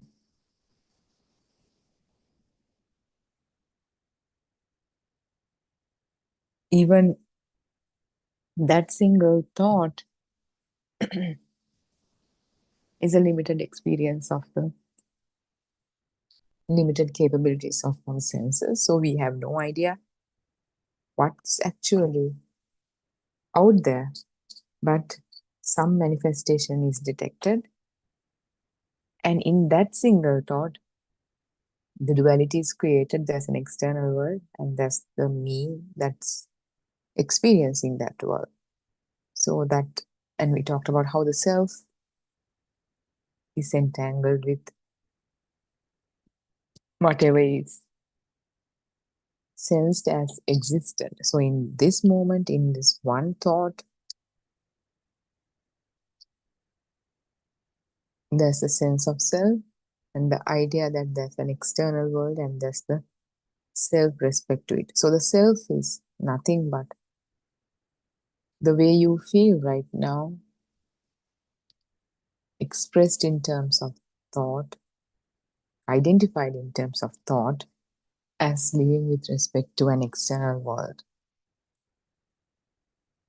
So if we can drill this down and see the truth about it, you will see that there never was an external world or so-called external world. We never had experienced anything other than what's possible with the sense bases we have. There has never been a self. There's never been a so-called self. And then you will begin to see moment to moment this truth within your own experience.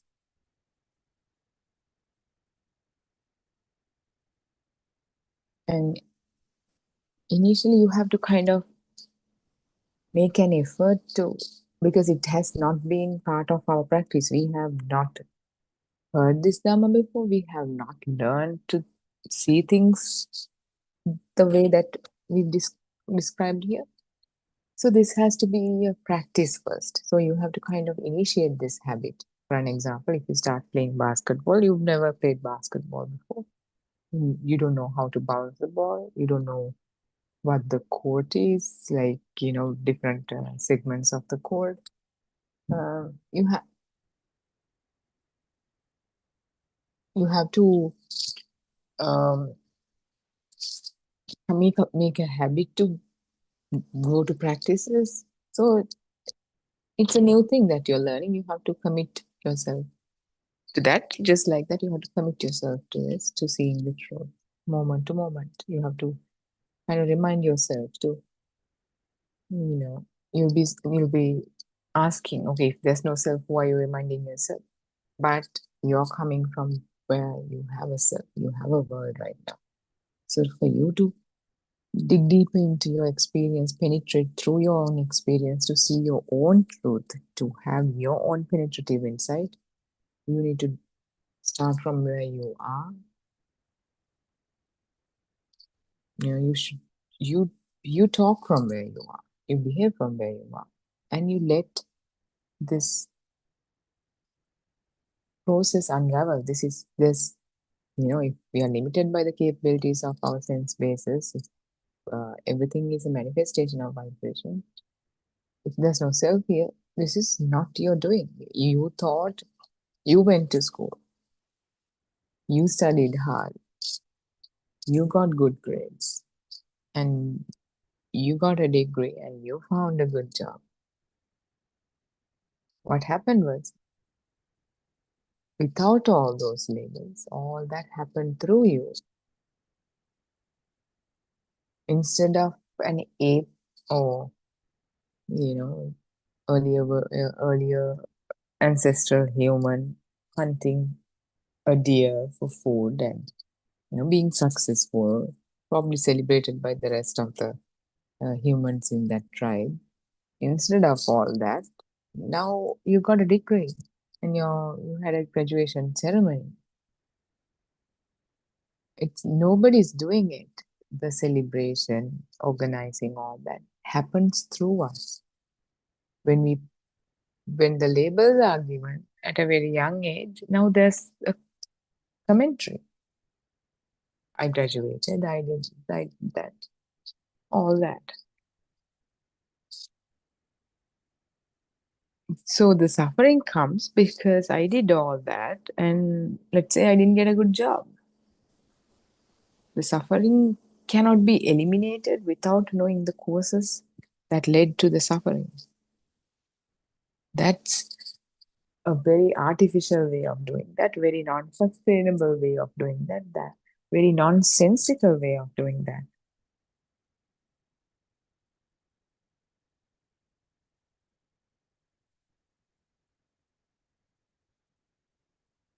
when whatever in life, it has a good side to it, a bad side to it, like, water is not, we say water is not good to be consumed by itself, but if you boil water, it will make it better, suitable for drinking purposes. So you boil the water. When you boil the water, there's bubbles. If you are not careful, you might end up burning yourself. So there's two sides to it. You cannot, what our way of thinking is trying to preserve the good side of it and eliminate the bad side. But the bad side is inherently in the process. Because we are capable, because we have advanced minds and we are capable of manipulating materials and humans based on our own agendas, we would design, we think, better products, better water heaters that doesn't burn ourselves, flasks. Back in the days when our ancestors discovered fire, they also, they were able to cook their meat, but which helped them enormously. So they don't have to kill a deer and eat it the same day or let it be rotten without utilizing it fully. Now they can, that could be kept well for longer periods by cooking it or by smoking it or whatever. But that fire can burn people. That fire can burn jungle. There could be forest fires, wildfires. So they learned ways to manipulate the fire. They learned ways to control fire. They learned ways to easily ignite fires. The stoves, the matches, the lighters, all that are a result of those thinking and those products. That is our human way of thinking, eliminating the bad from the good, just preserving the good. In that process, we forgot everything inherently came with the bad side too. If there's an attachment towards someone, of course, one day relationships are not going to stay the same way. Physical objects are not going to stay the same way. When they do not stay the same way, they're going to give us suffering. So you can eliminate elements that gives us suffering from products, physical objects, but we haven't mastered the way in which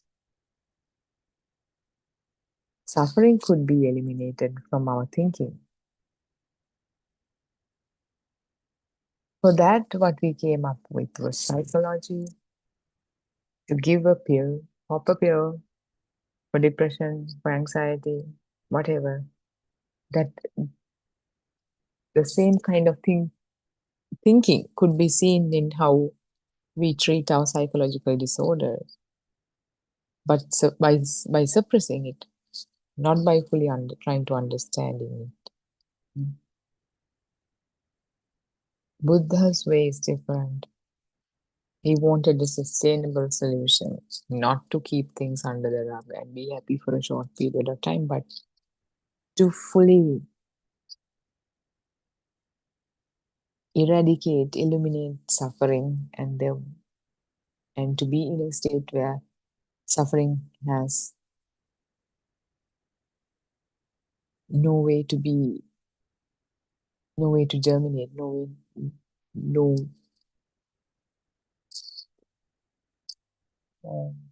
way to be born again, if you understand this mind properly. So this is that path. So in that manipulation of materials and people and situations, we forgot or we are blind to observing how the reality works. We like to see what we want to see as opposed to what's actually happening. What's happening in this mind? How does this mind actually work? As opposed to, I don't want to be upset all the time. I'm going to go talk to a therapist. I'm going to go to a psychiatrist and get some medicine. I need to feel better. So everything is about what I want, how I want it. That's why we get angry when things don't go our way, when people don't behave the way we want them to behave. Have become a bunch of egoistic control freaks. We forgot to observe the nature. So the truth is hiding in plain sight right in front of us.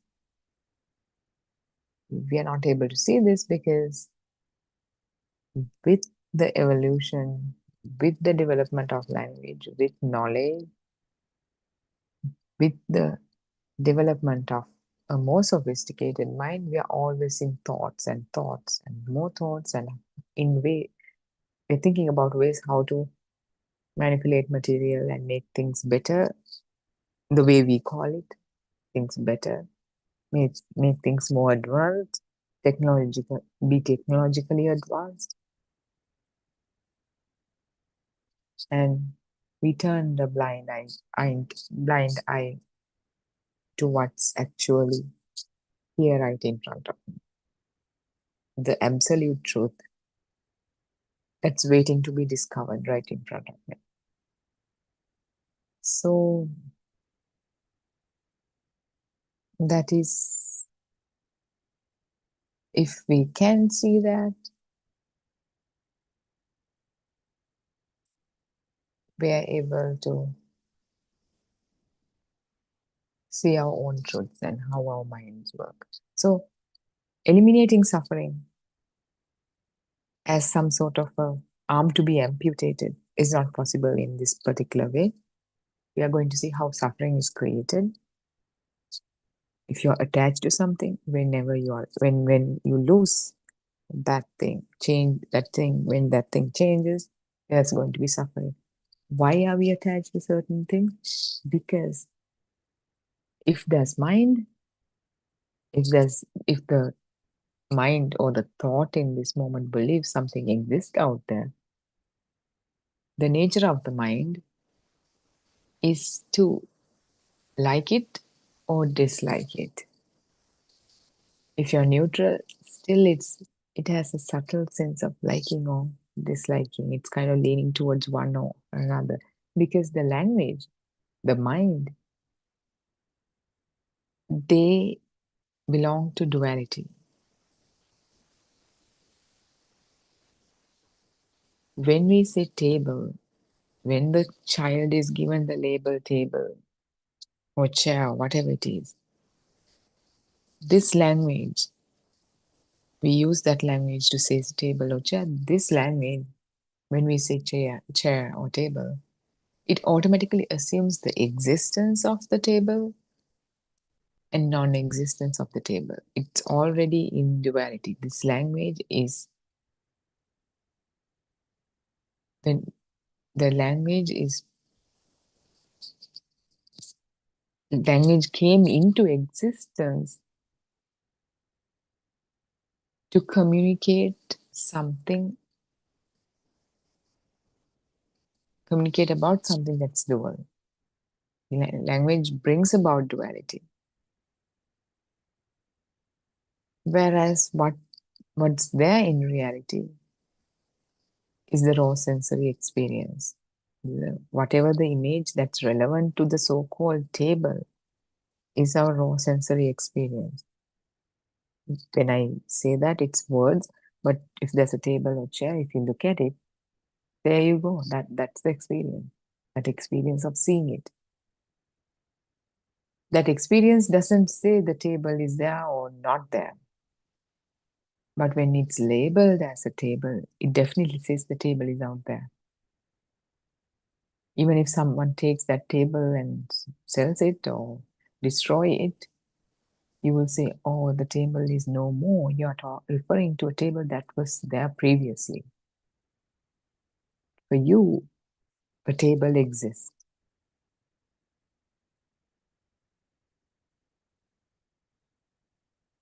But if you see the label table, if you when you hear it, when I say like that, table, it's a sound that's created, that's generated in this moment because of the vibration of the eardrum. You can't even hear what I say from what I say right now. This is transmitted, and this is the YouTube live probably you're listening to, or the Zoom you're listening to. This is transmitted data, and then from your phone speaker or your computer speaker or your sound system speaker, the diaphragm of the speaker is vibrated in the same frequency. So there's like an exchange of frequency through technology, but we can't even say you're listening to my voice. You're probably listening to this at a later time than when this sermon was delivered.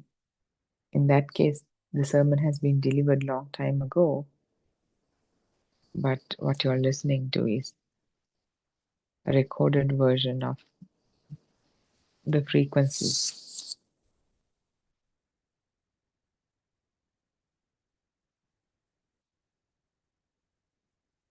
You're probably thinking, I'm listening to this sermon right now. It feels like this sermon is being delivered right now, but it's not even the case. Which again circles back to your experience being created in this moment.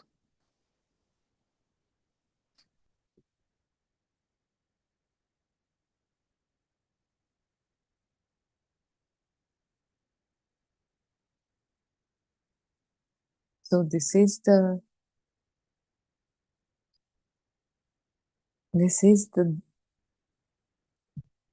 Dhamma in a nutshell. But it runs much deeper if you start practicing every time being in this moment, trying to be in this moment, watching your thoughts, whatever happens. As this sermon is being delivered, you investigate within yourself. If there's a self, if so, where is the self? And you will see it's in this moment, in a thought. Every thought carries that underlying feeling, because the vision is not just an experience. That experience also contains a feel that something's out there. Hearing is the same way. When you listen to something, it feels like that sound exists.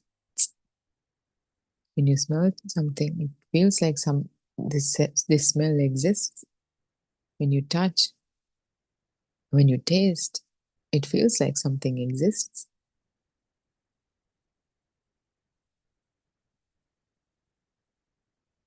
So that existent feel, if the sanya, gives rise to the sense of self. That existent feel itself is the one that matures into the sense of self due to the speed of vibrations.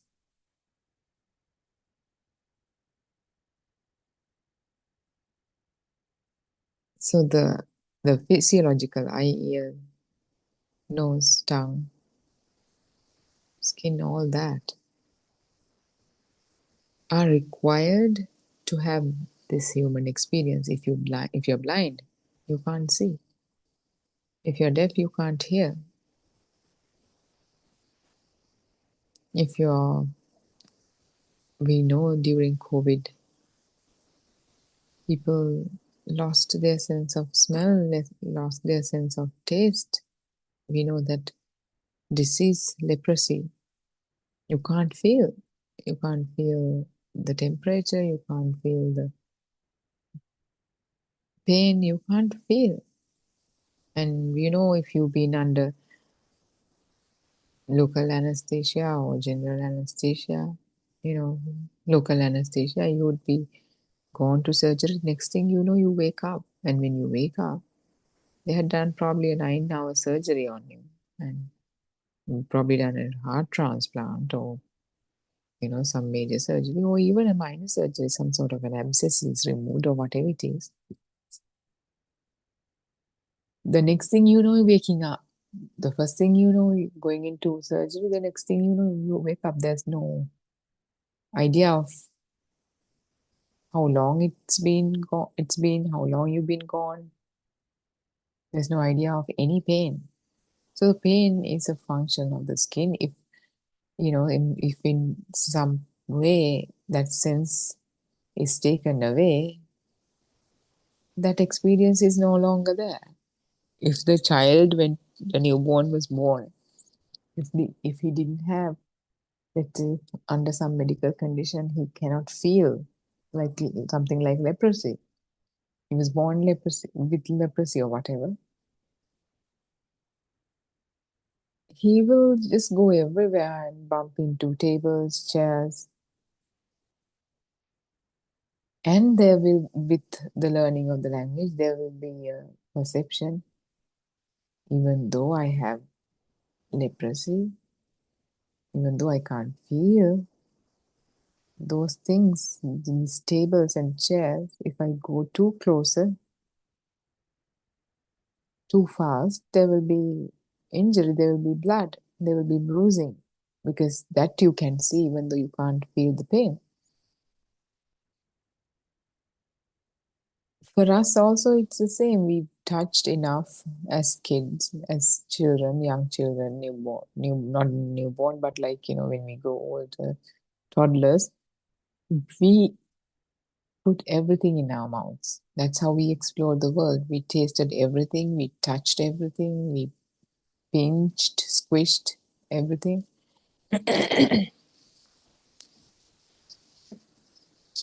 So we now, when we look at a car, we have an idea if we run too fast towards it without stopping, we will hurt ourselves.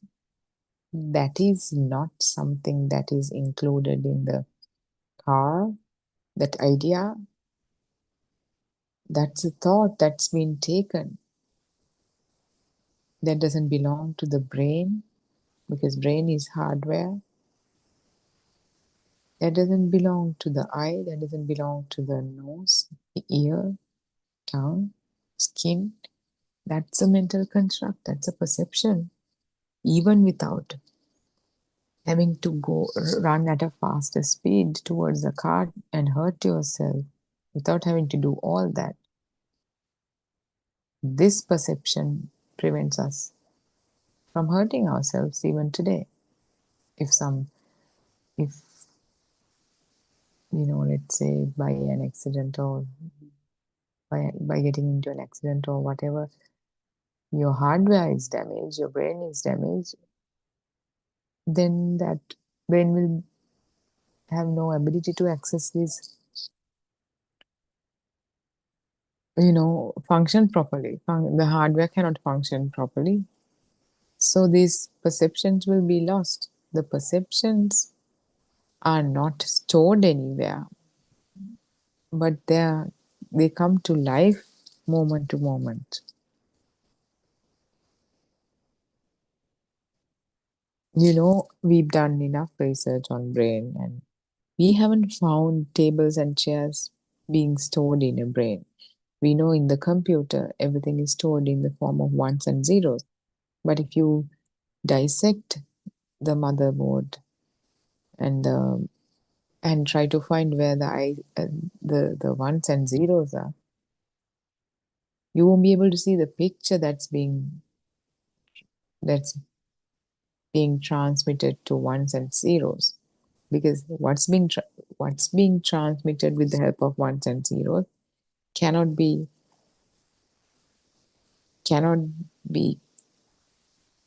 captured by just dissecting the hardware, as we discussed. Like you can write all sorts of programs and create like interfaces, but the interface, whatever you see on the monitor, how your program runs, all that cannot be.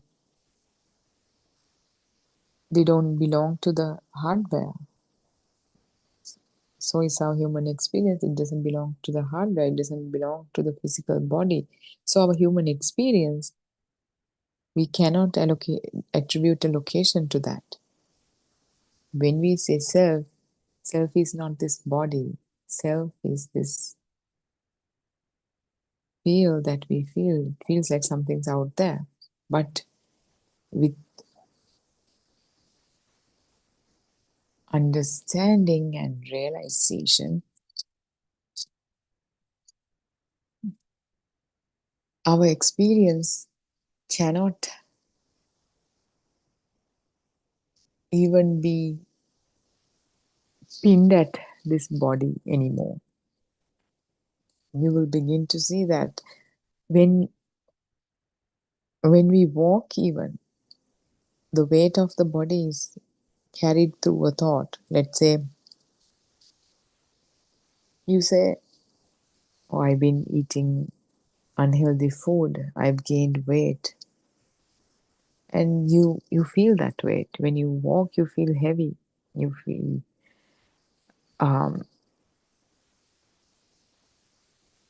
and then you think, I'm unhealthy.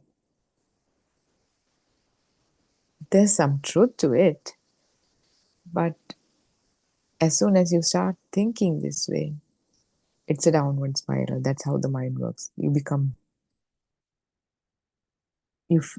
more unhealthy, you feel more unhealthy.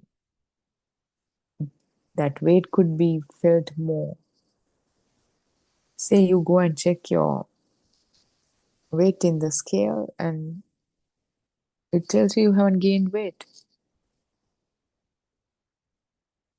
And then you will see that for a fact, the way you felt around the thought that you gained weight has given you to feel more weight of the body when you walk. As you see, so if we kind of drill down on that thought, the weight of something the newborn didn't know. It was a label, weight. When I think in grade 4, 5, we learn about weights, masses, and stuff like that. Or maybe grade 6, 7, I'm not sure. So that from that day onwards, grade 3, 4 you learn and you have an idea about a weight. Probably mass you learn later. That's another label given to some images and some ways in which it's felt. Usually the pressure sensed through the hand. You will weigh two things by taking 2 apples or apple and a stone to the hand as a kid. You do these things and you will estimate which one weighs more than the other based on how it feels on the skin. The skin, when we say touch, it's the temperature is detected through that touch and the pressure differences. Even though we say pressure differences, the pressure of that is detected, and then in the mind there's a comparison to other times this pressure is detected. If you are in a farm, if you have calves or if you have a puppy, you will carry him every day and you will say, oh, my puppy is getting bigger, he weighs more now. based on how the skin detects the pressure. And today, if you're weighing him, you only see the pressure detected by the skin today, how your flesh is squished, the image of that flesh of the hands, arms, they're squished, that image, and how it, the weight that's felt. But previously you've done this, so when you do this today, all of a sudden the mind runs through with previous weights and detect that it's more.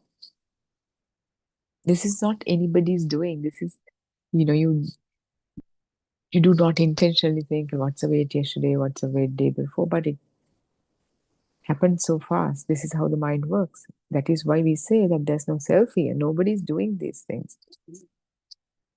You wake up, I need to go to the bathroom, I need to get up. Even though when the thoughts say, I need to, the word I doesn't contain a self in it because there's no self. It's just a signpost. So there are mental images, like when you wake up, there's a mental, I just thought, I need to brush, I need to get ready. There's an image, mental image of you getting ready. And the body is acted along appropriately to get ready. Brush your teeth, wash your face, floss if you have to, do whatever you do, take a shower, comb your hair. In between, there are no thoughts kind of telling, this is me combing my hair, this is me, blow drying my hair, taking hair dryer from this side to that side, moving hair on this direction, that direction. Nobody's doing it. There's no intermediate decision making every step of the way. It just happens because the system is used to it, and nobody, this is the system learns, system acts. System learns different things again and work differently. And again, learn something else and act accordingly. Nobody is doing it. But because of ignorance, I'm doing this, I'm doing that, it's kind of entangled into the experience, which makes it difficult for us to see how our experience is different from what we think about it, and how the experience is just a selfless experience. If we say selfless, even it means, it feels like there was a self and this self is, no more. We say if someone is like acting without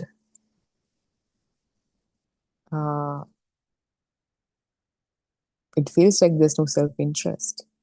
We say someone acts selflessly, but a person in ignorance who hasn't seen the absolute truth. Absolute truth is not a religion. Absolute truth is absolute truth, regardless of religion, how the mind works. It's a mechanism. That doesn't depend on any religion. Whatever the religion you practice, you still can listen to this and explore this. There's no, just like to practice science and learn science, there's no, this is a science. This is, in fact, a more complete science because it takes into the consideration the observer too, the effect the observer has on the entire experience. Because in science, we know if we carry out an experiment when we talk about the experience as some critical considerations, we tell, there could have been any human errors, as if it's something that's external to the entire experience. But the human experience is the entire experience. That part of that way of saying the truth holistically is avoided or ignored or is not taken into consideration in science. So this is a more complete science in that sense. No, we don't mean it in a insulting way or whatever. This is, we're just stating the facts. That is why when it comes to Schrodinger's cat's experiment or double slit experiment, we cannot experience these things without taking into the consideration the observer, because these experiments lets us know or pushes us to include the observer in the experiment. So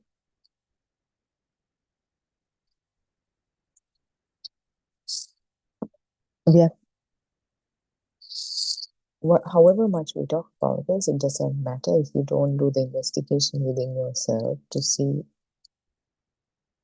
for yourself.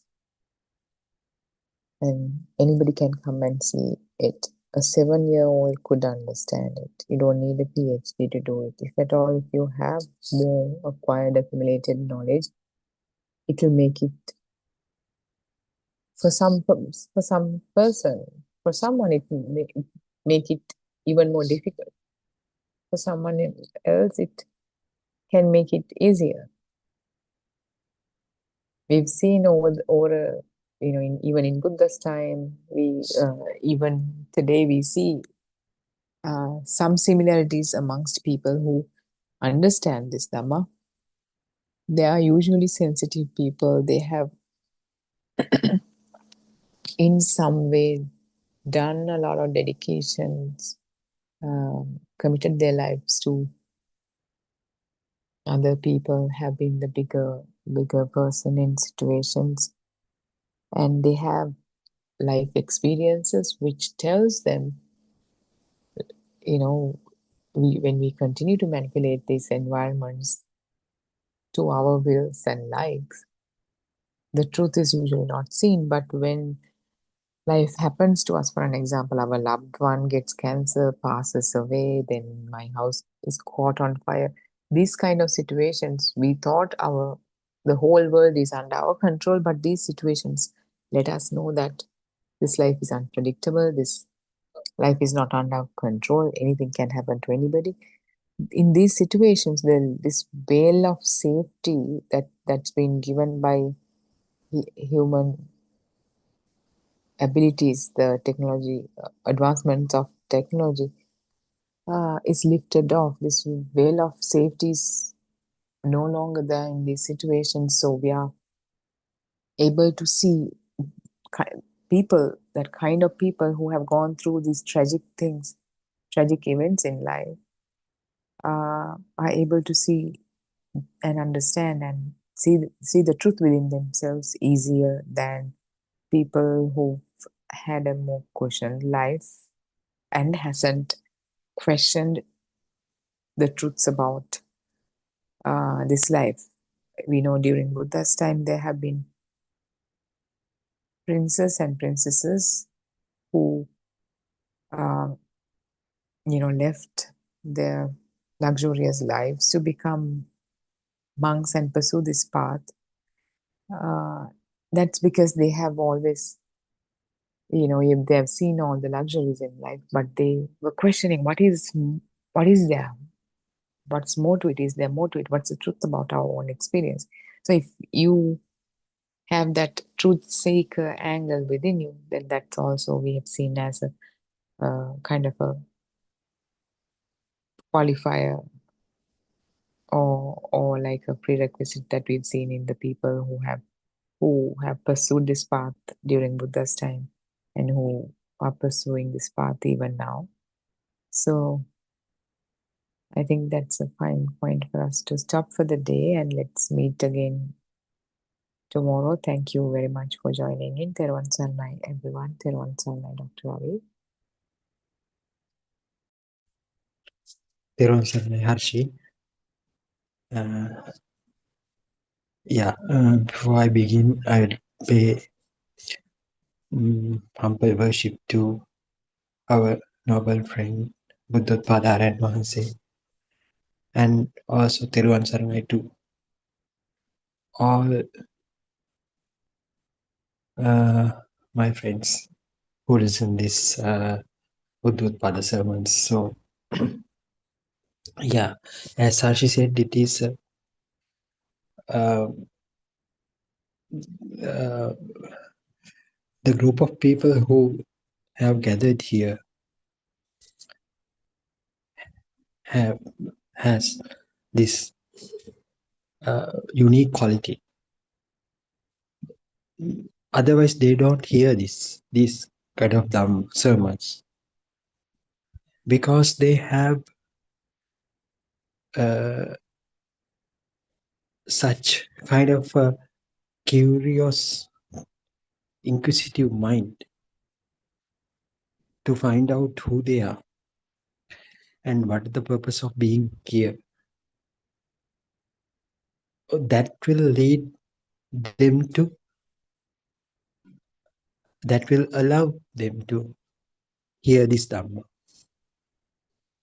Actually, the people who listen these Buddothpada sermons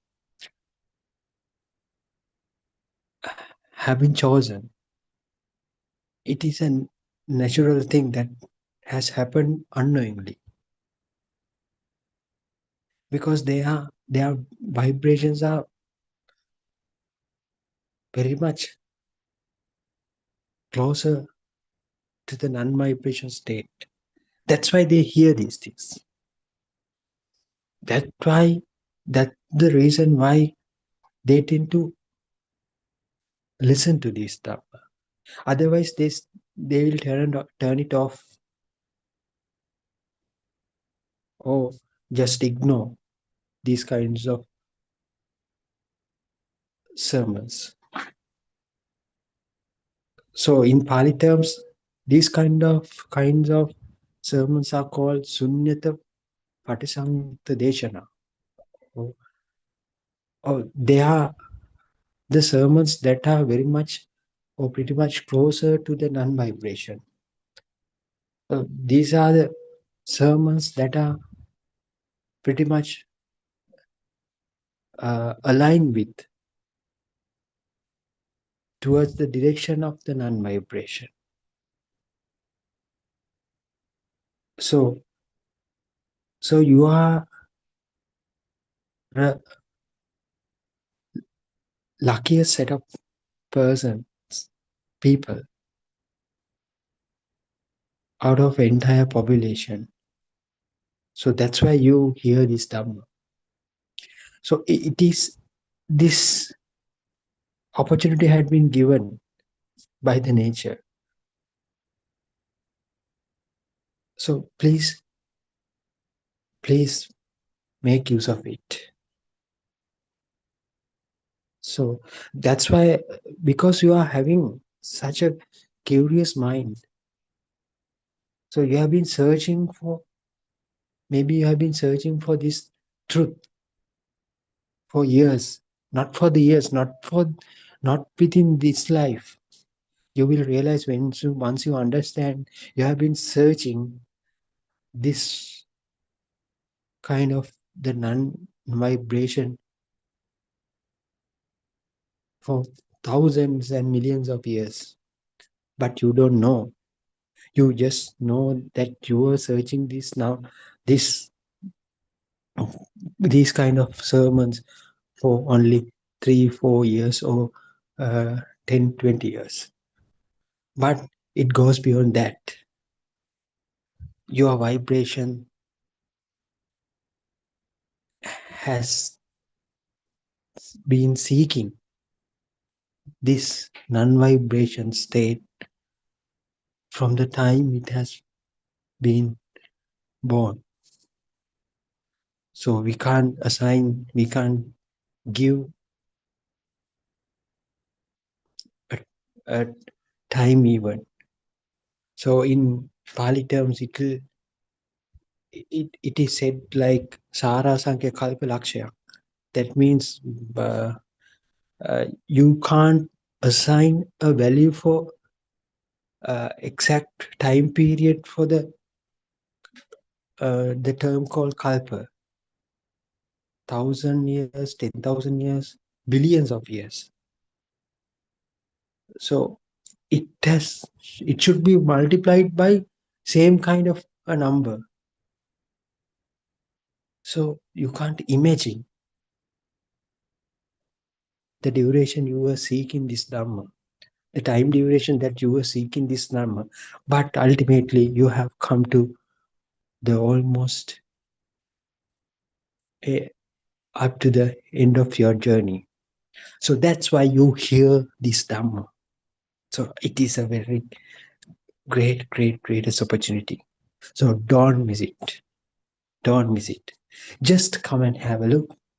Just try to understand, and you will see that your vibration, how your vibration turns into the non-vibration. Definitely, there would be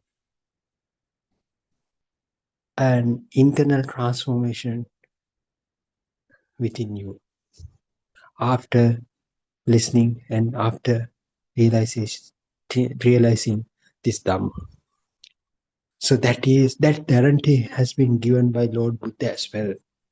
And it will again be given by our noble friend Buddothpada and Nancy.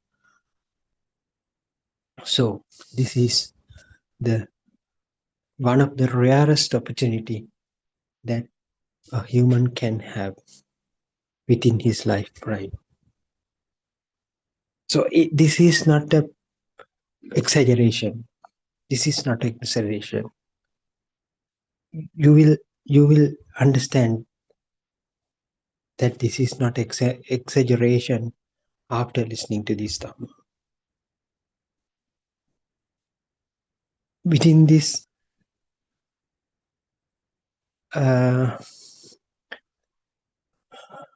time period,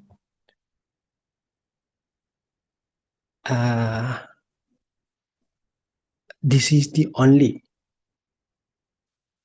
set of sermons that you hear the truth. So please pay your attention into these things and please keep on listening and try to figure out and try to map out what was your initial question. With your initial question, who am I? What am I doing here? Who are those people? And what sort of a world that I'm living in?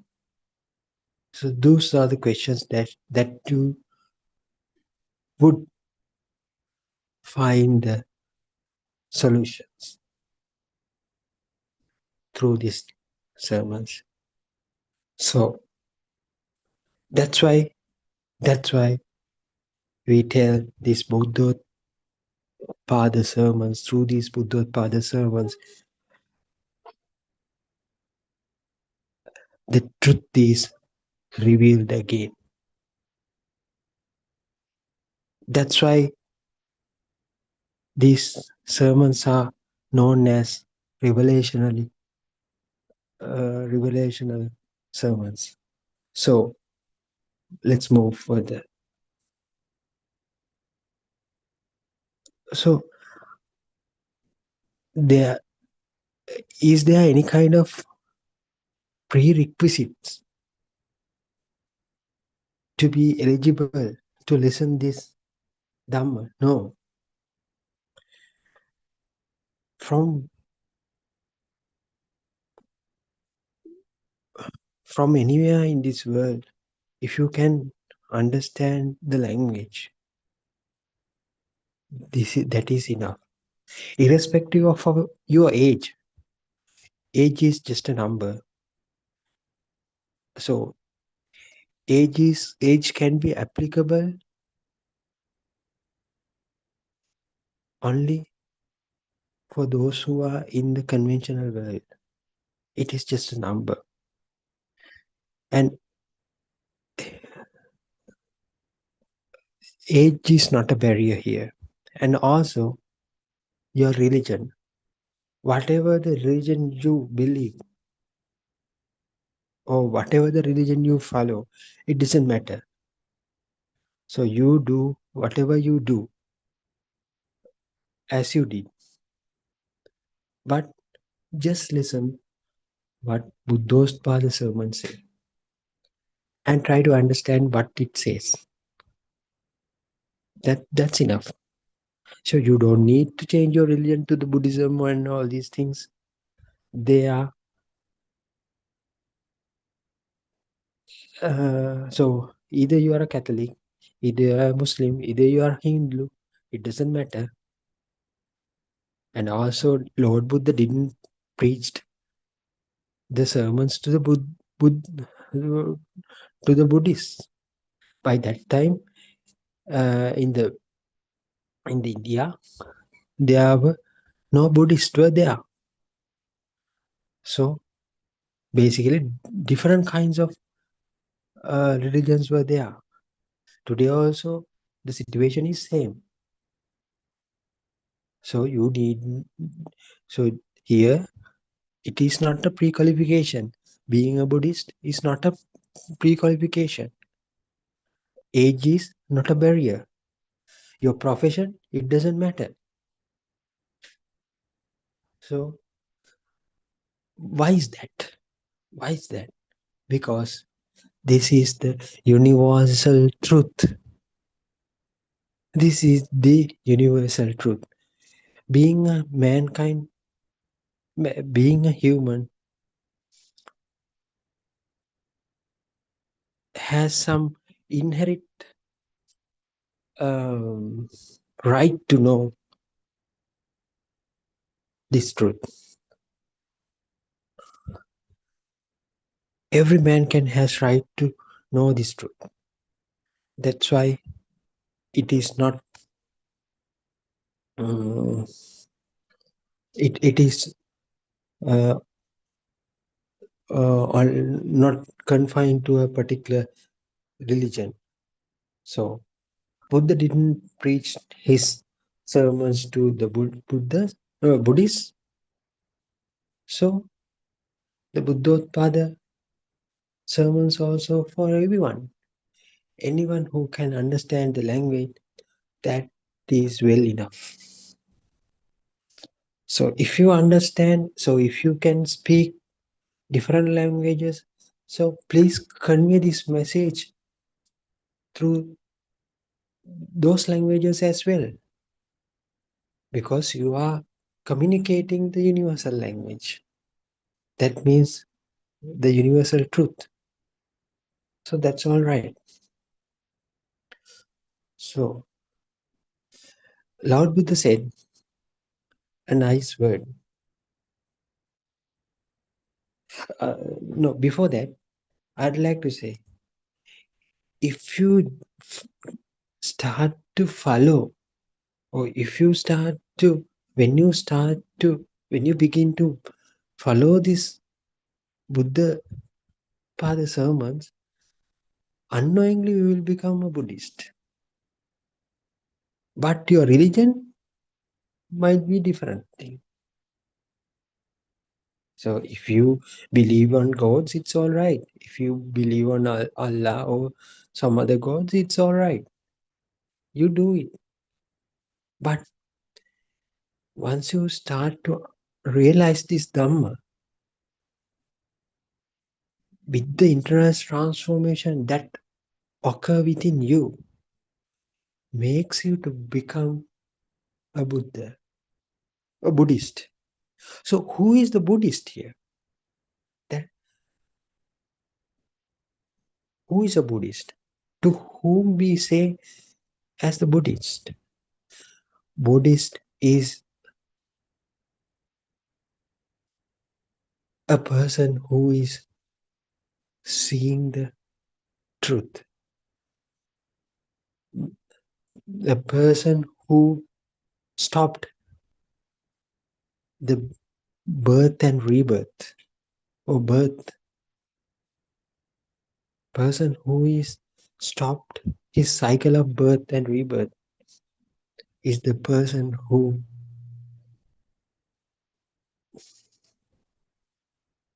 is known as, is that person is known as a Buddhist. Bhava Nirodha. In Pali, it is called person who is stopped his birth, is the person who is a person who named as the Buddhist. So in that case, so what should be done to stop this bhava, stop this bhava?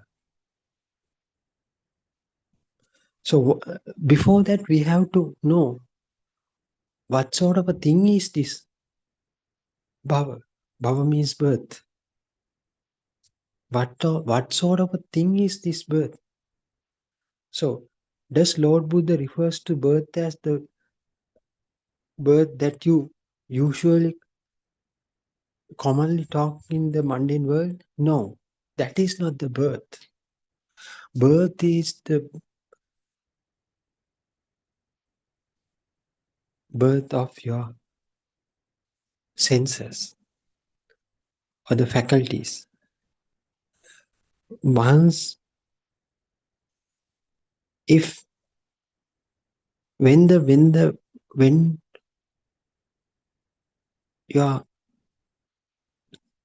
faculties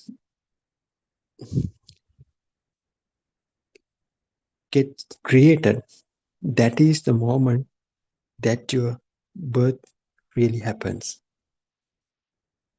So as an example, you hear these sermons right at this moment.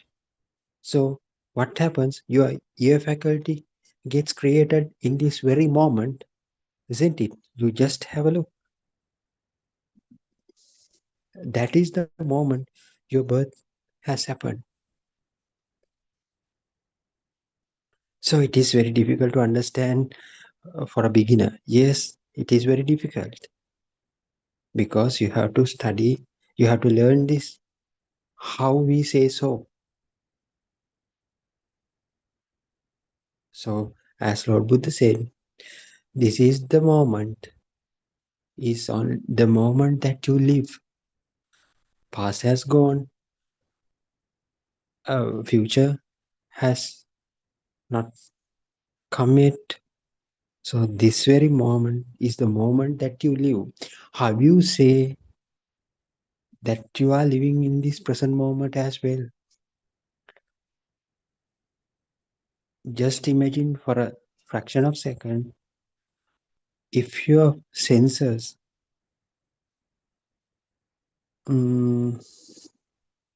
if you close all your senses at this very moment, would you feel that you are living? No, because with the senses, the impulses get generated. These impulses make you to feel some kind of different feelings. So that feelings makes you to feel that you are existing. That includes that includes your mind sensor as well, because mind sensor can, your mind can generate its own thoughts, so it will give rise new thoughts to have. So that new thoughts would give you a feeling that kind of you are living or existing. So ayatanam patilabo ayam uchidati. It is the Pali stanza that has been preached by Lord Buddha.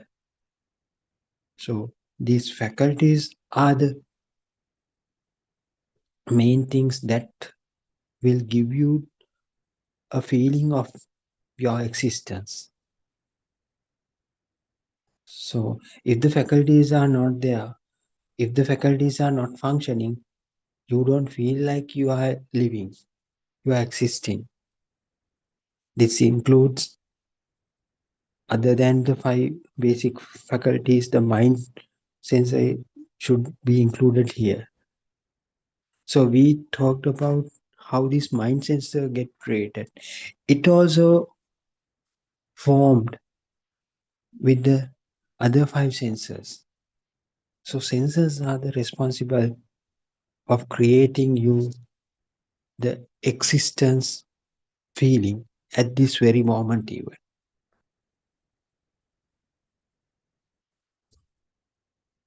So,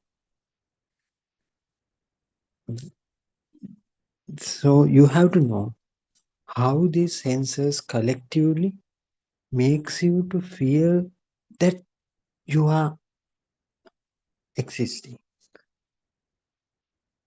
To that, we need to have some idea about this cause and effect Dhamma, dependent origination Dhamma. So, what is Dhamma here?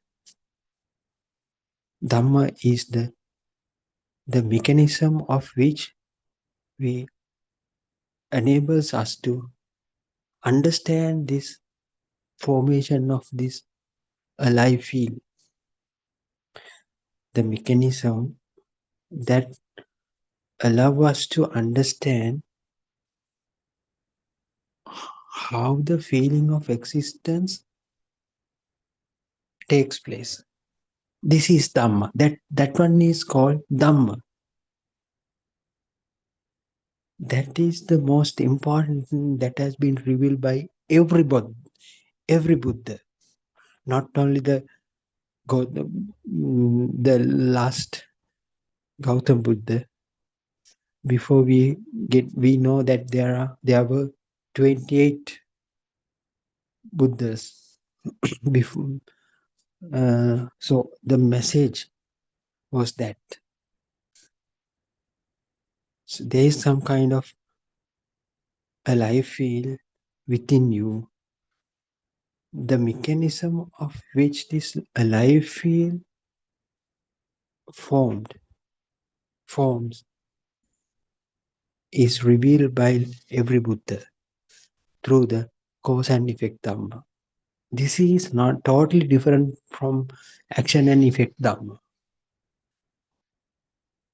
Action and effect Dhamma has been practiced in other religions. So if you do bad thing, the bad evil will happen. If you do good things, the good things will happen to you. So it is the action and effect Dhamma. But Buddha revealed totally different thing. A cause and effect Dhamma. The dependent origination. The Patisamuppada Dhamma. With the uniqueness it has and the very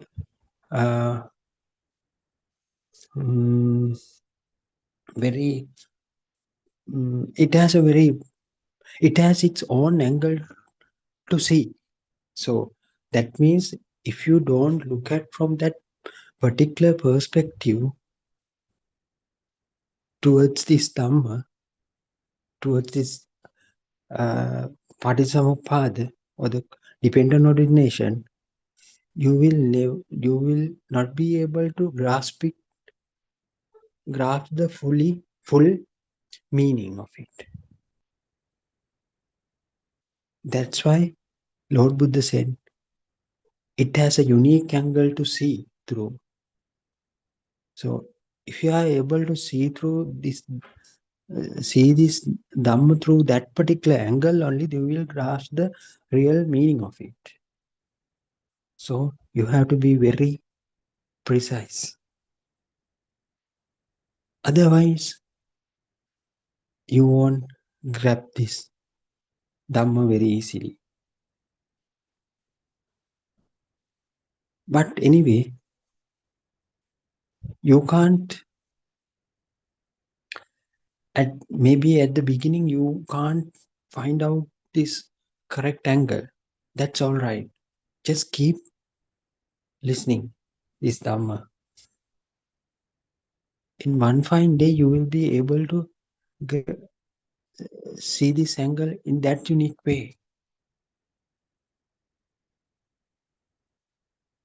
So that's all right. So don't bother about it. Just keep on listening. That is the most important thing. Just trying to figure it out what it really says. So then comes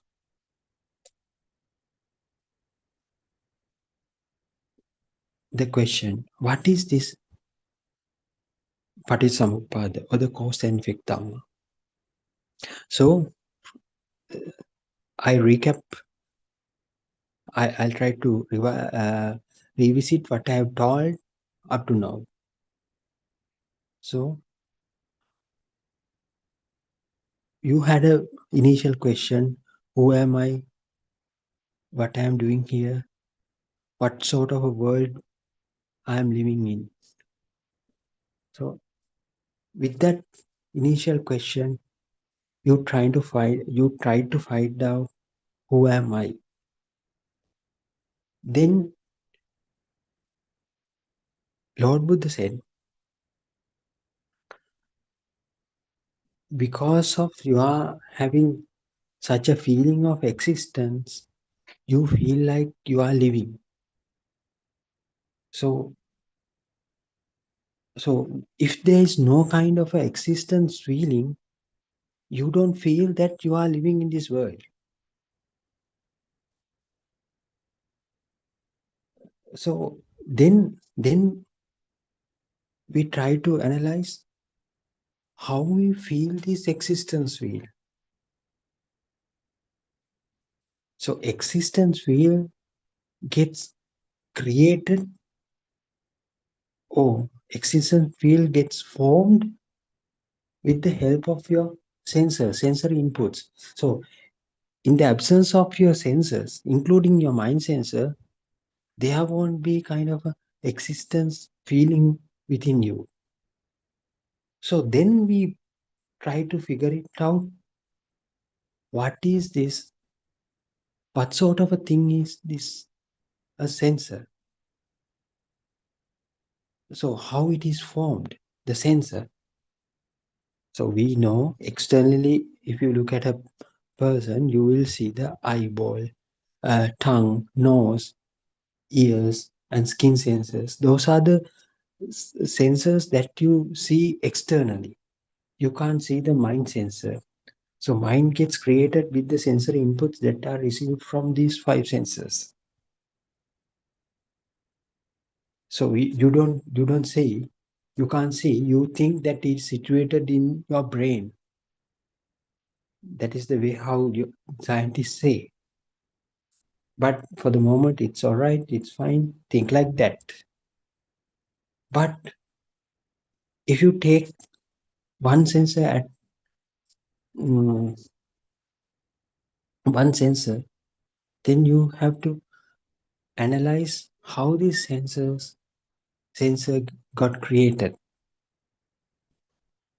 In order to analyze that thing, you need some kind of a guidance. So that is given by the dependent origination. It is not the sensor that scientists explore. So neurologists say that is the muscular eyeball that you see. It's all right. There's a lens at the front, and there is what you call this retina behind the eyeball. So it captures the light rays and turns into the electrical impulses. Then it propagates. This electrical impulse propagates through your nervous optic nerve systems to the brain, and it try to analyze this electrical impulse and create some kind of image for you. That is the usual visual path. But here in Dhamma, it is not like that. Vision is a product of your eye faculty. So take everything as a one single unit, right? Eyeball, nerve, and brain. And the functions of all three units makes you to feel or makes you to visualize the things. So how does this happen? So that is very well explained in this Dhamma. Actual thing happen in your faculties are very well explained in this Dhamma. Here it comes the understanding of five aggregates, skandha vigraya, or explanation of skandha. Skandha means aggregate. So how these things get aggregated to enable you to visualize something, enable you to feel something, enable you to hear something, enable you to taste things. So everything starts with a vibration. So you have certain vibration in your eye faculty. So if it tallies with the external, what sort of another kind of vibration, they both get resonate to each other. So that resonance, that power, that telepathization makes your faculty to generate some kind of energy, because they tend to vibrate simultaneously. So that vibration will lead to generate a power or some energy. That energy has some kind of ability to giving you a feeling of something is there. So that makes you to visualize the light. It will project something. That energy will project you or simulate something. If the faculty is eye, the projection would be the light. So that's why in skandha explanation, you will say the image gets created with the initial vibration. Rupaneta navena rupe in Sinhala terms. Because of the initial vibration, you within that eye faculty, it creates the light. Light is the product. Vibration is the cause. Light is the effect. But do you think what we think is the light comes from the outside and creates some kind of an image within your upside down image within your retina? But it is not the actual thing that's happening. With the eye, the frequency of the vibration of the eye faculty will get telepathized with the whatever the frequency it tallies with. So when those two things get tally each other, within your eye faculty, some kind of a projection will take place. That is the light. That is the shades of light will appear. It has not been there before. At the very moment that is happening, the resonance or the teleportation, this projection will happen. So it will create some kind of a image within the faculty. That image is you think this image has come from the outside. The rest of the things goes to the thinking part. But what happens?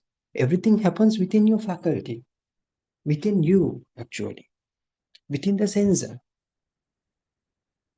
The light doesn't come from outside. It gets created due to this telepathization. As a result of the telepathization, the energy gets created within your faculty. That energy has some kind of a feel. That feel will leads you to project something. That something is the light here.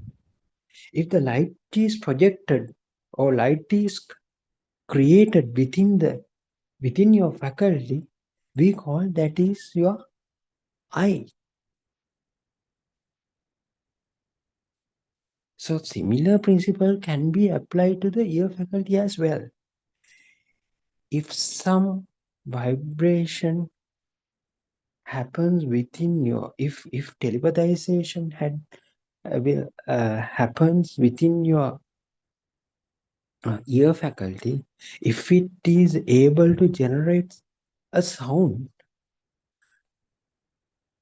that says that the ear faculty has been born at that very moment. The same thing happens in the tongue. So nothing has come from the outside. The telepathization occurs. The frequencies,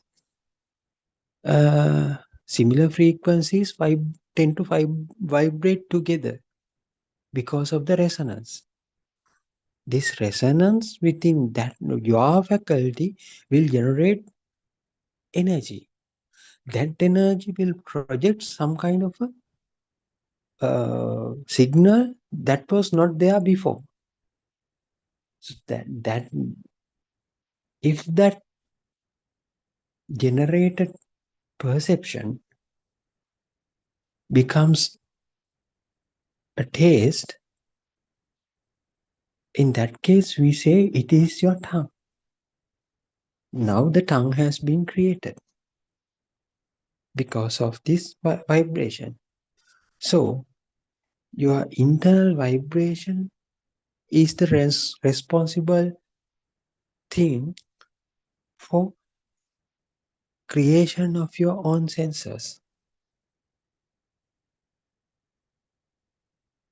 Nothing has come from outside. This has to be very clear. It is the most difficult part here. Most difficult part to understand is this. We tend to feel, we tend to believe that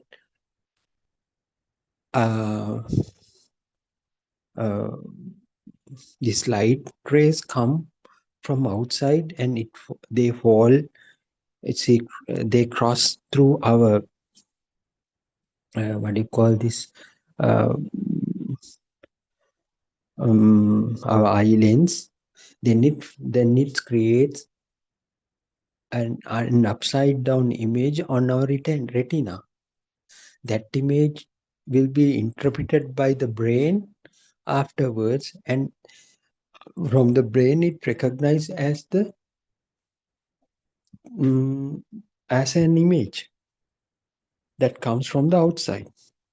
But it is not the way that actually happens. This one is the truth.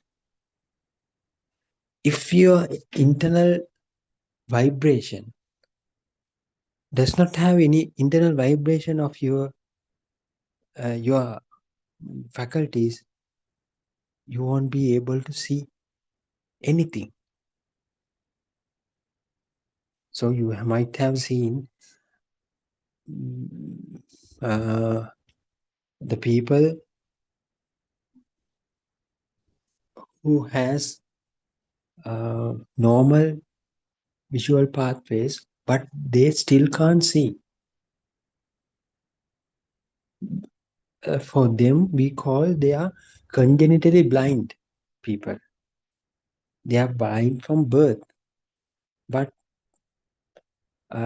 doctors do not find any abnormality in his visual pathway, but they can't still see.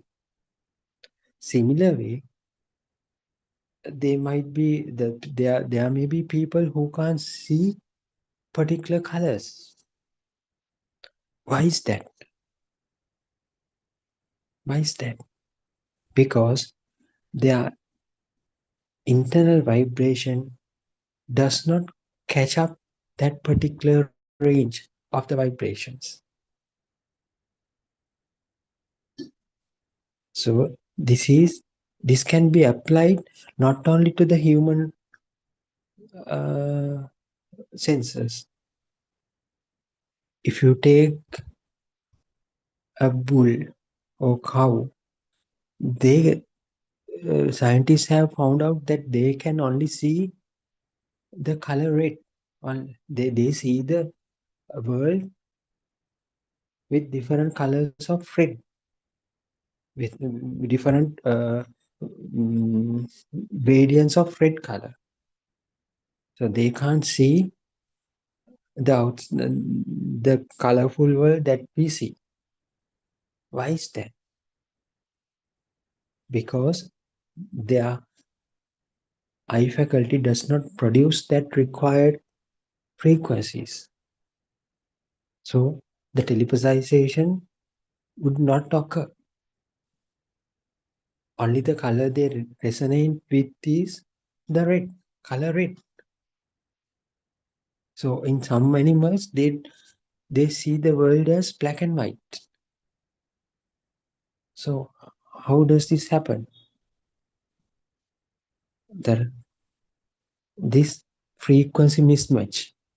And there may be certain animals that those might see the colors more than us. So we only see a few colors, 7 colors. Different gradients of 7 colors. But there may be other animals, they can see more colors than that.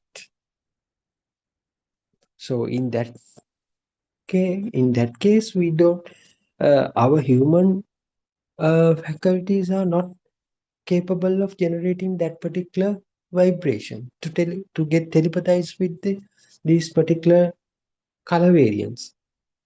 So we don't have that experience because our faculties are very incapable of seeing those colors. But the same thing can be applied to your ear faculty as well. So you know that we only hear 20 to 20,000 hertz range only. But for the dogs, they can hear more. Right? But there may be animals, the range would be very huge. So they may hear a lot of noises. But we still manage to survive in this world. So we also can manage, we also manage to live in this world with those perceptions only. So horses see the world as blue, with the shades of blue, but they still can manage to live in this world, and they might hear different sound from ours, but they live. So they they find their own food, they find their own partners, they breed, so they raise um, younger ones, and they continue to live their own lives. So how does this happen? Just because we don't know the world, we have the the capabilities of our senses define our limit of our own world. If you are a blind person, you have only other four senses. So your world gets created with using those four senses, or five with the mind sensor. So if the earthworm, so as we know, the earthworm has only one sensor, that is the skin sensor. So from the temperature gradient will be sensed by this skin sensor of the earthworm. Though they live happily their lives with that one sensor.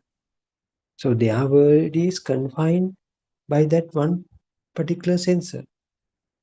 The ability to grab the capacity of this sensor defines their size of the world. So likewise, think I'm living in my own world that is created by using my own sensors, and you are living in your own world that is confined by the ability of your own senses. So likewise, 8 billion people in this world has lived in their own worlds. So it is very applicable to the rest of the animals as well. So they live in their own worlds. So how can you say the red color that I am seeing is the same red color that the other person sees? No way. We don't have that thing. So the color, actually we say, I am saying red, would not be the actual color that some other person saying red. Who can compare these things? Because it is the perception, no? It is the perception is unique to one person to another. So the taste I feel after tasting a granule of salt is totally different from the feeling someone gets when someone gets tasted with that same granule of salt. We can't compare it because perception is unique to their own faculties. So that's why the world, my world is different from your world, become different from your world. So we live in different worlds.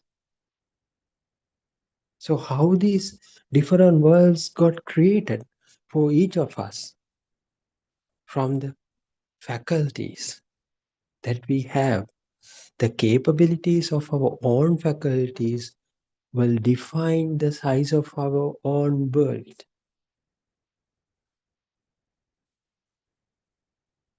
So my world might be different from your world. So that's why Lord Buddha said, Chitte niyati loko. Your mind is your world. So then comes the question. So we didn't talk about the mind yet. So how this mind has formed? So is it there in your brain, or where is it?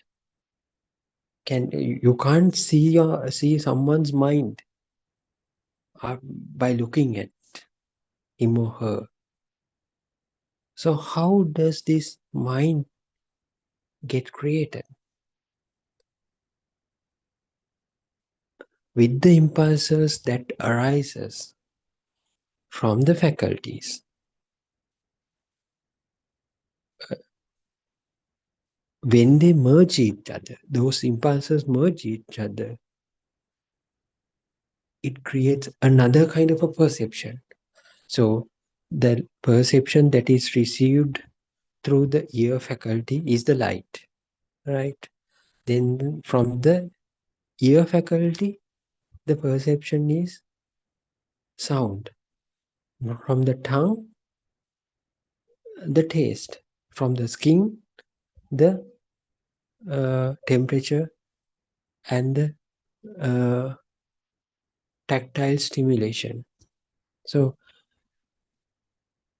then what happens? All the perceptions will come together and give rise to another kind of a perception. That may be the mango that you are tasting at this right, right at this moment. The mango has the taste. The taste has been created by your tongue sensor, and also it has a very juicy consistency. So that is felt by your skin, and also it has a nice sweet fragrance or smell. It is get generated from your nose, and visually your eye faculty generated the visualization image. So all these things combine and forms you another perception called the mango. So mango, tasty, juicy, ripe, yellowish, yellow color mango. Wow. So that is the mind. That is the mind. So without these senses, will there be a mind for you? No. But the trickiest part is not that thing. As I said earlier, each perception had some kind of a feel which is felt for you due to the vibration, due to the power it created. So those feelings, those different power levels will amalgamate each other when it combines to form the mango perception. So the perception is different. The feeling of the existence of the mango is different. It comes from the faculties. The power.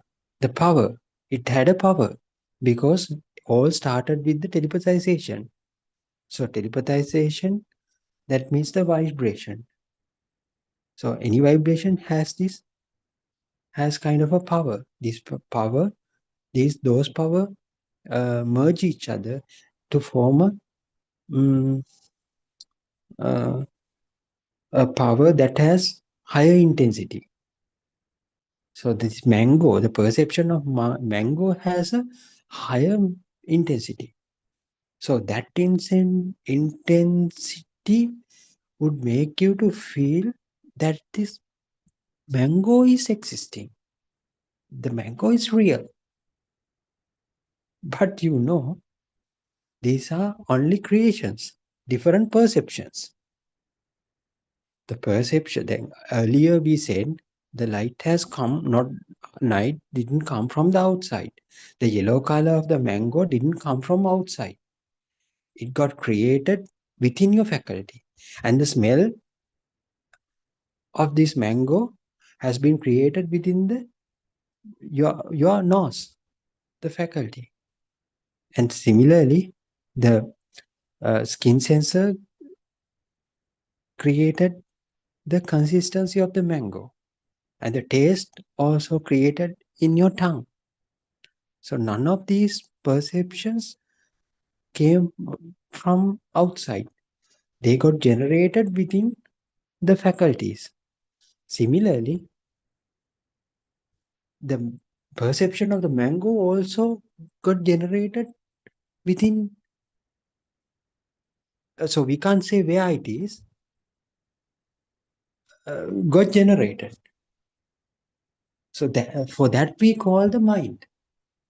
Of course, the brain should be there, but we can't say that particular mind got created within the brain.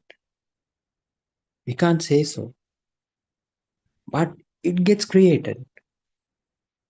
It is the worldly perception now. It has become the world perception. So you think this mango is there in the outside, at the outside. That is the thinking part. But actually speaking, what has happened here, within your faculties, with the impulses that it receives through the faculties, in the mind sensor, the perception of mango has been created now. So other than that, it has some kind of a value, some kind of a power with that. So that power makes you to feel that the mango is really existing. The existence of a mango is the feel, vinyane. For it is different from the light you saw, the color you saw at the beginning, at when you start to seeing this mango. So this perception is different from the perception that has been created within the mind right now. So because now you deal with the mango, this is your mind. The mind has not been there earlier, but now the mind got created. The worldly material perception is there now. So you really tend to feel it because it has a power within. So that power makes you to feel this, that the mango is really existing. And also the beauty is not that one either. The beauty is you tend to feel that when you feel something is existing, that means the mango is existing. So who is feeling that particular feeling? Here comes the perception of self. Am I the one who feels this mango is existence of the mango? Am I the one who feels this existence of the mango? It's another perception. I myself, it's a different perception. But it is also got created at the very moment. When you tend to feel this mango is existing, at that very moment, you tend to feel that, am I the one who is feeling this particular feeling? So that is the moment where your self gets created.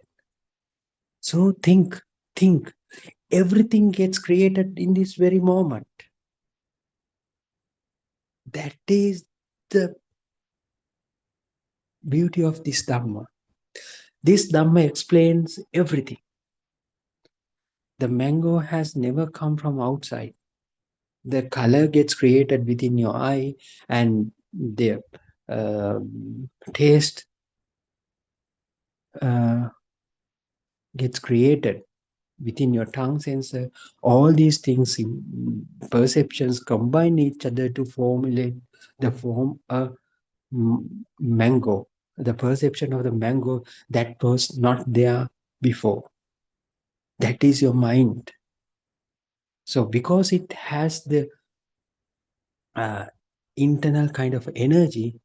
So you tend to feel the mango is existing. When you start to feel that mango is really existing, there will be a person who perceives that the particular existence feeling of the mango. That person is you. So you have that image of yourself. It comes along with that perception.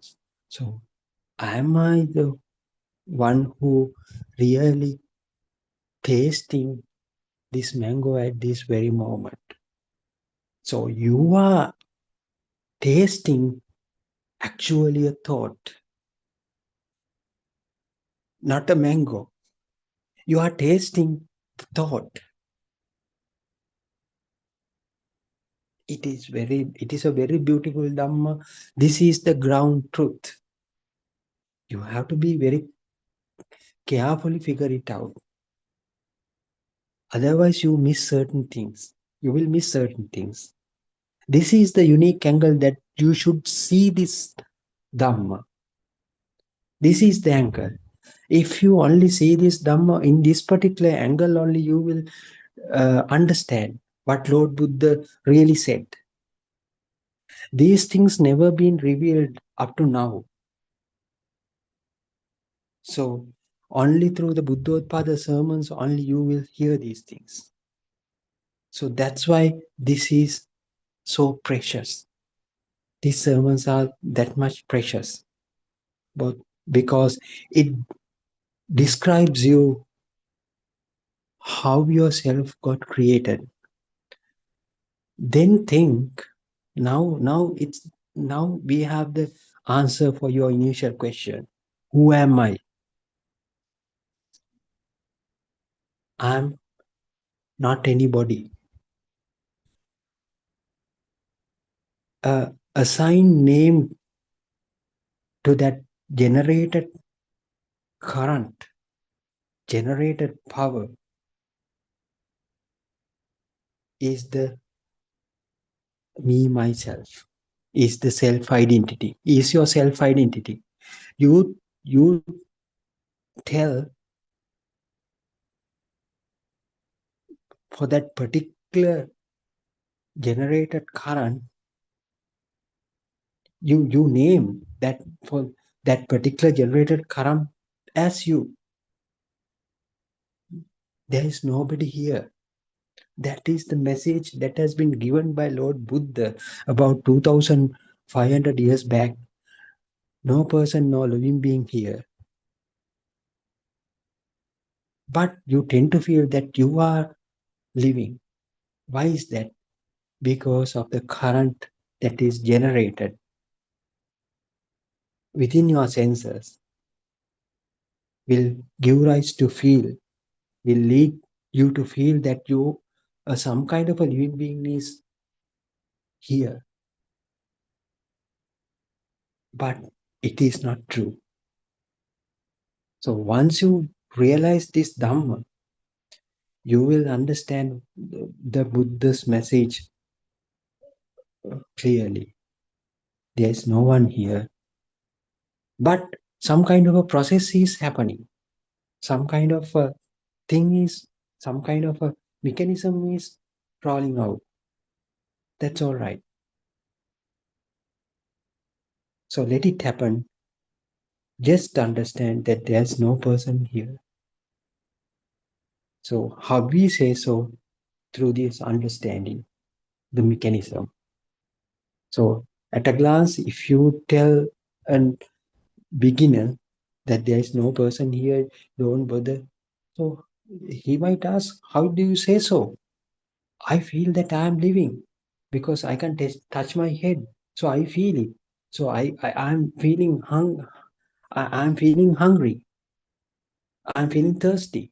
So how do you say so that there is no person here? You can't. You can't say so. But you can show him or her in this correct way of looking at this Dhamma, the mechanism. how your self got created, how your alive field got created. This is the turning point for you to excel the world. So I think we have come to the today's end of this race discussion. So anyway, so Teruvan Sarana, I'd like to hand over to the next person, this forum. So we'll meet up tomorrow and we'll discuss further tomorrow as well. So Teruvan Sarana, everyone. Teruvan Sarana. Teruvan Saranai. May the Noble Triple Gem bless all the friends. And first of all, I pay my homage at Buddothpado says feet. So as usual, welcome to the Dhamma talk, and you have been listening to a very beautiful sermon, which focused basically on how the self view is formed, because I also listened to a part of it, and it was a very beautiful explanation done by Dr. Avi.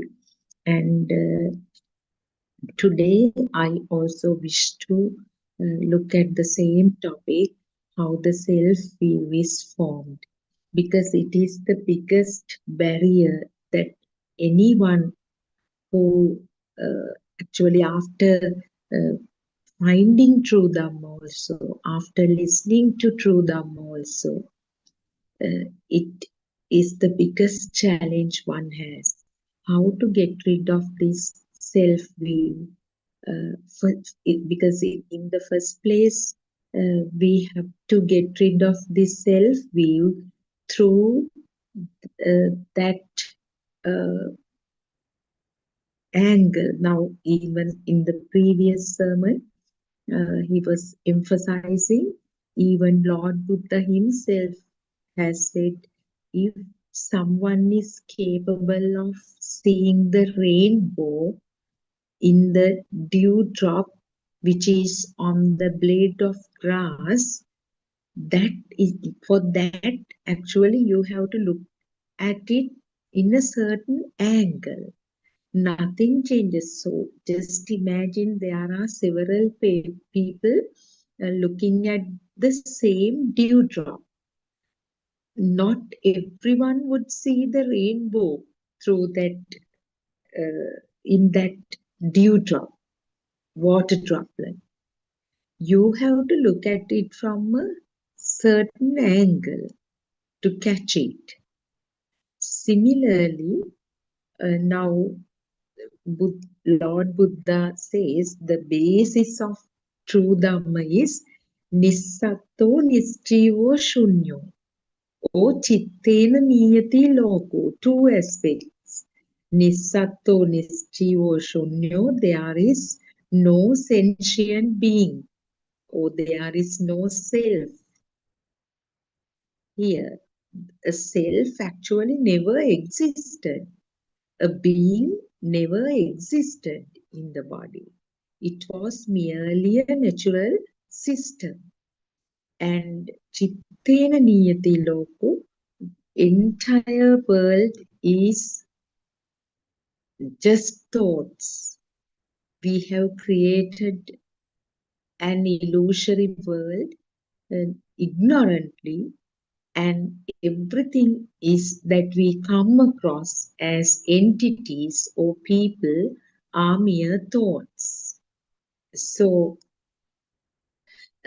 it's actually it was very well explained in all these sermons. In all 10,000 plus sermons completed by Aryan Valse, this same message is there. He takes numerous examples to explain how come there is no self, how come there is nothing externally in the sense the things that we associate with as real entities. are not there. So actually, once again, I need to remind that this is the basic principle of Buddhist philosophy. So then how and why do we see them as real, and how and why we feel as I am existing? Now, when we listen to the philosophy, when we get stronger and stronger in this path after listening to, let's say, a certain number of sermons which describes Buddhist philosophy, this self-view, this angle may change automatically. Because when we understand the mechanism of the 6 sensory organs, the eye, ear, nose, tongue, skin or the body, and the mind, it automatically happens. Actually, when we look at how these visual formations occur in relation to the eye, it is not done by me or I. It is the process, natural process that happen in EYEI, the eye faculty. We can untangle this knot. So what happens actually? This why do we feel as if everything happens to me, or I do things even after knowing the truth? Why do we feel as if I exist? The existence of the self. As knowledge, we know now there was never a self, but still, aren't we there? Have we got rid of this self-perception just because we have the knowledge? It is very important to experience this Dhamma. So, Aryan Mahanse explains this feeling, self-perception that we experience is something like, now we know when how a dynamo generates power. When the wheels rotate, the dynamo generates some power to charge a battery. Similarly, the process of power generation, when a stimulus arises, and actually it is that power that is generated when a stimulus arises that accelerates mental activity, or that end up as mind power or the self-perception. So this power generation happens due to the interaction of vibrations. Vibrations of opposing charges come together. That is what happens actually when the eye perceives a stimulus. The eye sensitivity or chakku prasada sparks in the sense these vibrations come together and they end up creating another new vibration. Two vibrations of similar frequencies interact. This happens at the eye sensitivity chakku prasada, and it creates actually some visual form. This visual form occurs billions of times per second. It is not just two vibrations come together. A series of vibrations continue to come, continue to spark, and each interaction between two vibrations create power. This power, due to ignorance, we believe it to be the self-perception. We feel actually even though we know that this is just the power generated through the interaction of these vibrations that occur in the sensory faculties, that feeling is there. The feeling as if I am seeing something, as if I hear something, I smell something, I taste something, and I think of something. That feeling is there. That is the biggest challenge. That is actually that exists at a very subtle level. So what happens is, when we go on listening to true Dhamma continuously, this realization happens little by little. It is definitely, it will happen. Definitely the full complete realization will occur at some point. So this should be clarified. This should be verified. This should be realized only by listening to true Dhamma. So if we again go back to the function of the eye faculty, actually the reason for the eye sensitivity is the workings of Kamma, Chitta, Ritu, Ahara. Actually, that give rise to the 54 Rupa Kalapas that constitute it.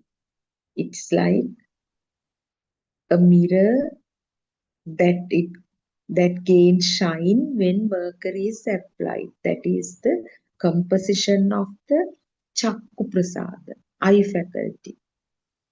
This reflection that falls on the mirror was not made by the person himself nor by someone else. It's nature. Now, these sensory faculties are there in the so-called body. So if they function properly, nobody can prevent these interactions of vibrations that happen in these Chakku Prasada, eye faculty. Then sound vibrations occurring in the ear faculty. Then these olfactory vibrations that occur in the nose faculty. Then gustatory vibrations occurring in the tongue, and then the body sensation. So, Theruvan Saranai, can you mute the mic?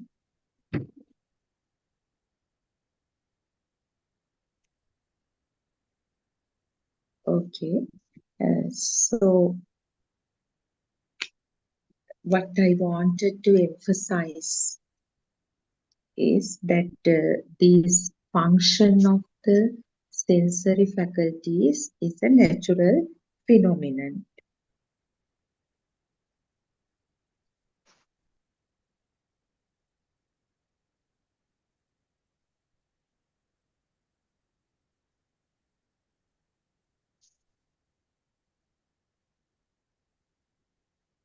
Teruvan Saranai.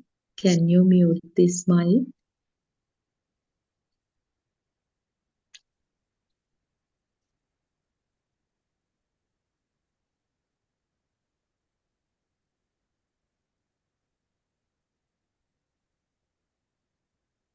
Dhammakusala Mehenin Wahanse, can you mute this mic? Okay. So let's try to understand this concept.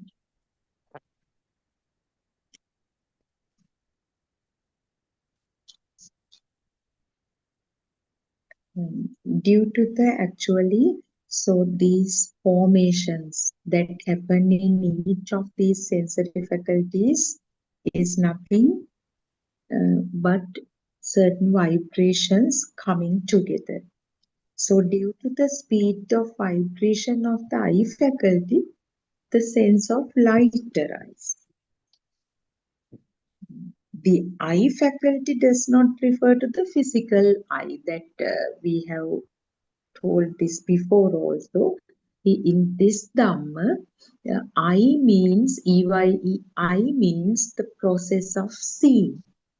Ear is not the physical ear, but the process of hearing. Actually, when the eardrum vibrates billions of times per second, sound perception occurs. When the same thing happens in relation to the nose, smelling happens. It's the process of smelling. It is the process of tasting in relation to the tongue. In relation to the body, it's the process of feeling.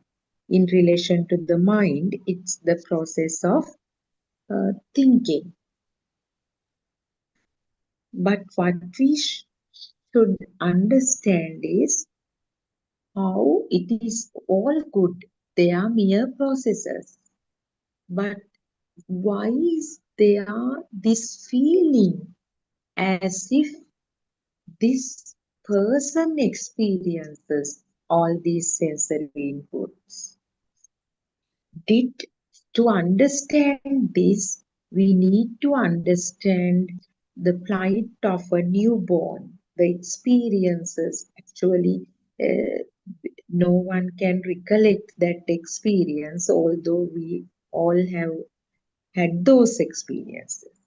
So let's try to go back to them and understand as explained in the Buddhist philosophy.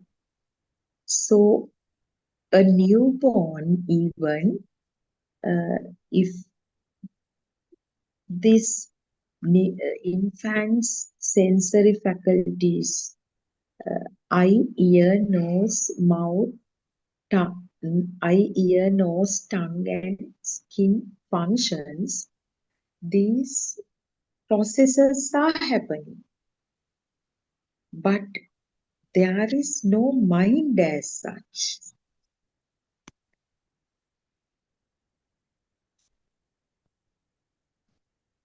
The mind begins to form gradually when the newborn gets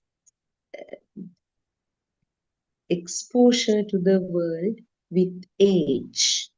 So let's try to understand what sort of experiences might be there for a newborn. So if the eye functions properly, the newborn also experiences seeing. The vibrations, interaction of vibrations happen in the eye faculty. Similarly, sound vibrations occur in the newborn's ear, and smell vibrations occur in the nose, taste and touch they also happen. But they do not give rise to defilements. That is what we have to understand. That's why we call that newborn possesses a radiant mind. Prabhaswara Chitta. Prabhaswara Sita. Radiant mind. The reason is the sound that occurs. Let's try to understand. This is a very, very important point. This is the basis of this true Dharma Buddhist philosophy. So the sound that occurred in the newborn's ear. Now we know it is the interaction of two vibrations with similar frequencies that formed a different vibration. So some sound vibration come in contact with the vibration of the ear faculty and end up forming a new vibration. That is very important. Generating some power, and that original sensory experience is there. Hearing happens. But the difference is this sound occurred is not the mother's voice, is not the crow's sound, is not the peacock's sound, or it's not the neighbor's voice. But as adults, the process of the ear is exactly the same. Now, radiant, the child, the newborn with the radiant mind, if the ear functions properly, sounds occur. Now, right now, a certain sound occurred, and the perception arose as the sound of the vehicle. But the newborn's ear, the same sound will occur, but that sound of the vehicle part won't be there. That's the difference. When that sound becomes the sound of the vehicle, there is not a big story. Although this happens instantaneously, this identification, the explanation given to this phenomenon by Lord Buddha is bit explanatory. We need to understand it properly. This concept. How come the infant with the radiant mind experiences the sound, and this system of the adult, this ear, the same phenomenon, how did it become the sound of the vehicle? So the problem is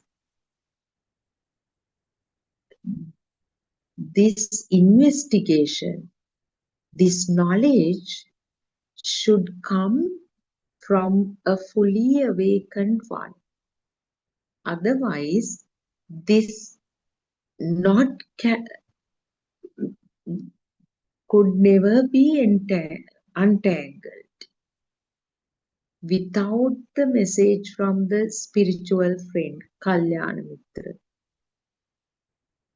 The question now is, How come the newborn's experience is merely a sound and my experience here right now is the sound of the vehicle?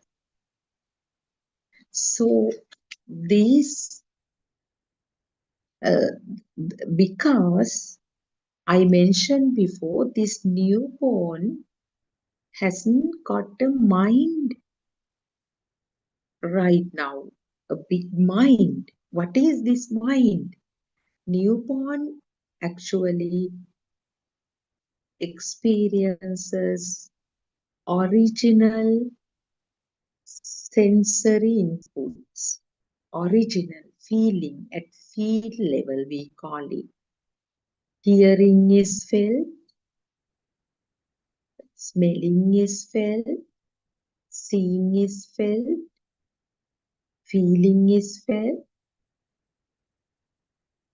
but they do not mature into so-called thoughts. Our problem is the moment a certain sensory input arises, they mature into thoughts. When they mature into thoughts, the person who experiences them arise on the other side, because it doesn't remain as a sensory experience. The objectifying happens. It comes as an existing entity. We feel as if something is there. That something is there feeling is exactly the same as I am here. Now, Lord Buddha explains this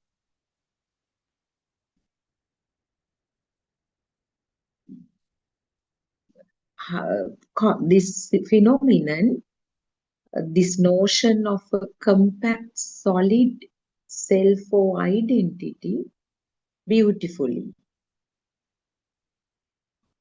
He explains the individual sensory processes and the subsequent identification, collective interplay of the 6 sensory faculties as Vattang Vattati. Now,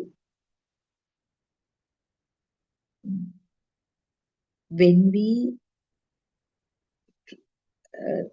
observe, when we analyze the functions of these sensory faculties one by one, as I did right a while ago, if we look into the process of seeing, when the stimulus is an image, in the sense now the eye perceives certain image. In the first round, eye consciousness arises. It is this actually theoretically what happens is the image in front of the eye is merely sensed. It is actually just the sensation of seeing. It is just the physical contact between the eye and that visible form. In other words, the contact between the two vibrations, and the new vibration arose is actually the certain visual form. This stage is explained by Buddha, Lord Buddha, as Patiga Sampassa. So everything happens in a fraction of a second, but this analysis is kind of so deep, but we should somehow understand it. Then only we can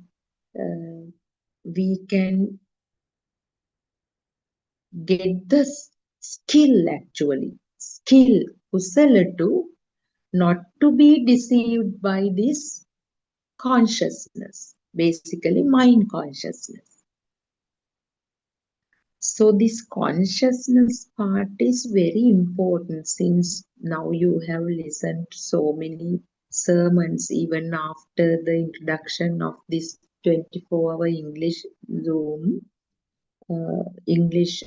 this PO Buddothpado PeoTV English channel. Gradually, I think we have to go deeper and deeper to understand this mechanism.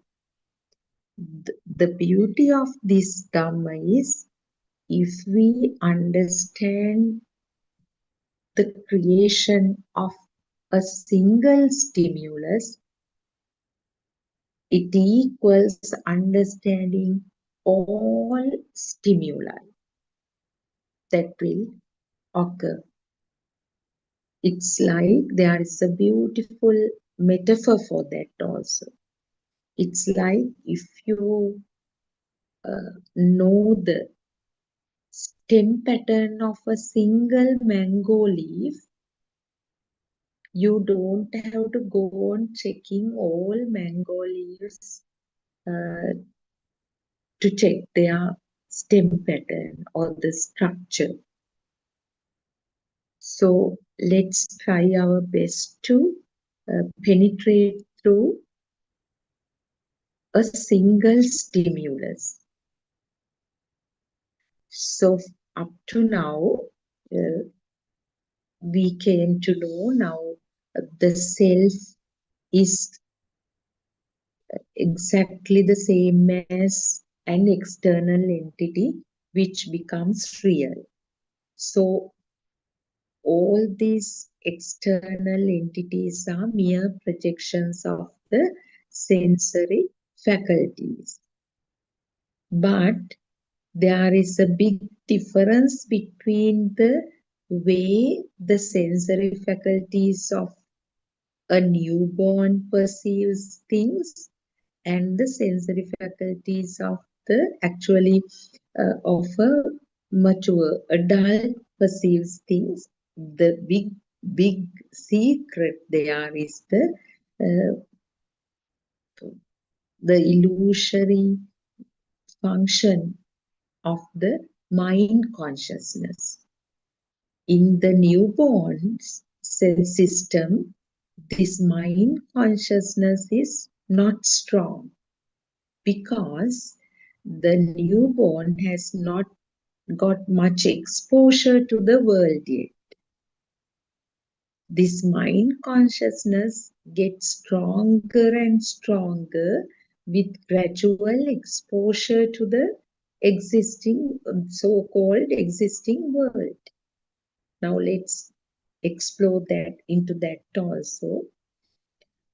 So according to Lord Buddha, this formation of a thought or a stimulus happens in 2 rounds as Vattang Vattati.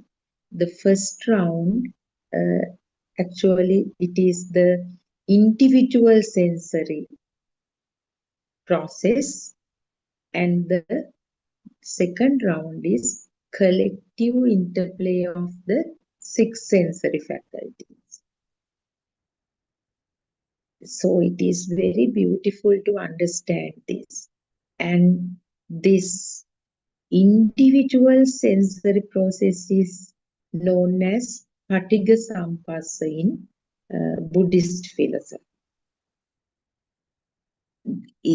At this level, only the seeing is sensed in relation to the eye, E-Y-E-I. Only the hearing is sensed in relation to the ear. Only the smelling is sensed in relation to the nose. Only the feeling is sensed in relation to the skin. Only the tasting is sensed in relation to the tongue. So, what happens gradually? We had such radiant minds. We had actually such pure experiences. We had purely original sensory experiences, although we cannot remember any of them. Gradually, now let's try to understand it through the radiant mind itself. Now, certain vibrations, since we started with vibrations, let's continue the same way.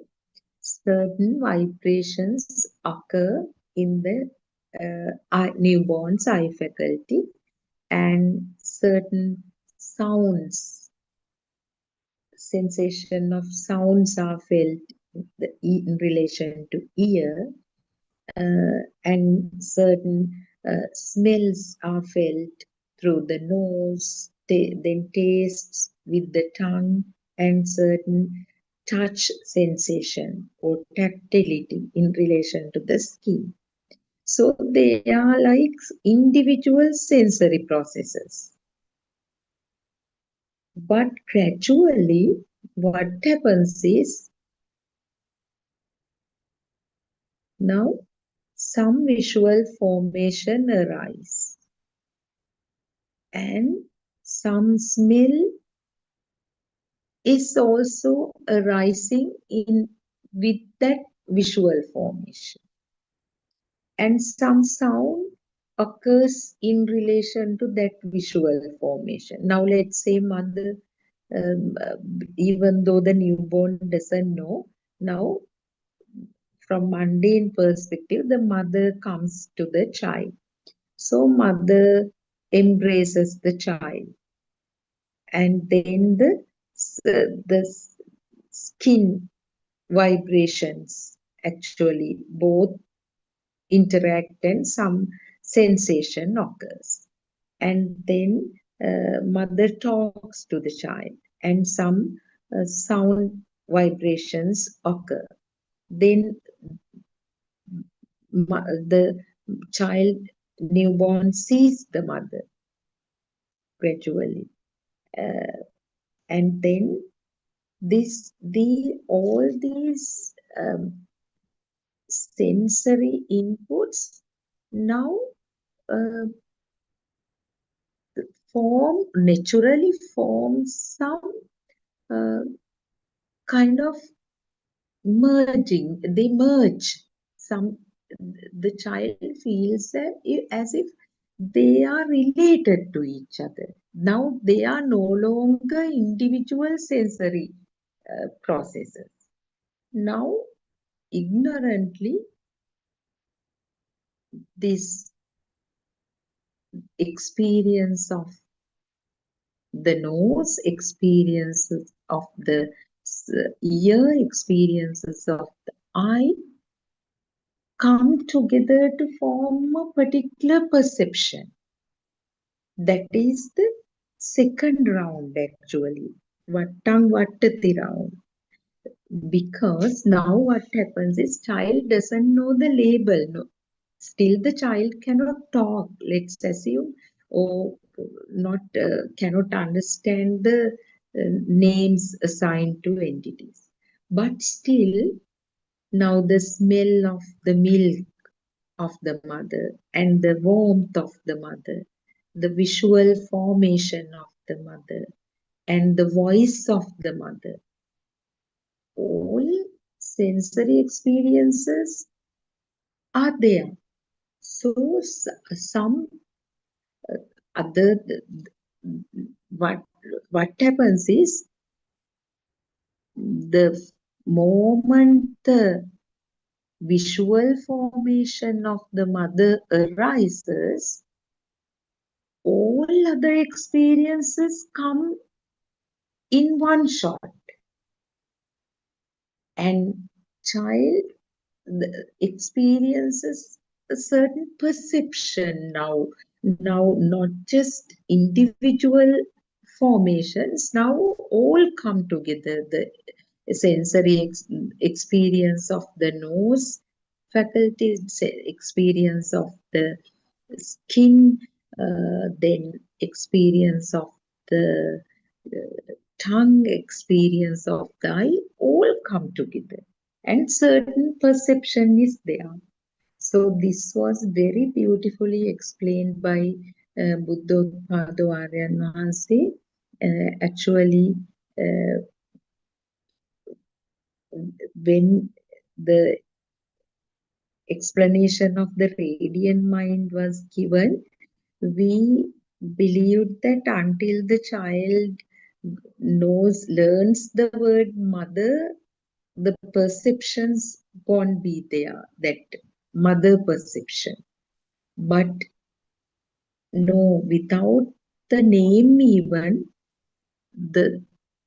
if the experiences of three sensory faculties are there, they merge to form a certain perception.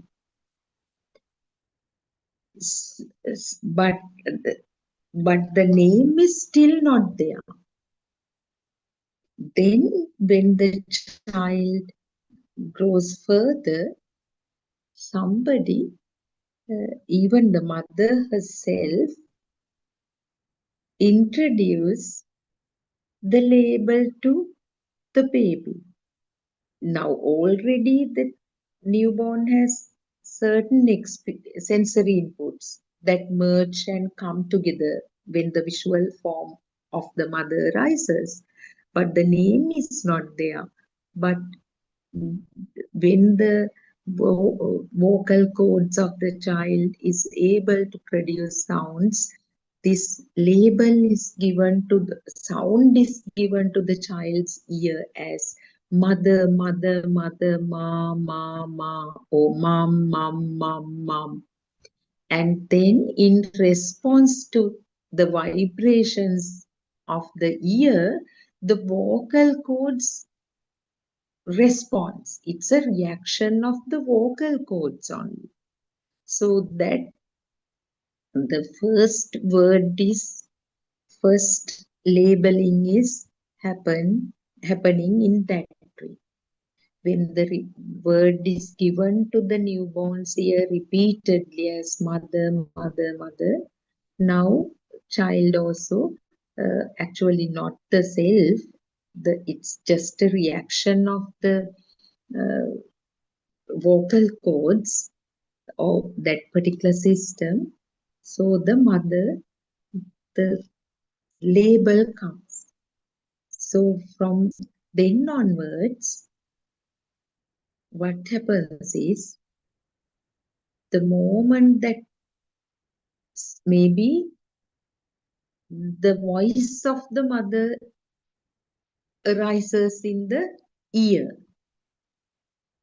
as the individual sensory. Now let's try to understand this very carefully. This is a very beautiful and very, very important thing.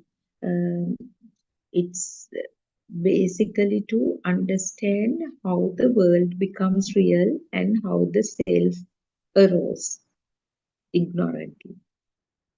So just imagine now the mother is not in that particular room. Child cannot see the mother, but from outside the voice is heard. Some sound vibrations occur, That is the first round now.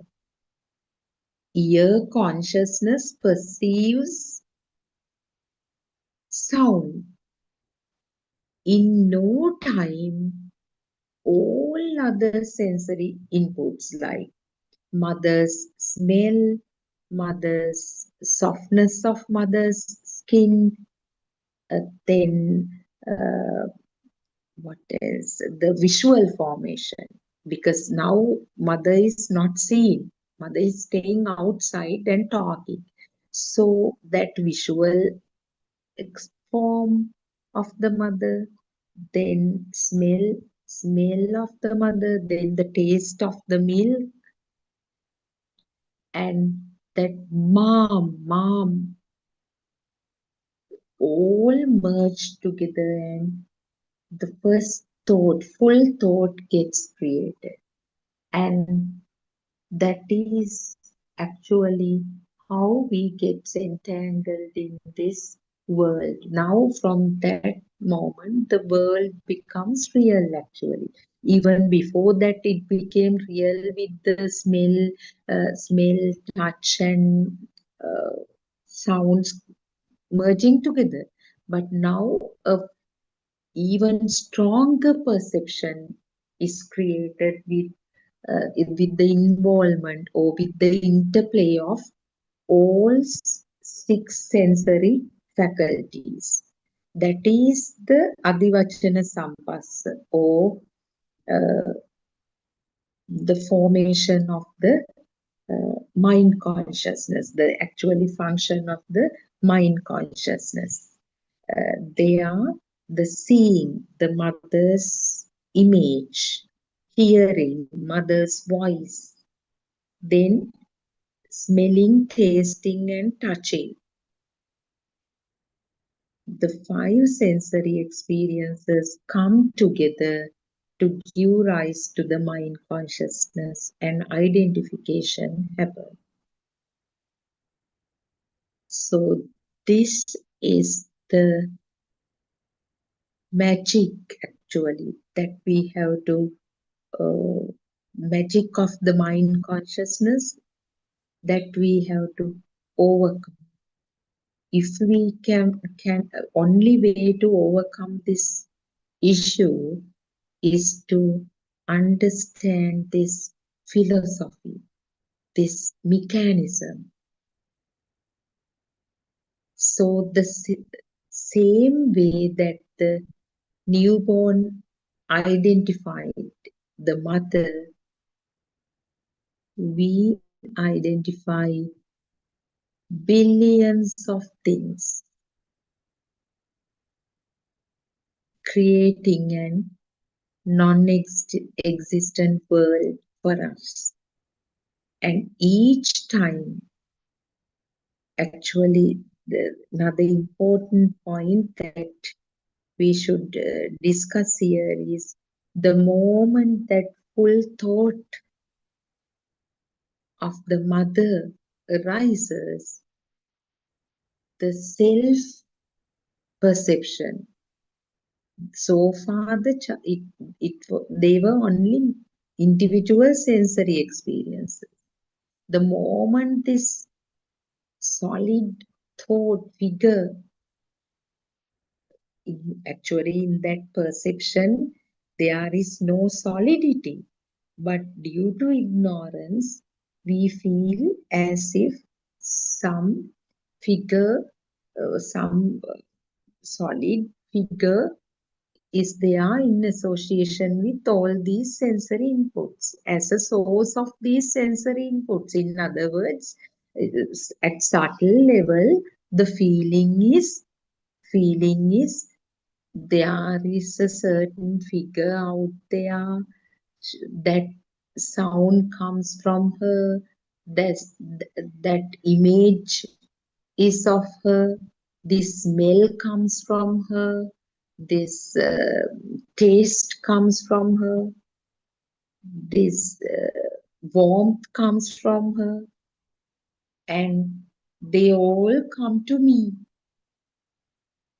That is the unsaid story. that part is there actually. Although the moment the mother becomes real, that the thought, the subtle knowing that voice comes from her, smell comes from her, then sound comes from her, that shape belongs to her, warmth comes from her, everything is there. And this self-perception, the self or me on the other side, the baby who experiences everything. And the moment that thought objectifies, clinging happens naturally. Clinging or the value, the power, it generates lot of power. Like in the original sensory experience, the power is minimal. But when in the second round, when all the sensory inputs merge in no time and creates a solid image, the power is very high. So that itself is the self-perception. So that is how this self-perception or self-view gradually arises. So by discussing all this and discussing Dhamma and trying to see them through our own sensory experiences, we can untangle this knot. Now, if we take another example,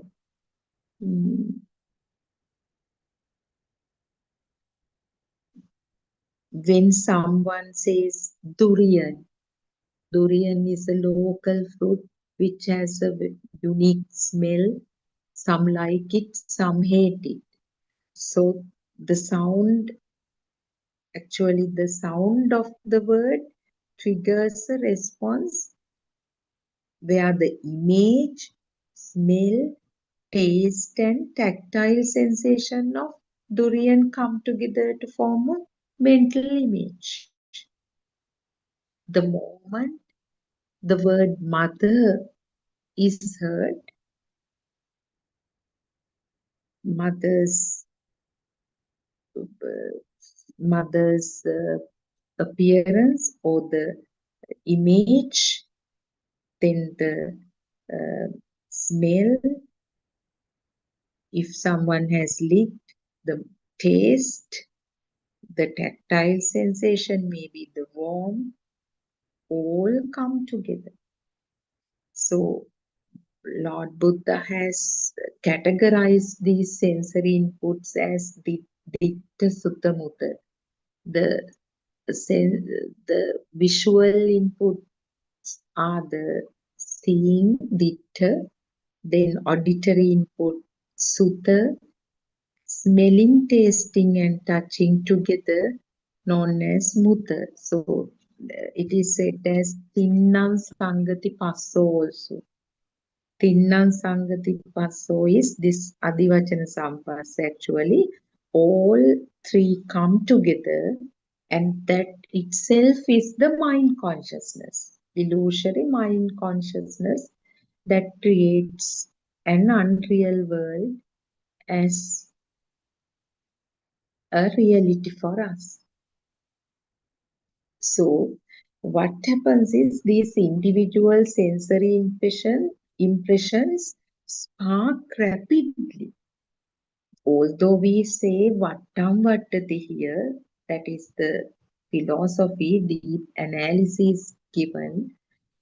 So Aryan Mahanse has explained this vividly in a lot of his sermons as well. This happens in no time. There is no time gap. The moment I perceive something, it's the phone. We don't know that there are two rounds even, unless this spiritual friend told us so many times. As he said it so many times, taking numerous examples, we actually have understood it. Understanding is one level, feeling it is another level. So feeling actually needs a lot of effort, need to involve in the practical meditation program also, should penetrate through a number of stimuli to understand this theory. I mean, the principle, understanding the principle itself is a challenge.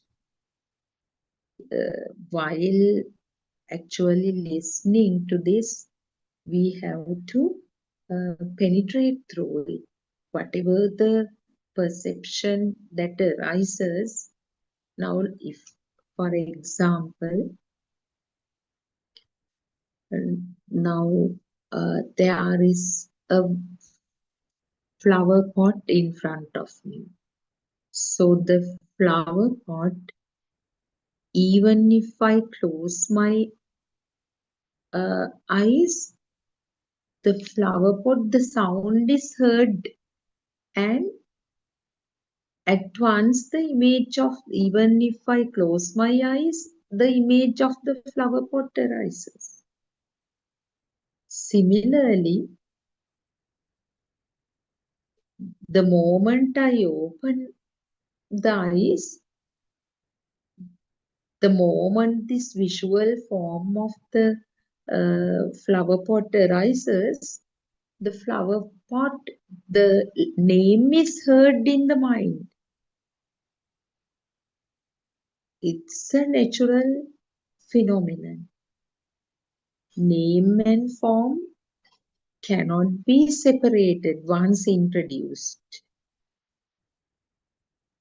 Although there is no flower pot or no any substance in the thought,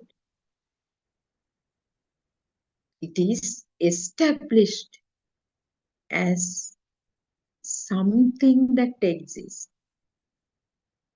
So this Patisotaya, going against all these social norms, actually is a huge challenge, but it is possible.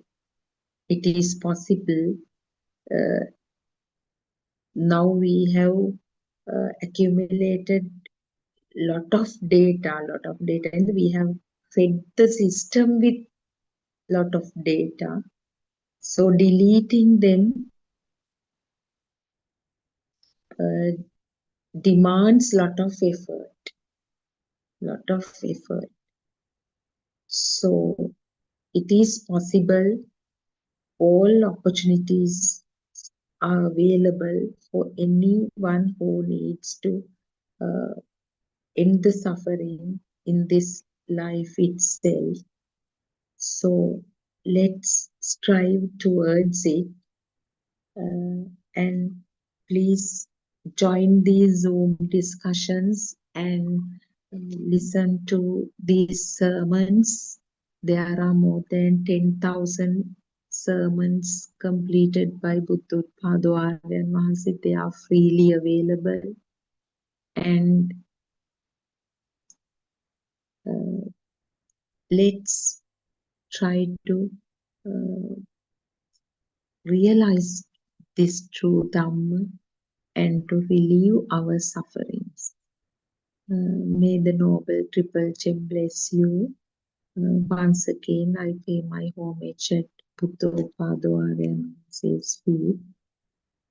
Therwan Saranam.